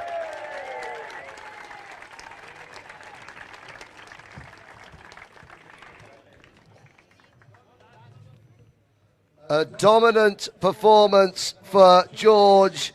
The rest of the field have got some catching up to do, but rest assured, George, they won't leave you alone again like that tomorrow. Trophies in the air, please, drivers. Mohammed, smile. Try harder. That's better. And once again, can we have all 3 of you on the top step of the podium? Press, photographers from around the world. Well, sort of. Take your shots. Are we happy, press? Excellent. Ladies and gentlemen, Senior Rotax.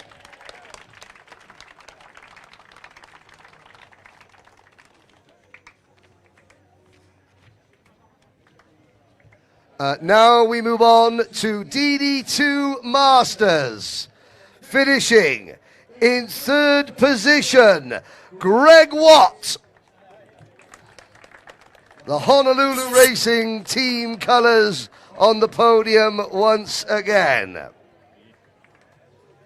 Our top 2 in DD2 Masters, both making a comeback to the championship. Sorry, Greg, I know you were hoping they wouldn't, but they have. Finishing in 2nd position for Kart Advisor Academy, it's Kyle Blockley.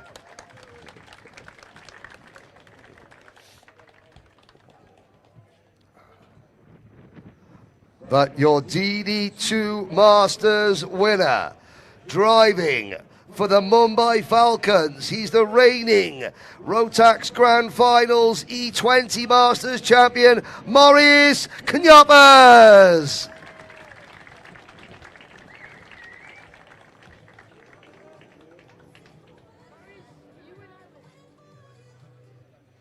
Now, drivers, smile for the cameras. There we are. Seniors, take note. And if we could have, we do trophies in the air as well. I know it's been a while. Kyle, he wants to put his trophy in the air. There we go. And we can just about squeeze you all onto the top step. Yeah, I think we can. That's not a bad thing. Well done. Our DD2 Masters podium, ladies and gentlemen. Congratulations. Well done.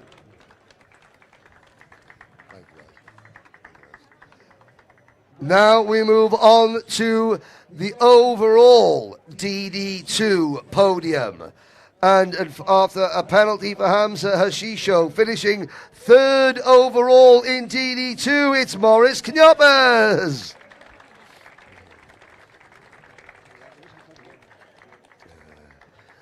Finishing 2nd in DD2 for Matthias Najem Motorsport, it's Adam Malik.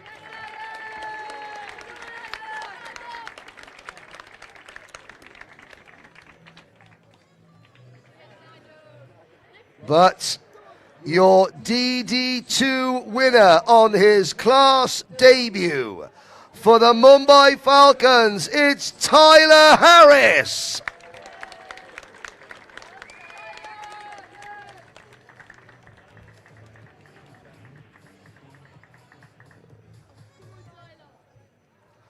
Congratulations. Now here's a trick, Morris. Tyler, smile, smile, smile, smile. Trophy in the air, Tyler, like a good boy. In the air, like, come on, come on. Adam, mate, Morris, you sort it out. You know, come on. There we go. Okay, we'll settle for top 3 on the top step of the podium. Ladies and gentlemen, your overall DD2 podium.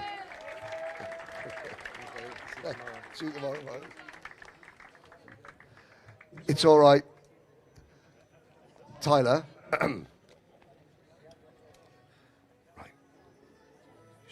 Your mum is driving up to Manchester and she was loping to listen and see you smile on the podium. Do you want to say hi to your mum very quickly? Yeah, you do. Hi, Ma. There we go, there we go. Thank you very much. Okay, we have one more presentation to award. It is the Team Award. Now, in every category, every driver, the top driver in every class for their team scores points. So, across the board, teams that participate in the most classes have the best chance. It's this championship's way of trying to encourage teams to, cater for drivers across the age spectrum, from micro all the way up to masters. Third in the opening round with 354 points were XL Motorsport. Second with 398 points were Matthias Deger Motorsport,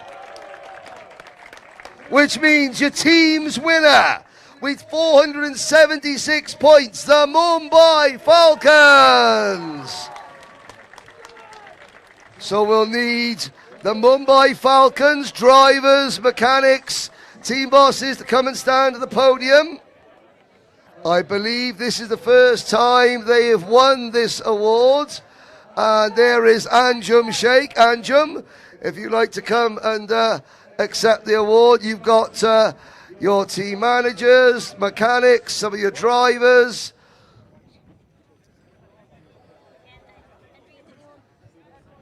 What's that? I can't. All the drivers? Okay. So, there are your round 1.1 teams champions. There are 19 teams here in total. So, well done. Winners. Winners, Lee. Winners, yeah. Okay, one more photo, please. Can we have all our podium drivers, please, on the podium? All podium drivers onto the podium, please.